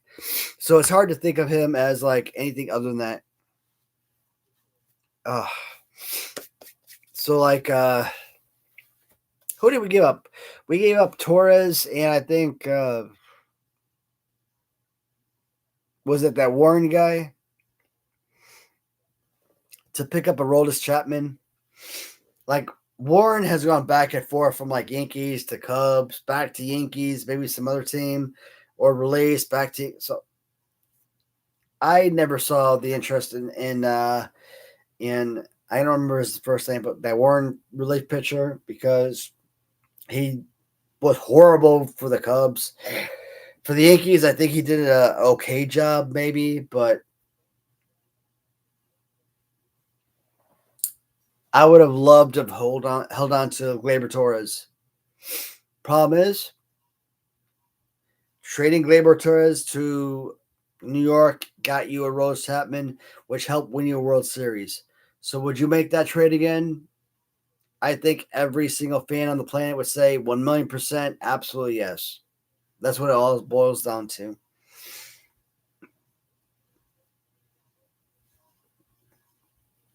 And I look at Torres today. Is he more impressive than someone like a Nico Horner? Nico Horner is a freaking Gold Glove second baseman. Put him at shortstop, he'll be a Gold Glove shortstop. I think he came up as a shortstop, right? He's not the most prolific power hitter. Probably averages less than 10 home runs a season. But he's a run producer. One of the highest batting averages with runners in scoring position this season. So he's done amazing. I think we got around pretty well with that trade.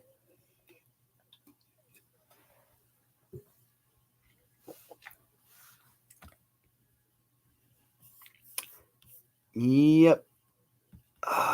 Trying to think if there's anything else I want to talk to you guys before I go for the night. Oh.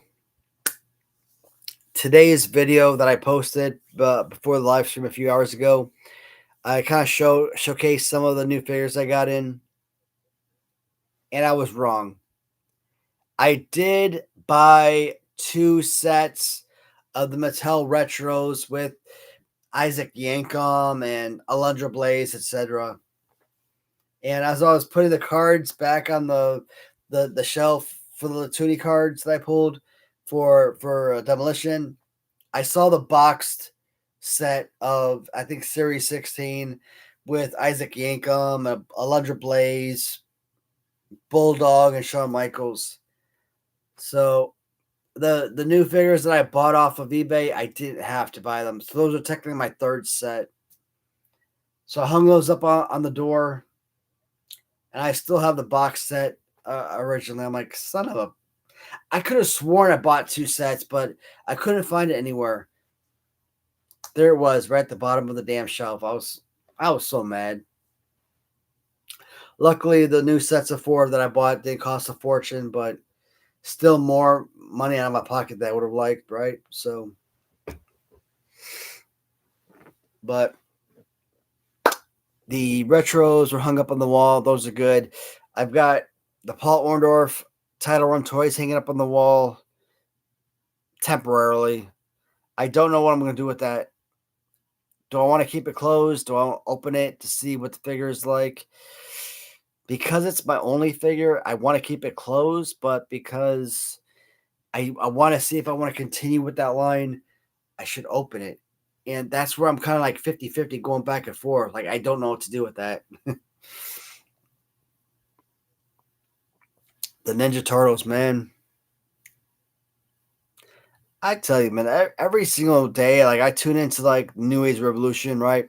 And he's always talking about, like, I got these new figures from for Ninja Turtles. I got these new play sets. I got these new Thundercats or whatever the case might be. This G.I. Joe, this He-Man, this Ninja Turtles, etc. And it's like, you son of a gun. So I gotta give Jason up a lot of credit, man. He was the one kind of looking back through his videos, way back when, and he inspired me to purchase the Tales from the Crypt Keeper action figures. Right? I never saw them before until I saw them on his video one day. Like, he was doing a room tour, and he just kind of like briefly came across those figures. I'm like, oh, those are pretty badass. They're Tales from the Crypt. I didn't know about a Tale from the Crypt cartoon. And I'm like, okay. He mentioned that they could be dirt cheap, like $5 a pop. So I'm like, oh, hell yeah. Let me jump on those. I bought Tales from the Crypt Keepers. They were like $40 for each carded figure. I'm like, hold on a minute. What happened to these $5 figures you were telling me about? Nah, man, they weren't $5. They were $40 a piece. So, but there were only like 6 figures, so it was really easy to collect. Later on, again, going through his videos, right? He does these room tours, and I'm looking at old videos way back when, and I come across American Gladiators. Oh man, these are in the junk bins, $5 figures. These are very cheap, affordable. Cool. Who didn't watch American Gladiators in the 90s, right? I love that show. Everybody loved that show. So I'm like, okay, fine. You know what? If you piqued my interest, most certainly, I have an interest picking these suckers up. American Gladiators, $40 to $60 figures. You want these 2-packs? $75. You want these box sets like the Wall and these other play sets? $125. I'm like, dude, what happened to these?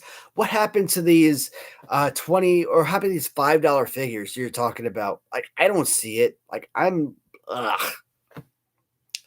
And so modern day, currently, we're watching all these videos where he's getting new figures in for He-Man, and he's getting stuff in for Ninja Turtles and the box sets, the play sets, right? I'm like, oh, you son of a, you got me again. Jumping on Amazon, you see like these like Technodrome, right? Selling for like $40. But you see other buyers in Amazon or other sellers in Amazon selling that same Technodrome for like $125, $150. I'm like, I got a good deal. So I'm glad I purchased this when I did. And original 1989, 1990 Technodrome was like what? A $350 figure playset. So I couldn't get the original, but I was glad to at least get the remake. And the box set the graphics are incredible. The box is amazing. I haven't opened the box. I haven't opened a playset yet and put it together, but where do I put that son of a gun? I can't put it in this room. I can't put it in the basement. I mean, garage, not really. That room across the way with all of the posters and pictures on the wall that I have in the room across the hall that I used to do my live streams in. Okay, but where do I put it? Do I build a shelf and just set it up that I don't know. It's so infuriating. I have a pretty freaking big house, man. Like this is a huge freaking house, but like I can't figure out how the hell to stop. Oh damn! Did Seattle win? Yeah, so it looks like Seattle took this game 5 over Detroit. And you guys have already talked to me about this, but I have it on TV right now, so I'm watching it. I kind of feel bad for Detroit. I probably would have liked to see Detroit and Seattle in the championship series, which means that Boston and New York would have never happened, etc. At this point, it's what, Boston and Seattle. I don't know. I have to go with Seattle on this one. And now that the Brewers have beaten the Cubs, maybe Brewers over Dodgers. I'd probably like to see. My preference would probably be Seattle over Brewers, but both teams have struggled for years, so I don't know.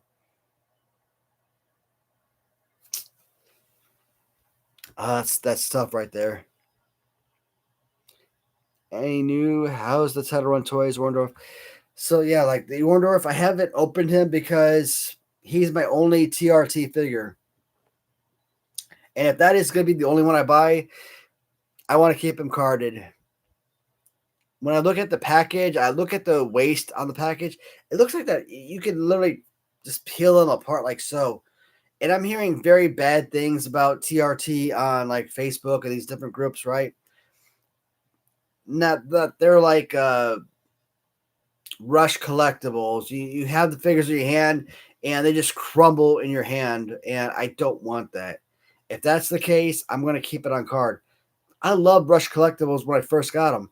And then I started getting duplicates. I started opening the packages and the figures were breaking. I'm like, what the hell is this horse shit? So I'm worried that the same thing's going to happen with TRT. I like the carding. I like the figure on card. But from here, I don't know. I'm still confused. I don't know what to do. Do I open it and see if I'm interested in the figure to continue collecting? Or do I keep it carded because this is my only piece? Buy a second so you can open one. That's what I'm thinking, man.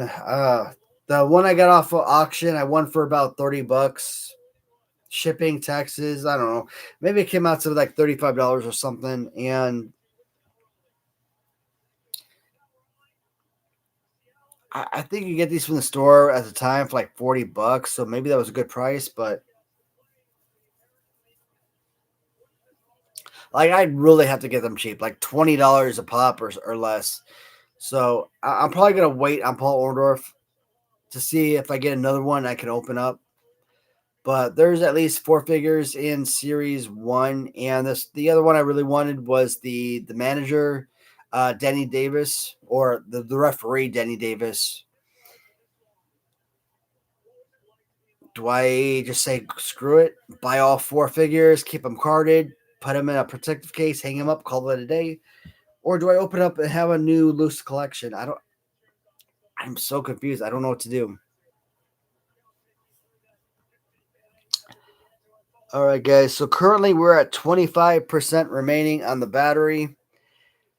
I don't know if I'm going to go a full 4.5 hours, but we should. I mean, I don't see any reason why not.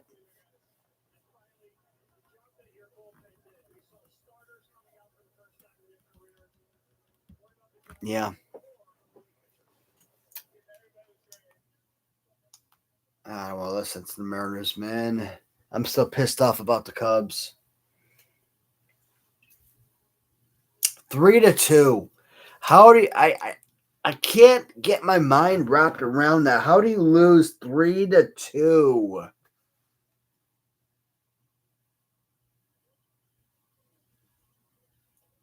You have Kyle Tucker. I get it. He was injured. And even when he was healthy, I mean, his numbers have dropped dramatically. He is still supposed to be a 30 home run, 100 RBI guy. If he went off for this season, he was what, 20 home runs, 70 RBIs, something like that. Ian Happ, 20 plus homers, 70 plus RBIs. Seiya Suzuki, 30 plus homers, 100 plus RBIs. Pete Crow Armstrong, 30 plus home runs, 90 plus RBIs, almost 100. This is a dynamic offense. Even Carson Kelly at catcher, 17 homers, 50 RBI. Okay, this is a dynamite offense. And the fact that you can only score 2 freaking runs in what I assume was a bullpen game for the Brewers, in a win or go home situation, I'm like, this is pathetic. This is why I hate being a Cubs fan. It's just so aggravating.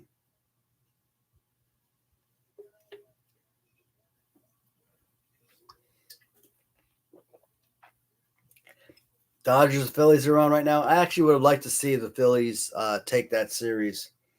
You know, get Kyle Schwarber an opportunity to get back to the championship series. Maybe even give him an opportunity to make it to the World Series. I mean, Philadelphia versus Seattle, I think that would have been pretty amazing.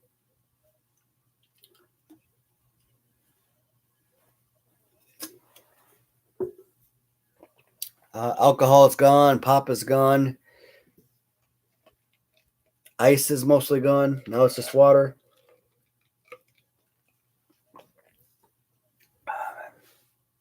Yeah. Football is fun. Maybe you can get into a team. I mean, being from Chicago, yeah, I say Bears is my favorite football team, but I have never watched football in my life. I've never sat down and watched a game. It's like hockey. I've never watched hockey a day in my life. I can sit back and say, yeah, the Blackhawks are my favorite team, but I don't know anything about hockey. Football, same thing. I don't know anything about football. It's just not a sport that interests me. I mean, maybe if I actually sat down and watched it, I would feel differently, but I don't have that interest. If I don't have that interest, I don't have that desire to watch the games ever. Now,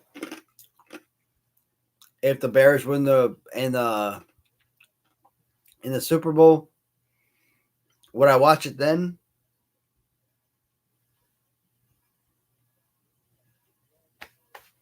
Probably not, for being honest. Like, I was in Chicago in 2010 during that summer when the Blackhawks won the Stanley Cup. I remember going outside, nighttime, you know, kind of like hearing all the honkies. I would kind of like walk to the intersection as everybody just drove by the street, just kept honking their horn, right? Kind of the same thing they did when the Bulls won the NBA Finals back in the 90s. I hear that the Blackhawks were kind of like the San Francisco Giants. Like every other year they were winning. San Francisco Giants, 2010, 2012, 2014. I think the Blackhawks did the same thing. Won it in 2010, won it again in 2012. I don't know if they won it in 2014, but they were 2 or 3 time champions within that decade. I'm like, freaking amazing. If there was ever a time for me to be a hockey fan, that was it. But these are just sports that just don't do anything for me. So Blackhawks still suck this year. It seems 100th anniversary, so I'm on the lookout for Blackhawks. Like I said, in the 2010s, they won like 2 or 3 championships. They were dynamite. The Bulls 3 championships in the 1990s.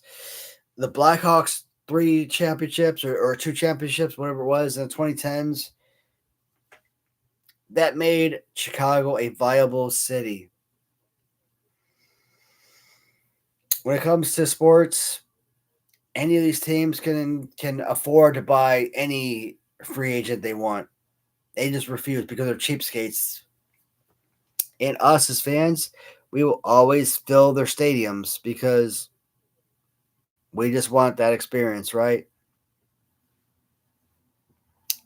But you stop as a owner, if you stop investing in your team and the fans stop showing up, it's going to force your ass to start investing some more money to putting a good product on the field.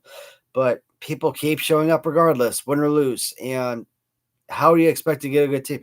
Why would an owner want to invest $300 million into a baseball team when they can invest $100 million and basically get the same annual percentage, the same annual gates, right?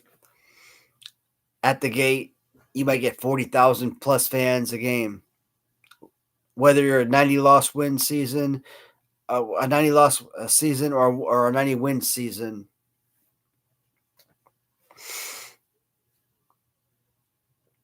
Got a hockey card set for the 100th anniversary, but it has been kind of underwhelming. I don't collect hockey cards. So I don't know much about that myself. I collected pucks for a while when the Blackhawks were good. 3 Stanley Cups, 2010, 13. Okay, so I was off a year. It wasn't 12 and 14. It was 13 and 50. Got it. Thanks for the correction, man. Like I wasn't following hockey, so I don't know, right?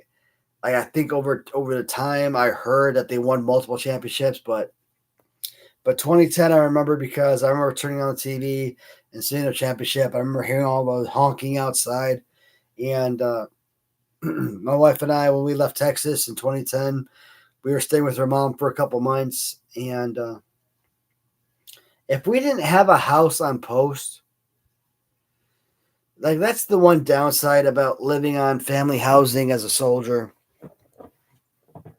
So like, you don't have to worry about a mortgage. You don't have to worry about electricity or water, garbage pickup, any of that stuff. Something breaks in the house, you call family housing. Hey, we got this incident. It needs to be fixed. Somebody comes over to fix it, whether it's leaky pipes or a hole in the wall, whatever. If we didn't move on post and we just bought a house, like let's say the house that we bought in Killeen in 2010, October 2010.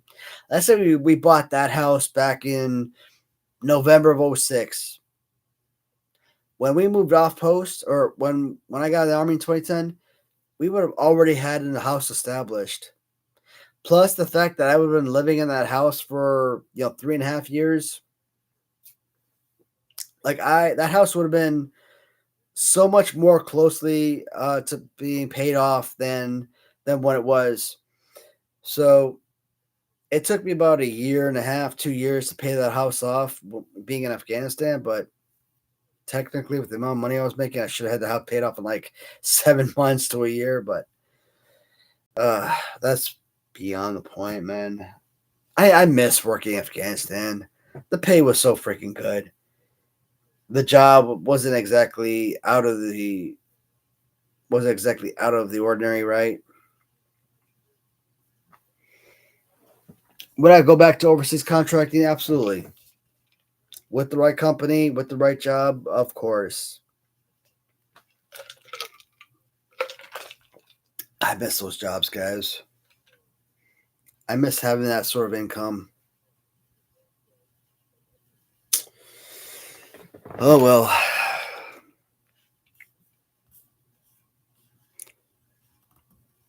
Got me into hockey just in time to enjoy the championship runs. That's pretty badass. What figures are on the walls? Well, it depends on which ones we are looking at. I'll kind of move you guys around a little bit.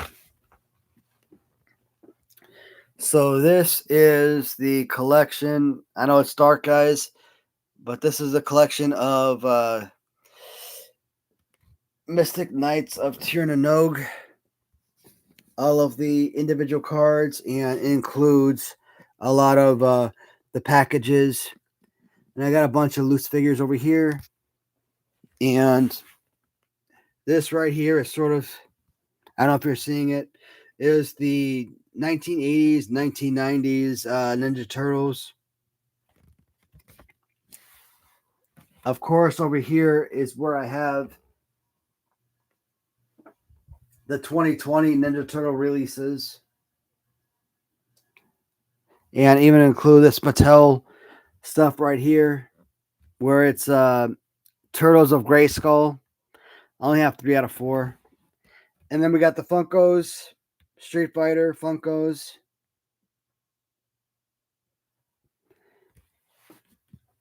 Over here we have Big Bad Beetleborgs. I don't know if you're able to see any of this stuff, but hopefully you are. And then more Funkos over here.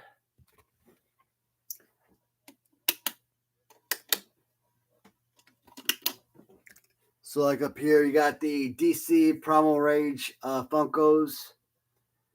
5.5 inch. They're kind of like the Remco style figures. Down here, more Funkos, which are all of the Mortal Kombat style figures.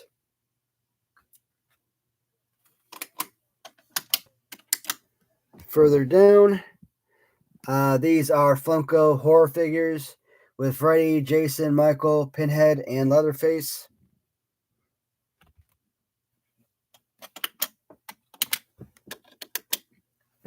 This is Masked Rider. I don't know how far I am down. Sorry. Hopefully you guys are being able to see some of this stuff. And these need to be up against the wall.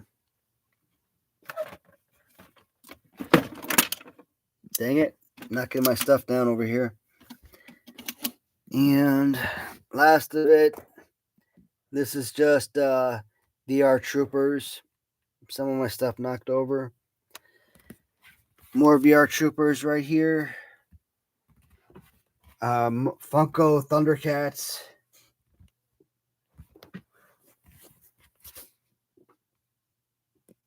And some horror stuff. I'm not going to turn on the lights, but this is basically the whole horror section.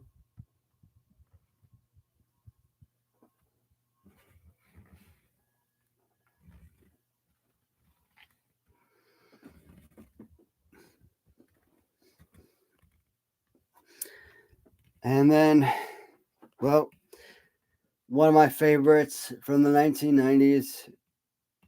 No need to explain.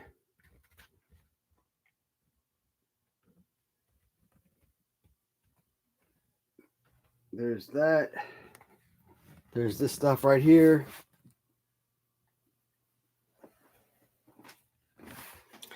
I actually got this freaking playset. I used to want this when I was a kid. And they were like $50 at Kmart. And I'm like, there's no way in hell my mom would ever pay $50 freaking dollars for the command center. Got that sucker as an adult, and it cost me like 8 times the price. But hey, I was able to add it to the collection, so. And this is the Ninja Turtles, or to be Power Rangers, more Power Rangers, and it's kind of like Big Bad Beetleborgs, and actually no, those are all Beetleborgs right there. Loose Beetleborgs mixed in.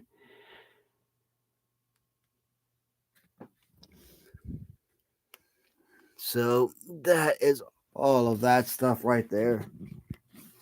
I don't know if you guys were actually able to make out any of that, but hopefully you were. And I'm going to turn off these lights.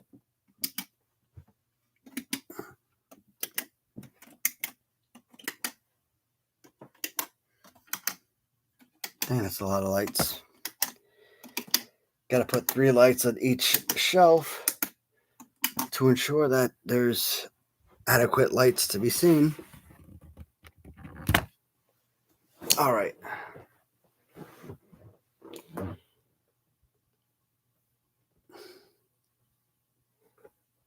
I find it hard to keep up with just wrestling figures. I mean, there's a lot of things of interest out there. That's why I kind of collect so many different items, but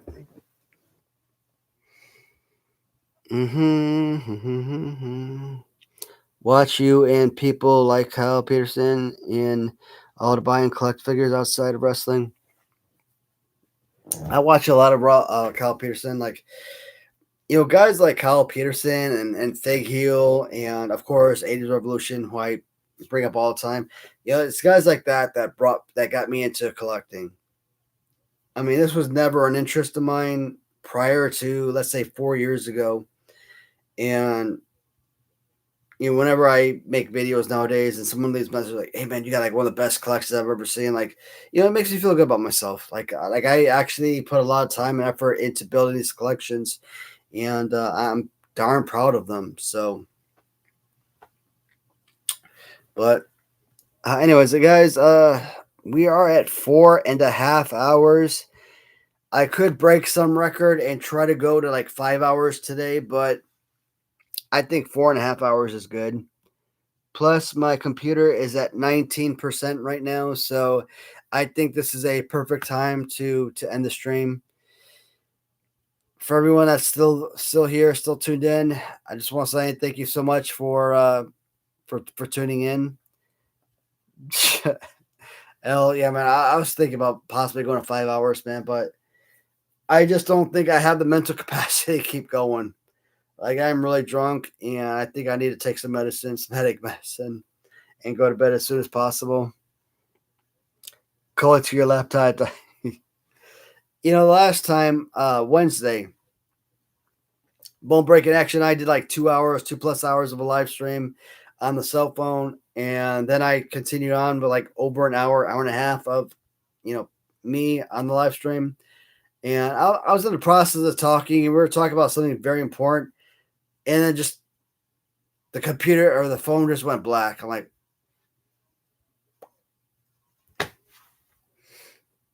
oh yeah, there was only like X amount of time left. Like, you idiot.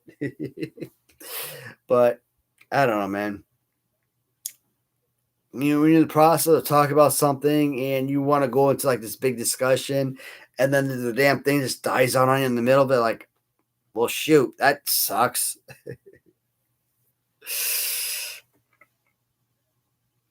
Any figure news? Unfortunately, when it comes to the let's start off with the big one. My personal line, right? MRW, nothing new, unfortunately. Guys at Alibaba don't want to respond ever. And like I said in the past, whenever I do try to reach out to them, it's always, you know, I can't do this. It's going to be too hard to create this rubber, yada, yada, yada.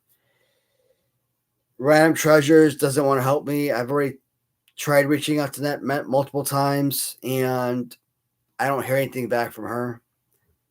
So I'm still waiting for Kevin to complete his resin copy of the figures that he's presented. Lady Lux Leather, I've spoken to him about potentially creating my figures. If I can't go through Random Treasures, he creates rubber as well. Maybe he can create something, but at this point, I'm probably gonna have to charge $100. And what happens if I include accessories into those figures, right? Do I have to charge $125 now?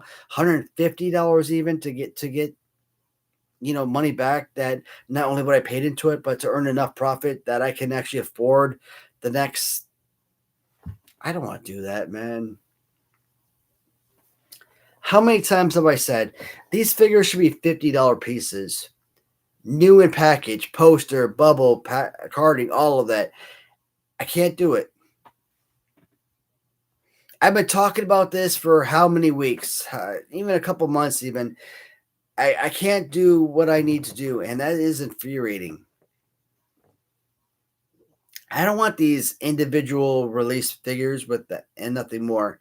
I want them to be like Latuni, to have that actual beautiful, sturdy card back with the fitted bubble and the bubble attachment. I can't do it. No poster, no accessory, no bubble.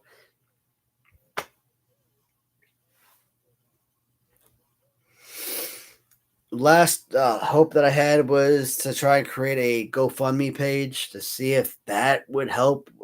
Some random people from Reddit, random people from like your neighborhood watch groups, from LinkedIn, from TikTok, etc., to see if I could get anything off of that.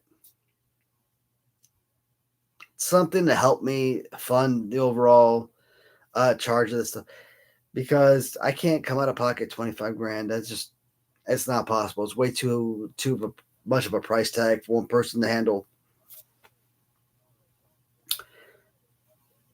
I've had the second GoFundMe up for like a few weeks or a couple weeks and nothing.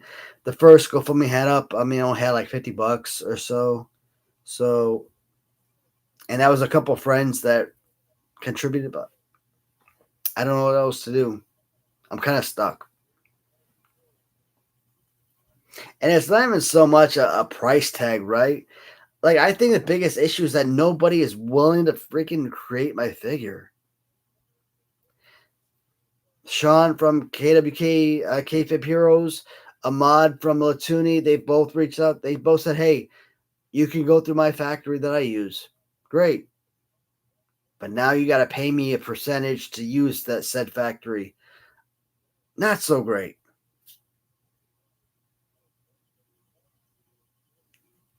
How much is a percentage? Is it 50% of what I'm selling, which means it ain't worth anything? Because if I pay for all out of pocket, I'm not earning any profit, and I might actually be taking a loss. I don't know. Like, that is the toughest part.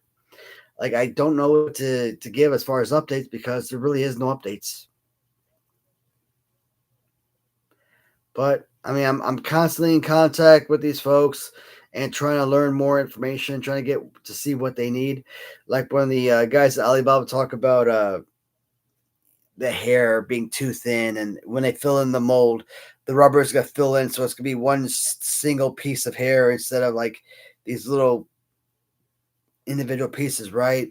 Or the tassels, the same thing. I'm like, you have your factory, you have your own designers. Why can't you guys rectify that situation in the factory?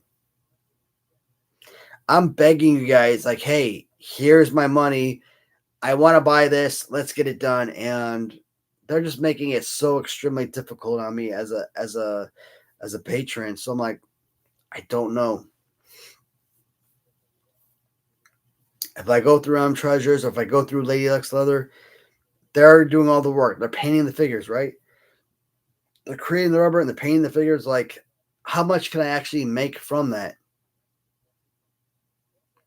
If I sell them for $100 and I get the full $100, PayPal, friends and family, whatever,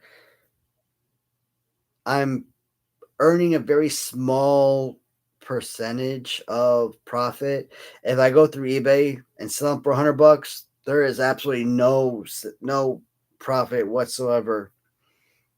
Which means if I go through eBay, I gotta sell them for like $125, $150, and I'm not doing that because they won't sell. I know they won't sell, and I wouldn't want to do that to my buyers in the first place. So I'm trying to come up with other ideas that might be more marketable for buyers. So, like, if I can't get the carding and bubble right, maybe I can at least help with an accessory or a possible poster to include with the figures, something of value, right? So that's kind of where I'm. God damn, I got this freaking thing in my finger I've been playing with for like 20 minutes. I can't peel it off. All right, there I go. I think I got it. Weird, man. I'm over here talking to you guys for like 20 minutes. I'm like here playing with this little blister or whatever the hell it is on my finger. I couldn't get the damn skin off. It was driving me nuts. What is it about figures that scratches our itches?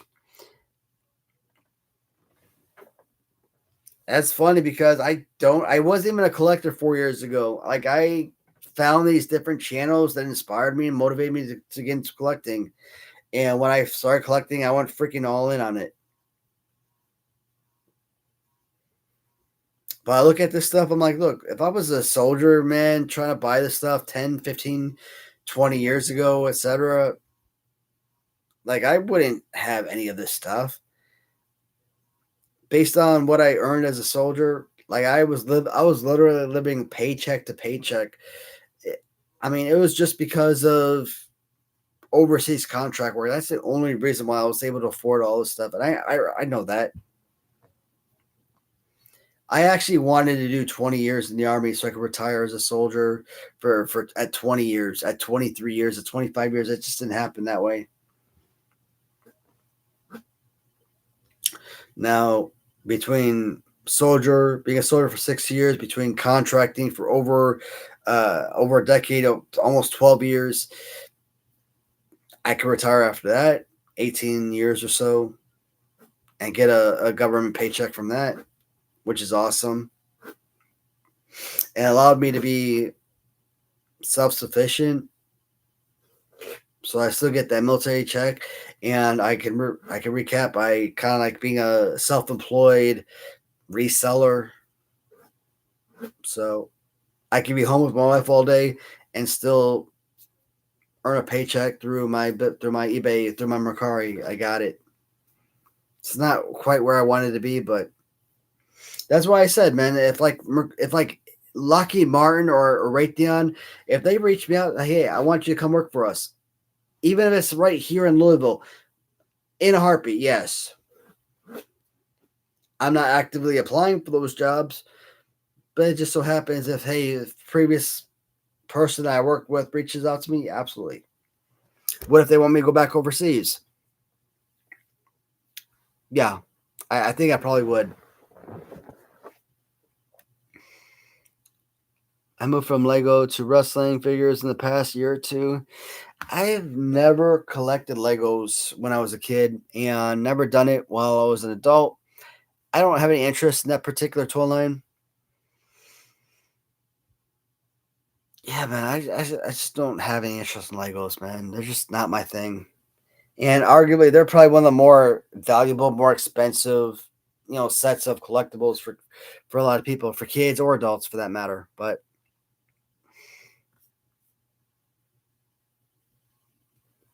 to kind of go back, Ellen, seeing are you going to come back on Monday? I don't know, dude. Like, maybe because the last week I was, like I said, I put in a title, I wanted to talk baseball. I think because I put in the title this week that I wanted to talk baseball, I don't think a lot of people are tuning in for those reasons. But there's obviously enough conversation because, hey, we've gone almost 5 hours today. So, but like, yeah, that last live stream on that Monday, it was really disappointing, man. I didn't really have a whole lot to talk about, so I wanted to talk baseball, especially with the postseason, right? And I had like 2 people actually reach out, with you being one of them, who was actually interested in that live stream. I'm like, 30 minutes. I was lucky to do 30 minutes. And I just kind of like, talked to myself for the entire time, which was, whatever. Oh, man, I forgot I'm out of drink. I might stop the Monday live streams. And hell, I might even stop the Saturday live streams, but I've been doing Saturday live streams for like 7 months straight, 6 months straight, something like that. And this is the live stream that everybody's familiar with. But the Bone Breaking Action Wednesday dual live streams are the ones that people tune into.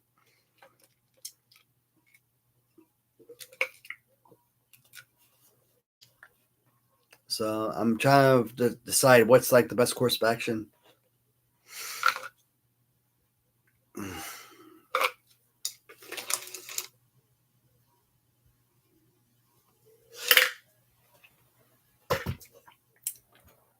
What I think I gotta stop doing is Stop trying to do these 3, 4, 5 hour live streams, man, and kind of stick to like maybe an hour question and answer type of live stream.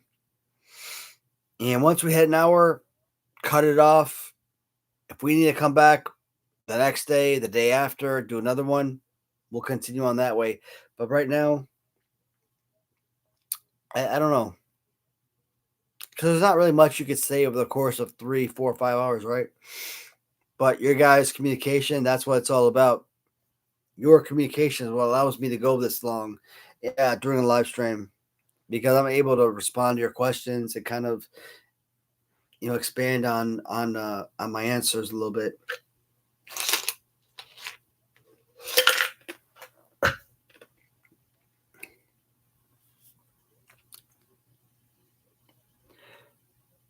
No Saturday live streams. PBA is nice, but Saturday's king.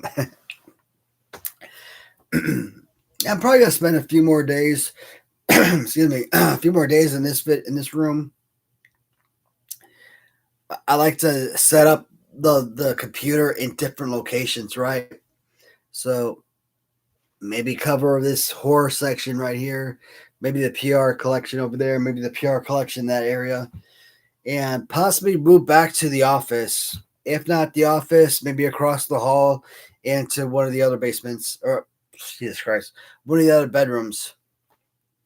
But I don't know. Man, we're pushing close to 1 a.m. and I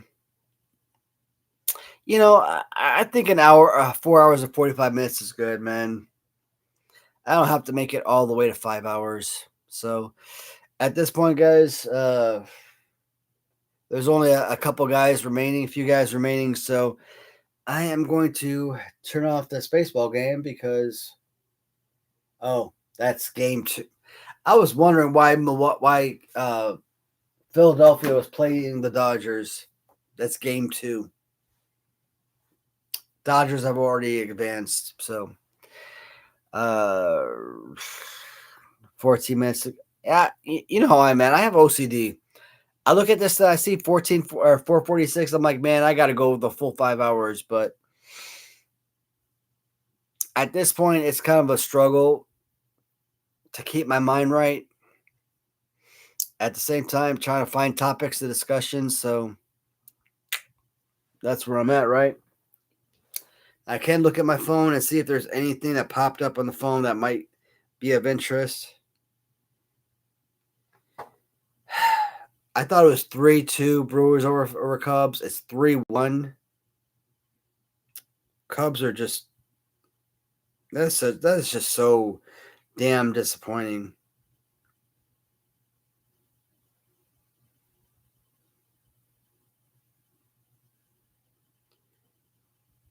Yeah, I'm trying to look through if there's anything that comes up that's really stands out.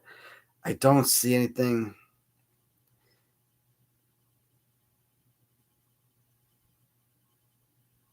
Yeah, guys, I think I'm done, man.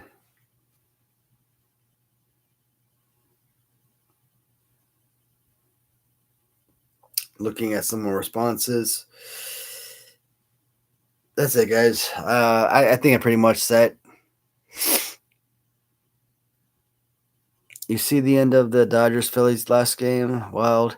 Cubs only scored 1 run than I did tonight. Phillies game, for example, seeing that walk-off error, that hurts. Like, that's got to be absolutely humiliating for the pitcher, right? I don't know what the hell it is about pitchers, whether you're a reliever or a starting pitcher.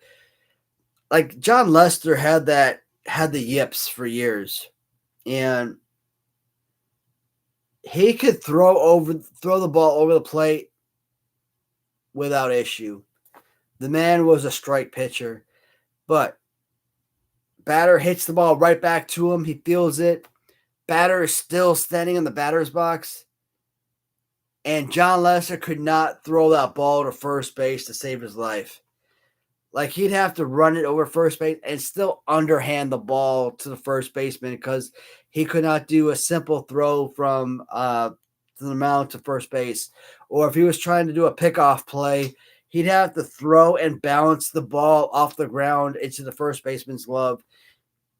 I don't know what the hell. Like, this is one of the best pitchers in modern history. I love John Lester. Legend for the Red Sox, legend for the Cubs. There was a reason Oakland acquired him from Boston way back when, I think like 2014 or whatever.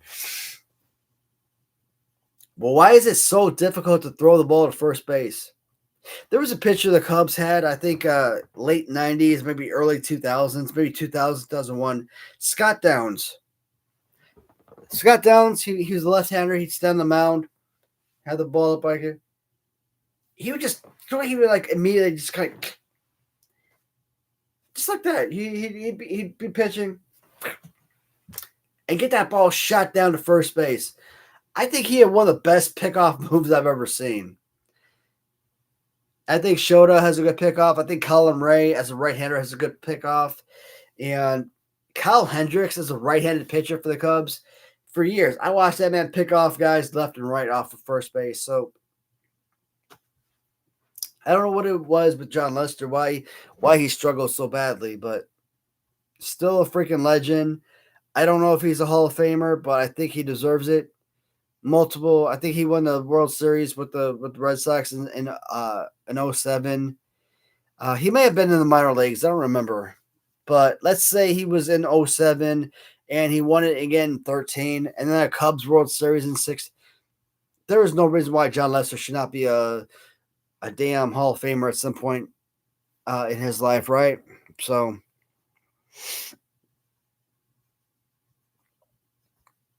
Black Jimmy Hart. Lance, I think I mentioned it in my next magazine review video. It kind of came up. The most exciting video that I produced is a single 3-minute short video of an air figure. How amazing is that? And that video right now has well over 13,000 views. I'm like, this is crazy. I don't care if it's a short. I don't care if it's a 1-minute video, a 3-minute video, or if it's a regular video that goes 7 minutes, 12 minutes, 20 minutes, an hour, whatever. There is no reason any of my particular videos should reach 10,000 plus views. And knowing that video is getting 13,000 plus views and it's continuously growing day by day, I am in awe. But my biggest complaint, I finally got monetized in September, and my short videos cannot be monetized. I don't know if you need like 20,000 subscribers or 10,000 subscribers or something in order to get monetized off of YouTube Shorts, but my most successful video, I can't make any money off of it, and it's frustrating. Regular videos, I don't have the views on it, so I can't get monetized off of those. The only thing I'm getting monetized off of is my live streams. Like I said in the past, this live stream probably earned 29 cents. That live stream has probably earned 17 cents, etc. Like this live stream has probably earned 39 cents. That's where my money's coming from. So when I say I'm getting paid about $1 a day, that's where I'm at. And I would love to get monetized off that freaking video because my most success. If I knew it was going to be that successful, maybe I wouldn't have done a live stream, maybe or a short video. Maybe I would have done like an actual regular video on that. Crazy, right? And I love Jimmy. Here's the thing I find funny about the Jimmy Hart video. So on my original San Francisco layout, right, on the black shelves that I have light-skinned Jimmy Hart loose sitting in front of his light-skinned Jimmy Hart carded figure. I do that with all my figures. I have their loose figures sitting in front of their carded figures. I didn't have a spot for the dark-skinned Jimmy Hart. If I ever get a dark-skinned Jimmy Hart mint on card, yes, that figure will sit right in front of that carded piece. But I couldn't do that, right? So I put it on a shelf where I had space, which just so happened to be after Harlem Heat. I think Harlem Heat Series 2, which was probably like purple Harlem Heat or something. I don't know. And everybody keeps calling me out like, oh, I like how dark skinned Jimmy Hart is next to dark skinned Harlem Heat or whatever. And I'm like, man, that was so coincidental. But it's funny as hell that they pointed that out. And I'm looking at it like, yes. Unintentional, but hilarious. So I just got a little message here that my battery is about to die out on my computer. So I think I'm at like less than 14% or so. So we're not long to last on this.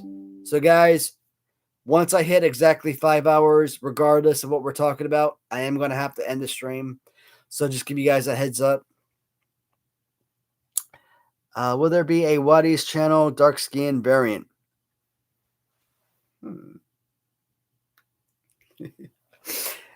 You know what? That is funny as heck. I kind of feel like my soldier figure, yeah, it looks like me, but you don't really have to look at that soldier figure as a me figure.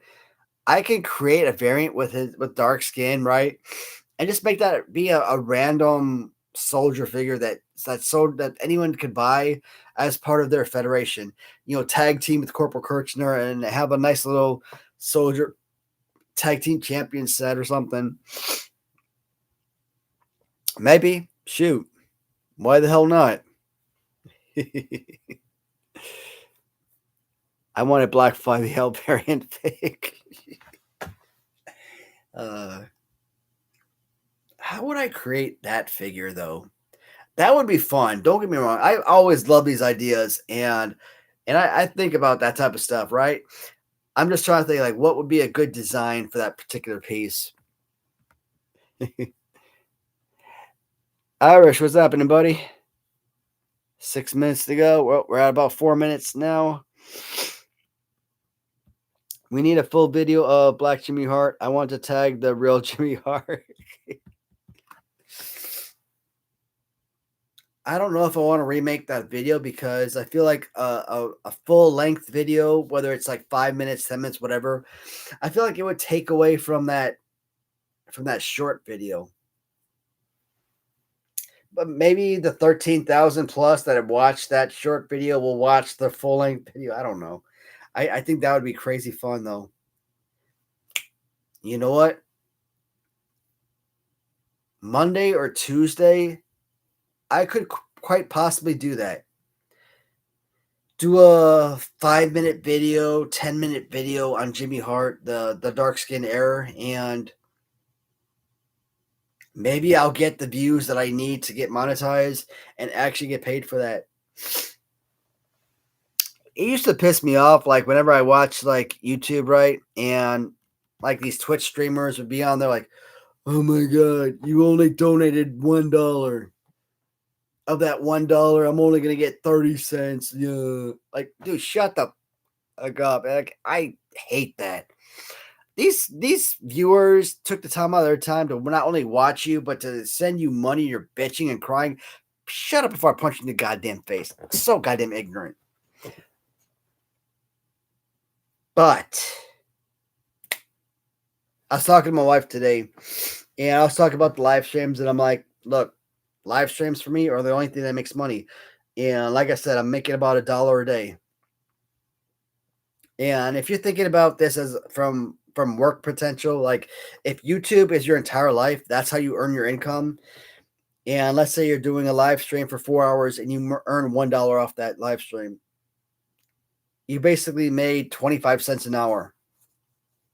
So I am starting now that I'm actually got monetized. I'm starting now to understand why these guys have the gripes they do. But still, at the end of the day, if this person donates $1 to you, this person donates $30 to you, whatever, and you're bitching about that, shut the f up. Like my money coming from YouTube is one thing. If people take the time out to donate to me directly, like that is incredible. I don't care if they're donating 30 cents to me, and out of that 30 cents, I only get 7 cents out of it. Okay, whatever. The fact that someone donated, I think that's incredible. That shows that somebody cares about you. They care about your channel. And how can you ever complain about something like that, right? But I am hoping, obviously, to grow this channel as much as possible. Is it something where I'm going to have hundreds of thousands or millions of viewers? I'm not expecting that. You never know what the future holds, but I'm trying to be realistic as possible. You know, if I make $100, I'm trying to get to a point where I'm making at least $100 a month. You know, that way I'm not making like $100 every 3 to 4 months. So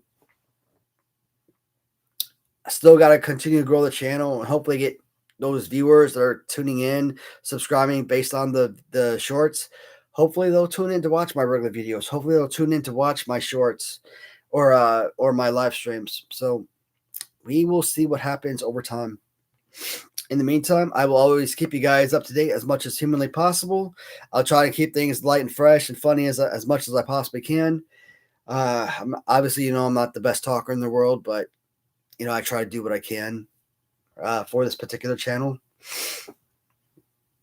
Try to give shout outs to different sellers, different YouTubers that I feel like really deserves it. So, all right, guys. So we are, oh my God, we are past 5 hours. We have set a new record for a live stream. I am never going to be able to go back and watch this full 5-hour live stream.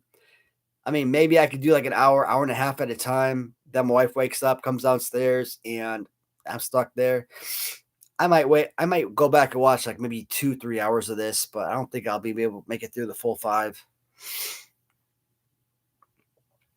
Let's see. Black Jimmy Hart with Harlem Heat would dominate my WCW Big Bang. I think that one might be a custom. I have a guy there that comes on the message board every now and then, says, this is a custom. This one should have said Hulk or instead of Hogan, or Hogan instead of Hulk. I forgot what's on the side of the pants. But if it is a custom, it wasn't like the most money in the world, right? I probably would have paid custom prices for it. And it's something to show the fans, show the viewers. So I'm okay with that. But at the same time, I would have wanted something original. But I don't have. But until I have like an actual custom or an actual carded Jimmy Hart figure, I don't know. I was under the assumption that everything was 100% identical. The only difference was the tone of the skin, but whatever. Like I said, it's still an error figure regardless, right? It's still an example. But this particular commenter, he's got me concerned now, but it is what it is, right? So my guys, computer is currently at 10% of life available. We're over 5 hours. I'm happy with where we're at, guys. So I say, as always, you know, thank you so much for tuning in. Yes, I will try to be back Monday at 7 p.m. Eastern time. Again, BBA and I, we do Wednesdays, 7 p.m. Eastern time. And, of course, Saturdays are always 8 p.m. Eastern time. So I'll probably give it another week or so. If I can't get the sort of interaction that I like, then I might just stick to Wednesdays. But I will let you guys know if that ever happens through YouTube, community notes or whatnot. So, or I'll probably put some up on my Facebook page as well. If you guys are, you know, send me a friend request and you're like part of the friends, you see those messages. Yeah, that's pretty much it for now, guys. As much as I drank today, I'm not as quite out of it as I thought I would be. But I am still pretty drunk, still ready for bed. So with it being 1 a.m., past 1 a.m., yeah, I'm ready for sleep. And we got to get up in a few hours to feed the babies again. So I definitely need to get as much sleep as I possibly can. So, guys, as always, thank you so much for tuning in. And let me know, man, do you guys even like this backdrop? Or would you prefer that I go back to the office where there's plenty of light? I spent like months in that office because I love the fact that there was a lot of light associated in that room. I don't like these rooms because they're a little bit darker, even with all the different lights on. But that's it for now, guys. Oh, I still have this figure right here. A carded LJN Rick Rude, right? And you know, a carded Rick Rude is like $1,000 figure, $1,500 figure, $2,000. It really depends on the condition of the card, right? And I always said to my viewers, man, ever since Kirk's Corner like was talking about doing a giveaway, some of the complaints is, well, you know, it's been, you know, X amount of months and no giveaway, whatever. Like he's not monetized, so you're asking him to give money away that he's not earning from YouTube. So stupid, right? I kind of wanted to follow in his footsteps in with regard of, you know, hey, once I got monetized, can I do my own giveaway to, you know, thank my viewers for, you know, for the viewership. But something like this, like I'd have to hit like 5,000 subscribers, man. Like I'd actually have to have some serious money coming in from YouTube for me to give something like this away. Like I said, this is like $1,000 figure, right? But it's a duplicate. I keep it in this room because I don't need it downstairs. I already have my acrylic case, a figure of Rick Rude, but like I said, I gotta be at like 5,000 subs, 10,000 subs. I gotta be earning like $300 a month from YouTube or something like that in order to give something like that away because of that value. But I was contemplating once I got to 1,000, giving something small away, like maybe Just Toys, Bendham's, Ric Flair, you know, something small like that, right? Other figures I have available, you know, Just Toys, Bendham's, WCW, WWE, doesn't matter, whatever. Or how about carded figures I have duplicates of, like Mattel Retros or something, right? That's something that's I'm still thinking about. Something I would love to do. Yeah, you're giving up money, but it's for the viewers. It's for the people that support me. So it's a different story. Maybe Monday we could talk more about that. So for you guys that are still tuned in and watching, bring it up. Bring it up in conversation if I don't. And maybe it's a possibility. I'm not making promises, of course. But I definitely want to talk more about it because I think it's something I would like to share with the viewers. Also, what about stuff like this, right? You know, throw in the BBA figure and have the Sin Bodhi released Maniac Riot Wrestling prototype figures. I don't know if I want to give up those resin prototypes, but man, if I get my numbers up to where I need them to be, and then later on I got them released in rubber form the way I want, I really don't need those resin prototypes, right? But I think buyers or viewers of the channel would love to have that because they're original pieces, right? They're your, you know, factory, so to speak, prototypes, but they're not factory. They're Sin Bodhi prototypes. Later on, I'll have the the Kevin Pelkey prototypes, but I'll let you guys decide which ones you like better, and we'll release the respective figure based on those particular designs. So, all right, guys, I think that's pretty much it. We are at 8% battery life, so yeah, I'm done, guys. This was a fun live stream. They're always fun, no matter what. I love that you guys tune in. Love your questions and, you know, the overall discussion. I wish I was leaving this live stream with better news with the Cubs victory, but that didn't happen. So I'm pretty bummed about that. But Cubs fans, we're used to that type of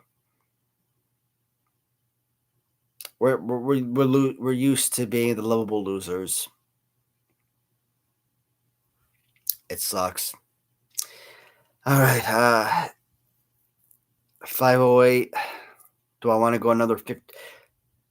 OCD, man, I tell you, my OCD is freaking horrible. I should have stopped at exactly 5 hours, but now I gotta wait another minute and 5 seconds to take it to 5:10.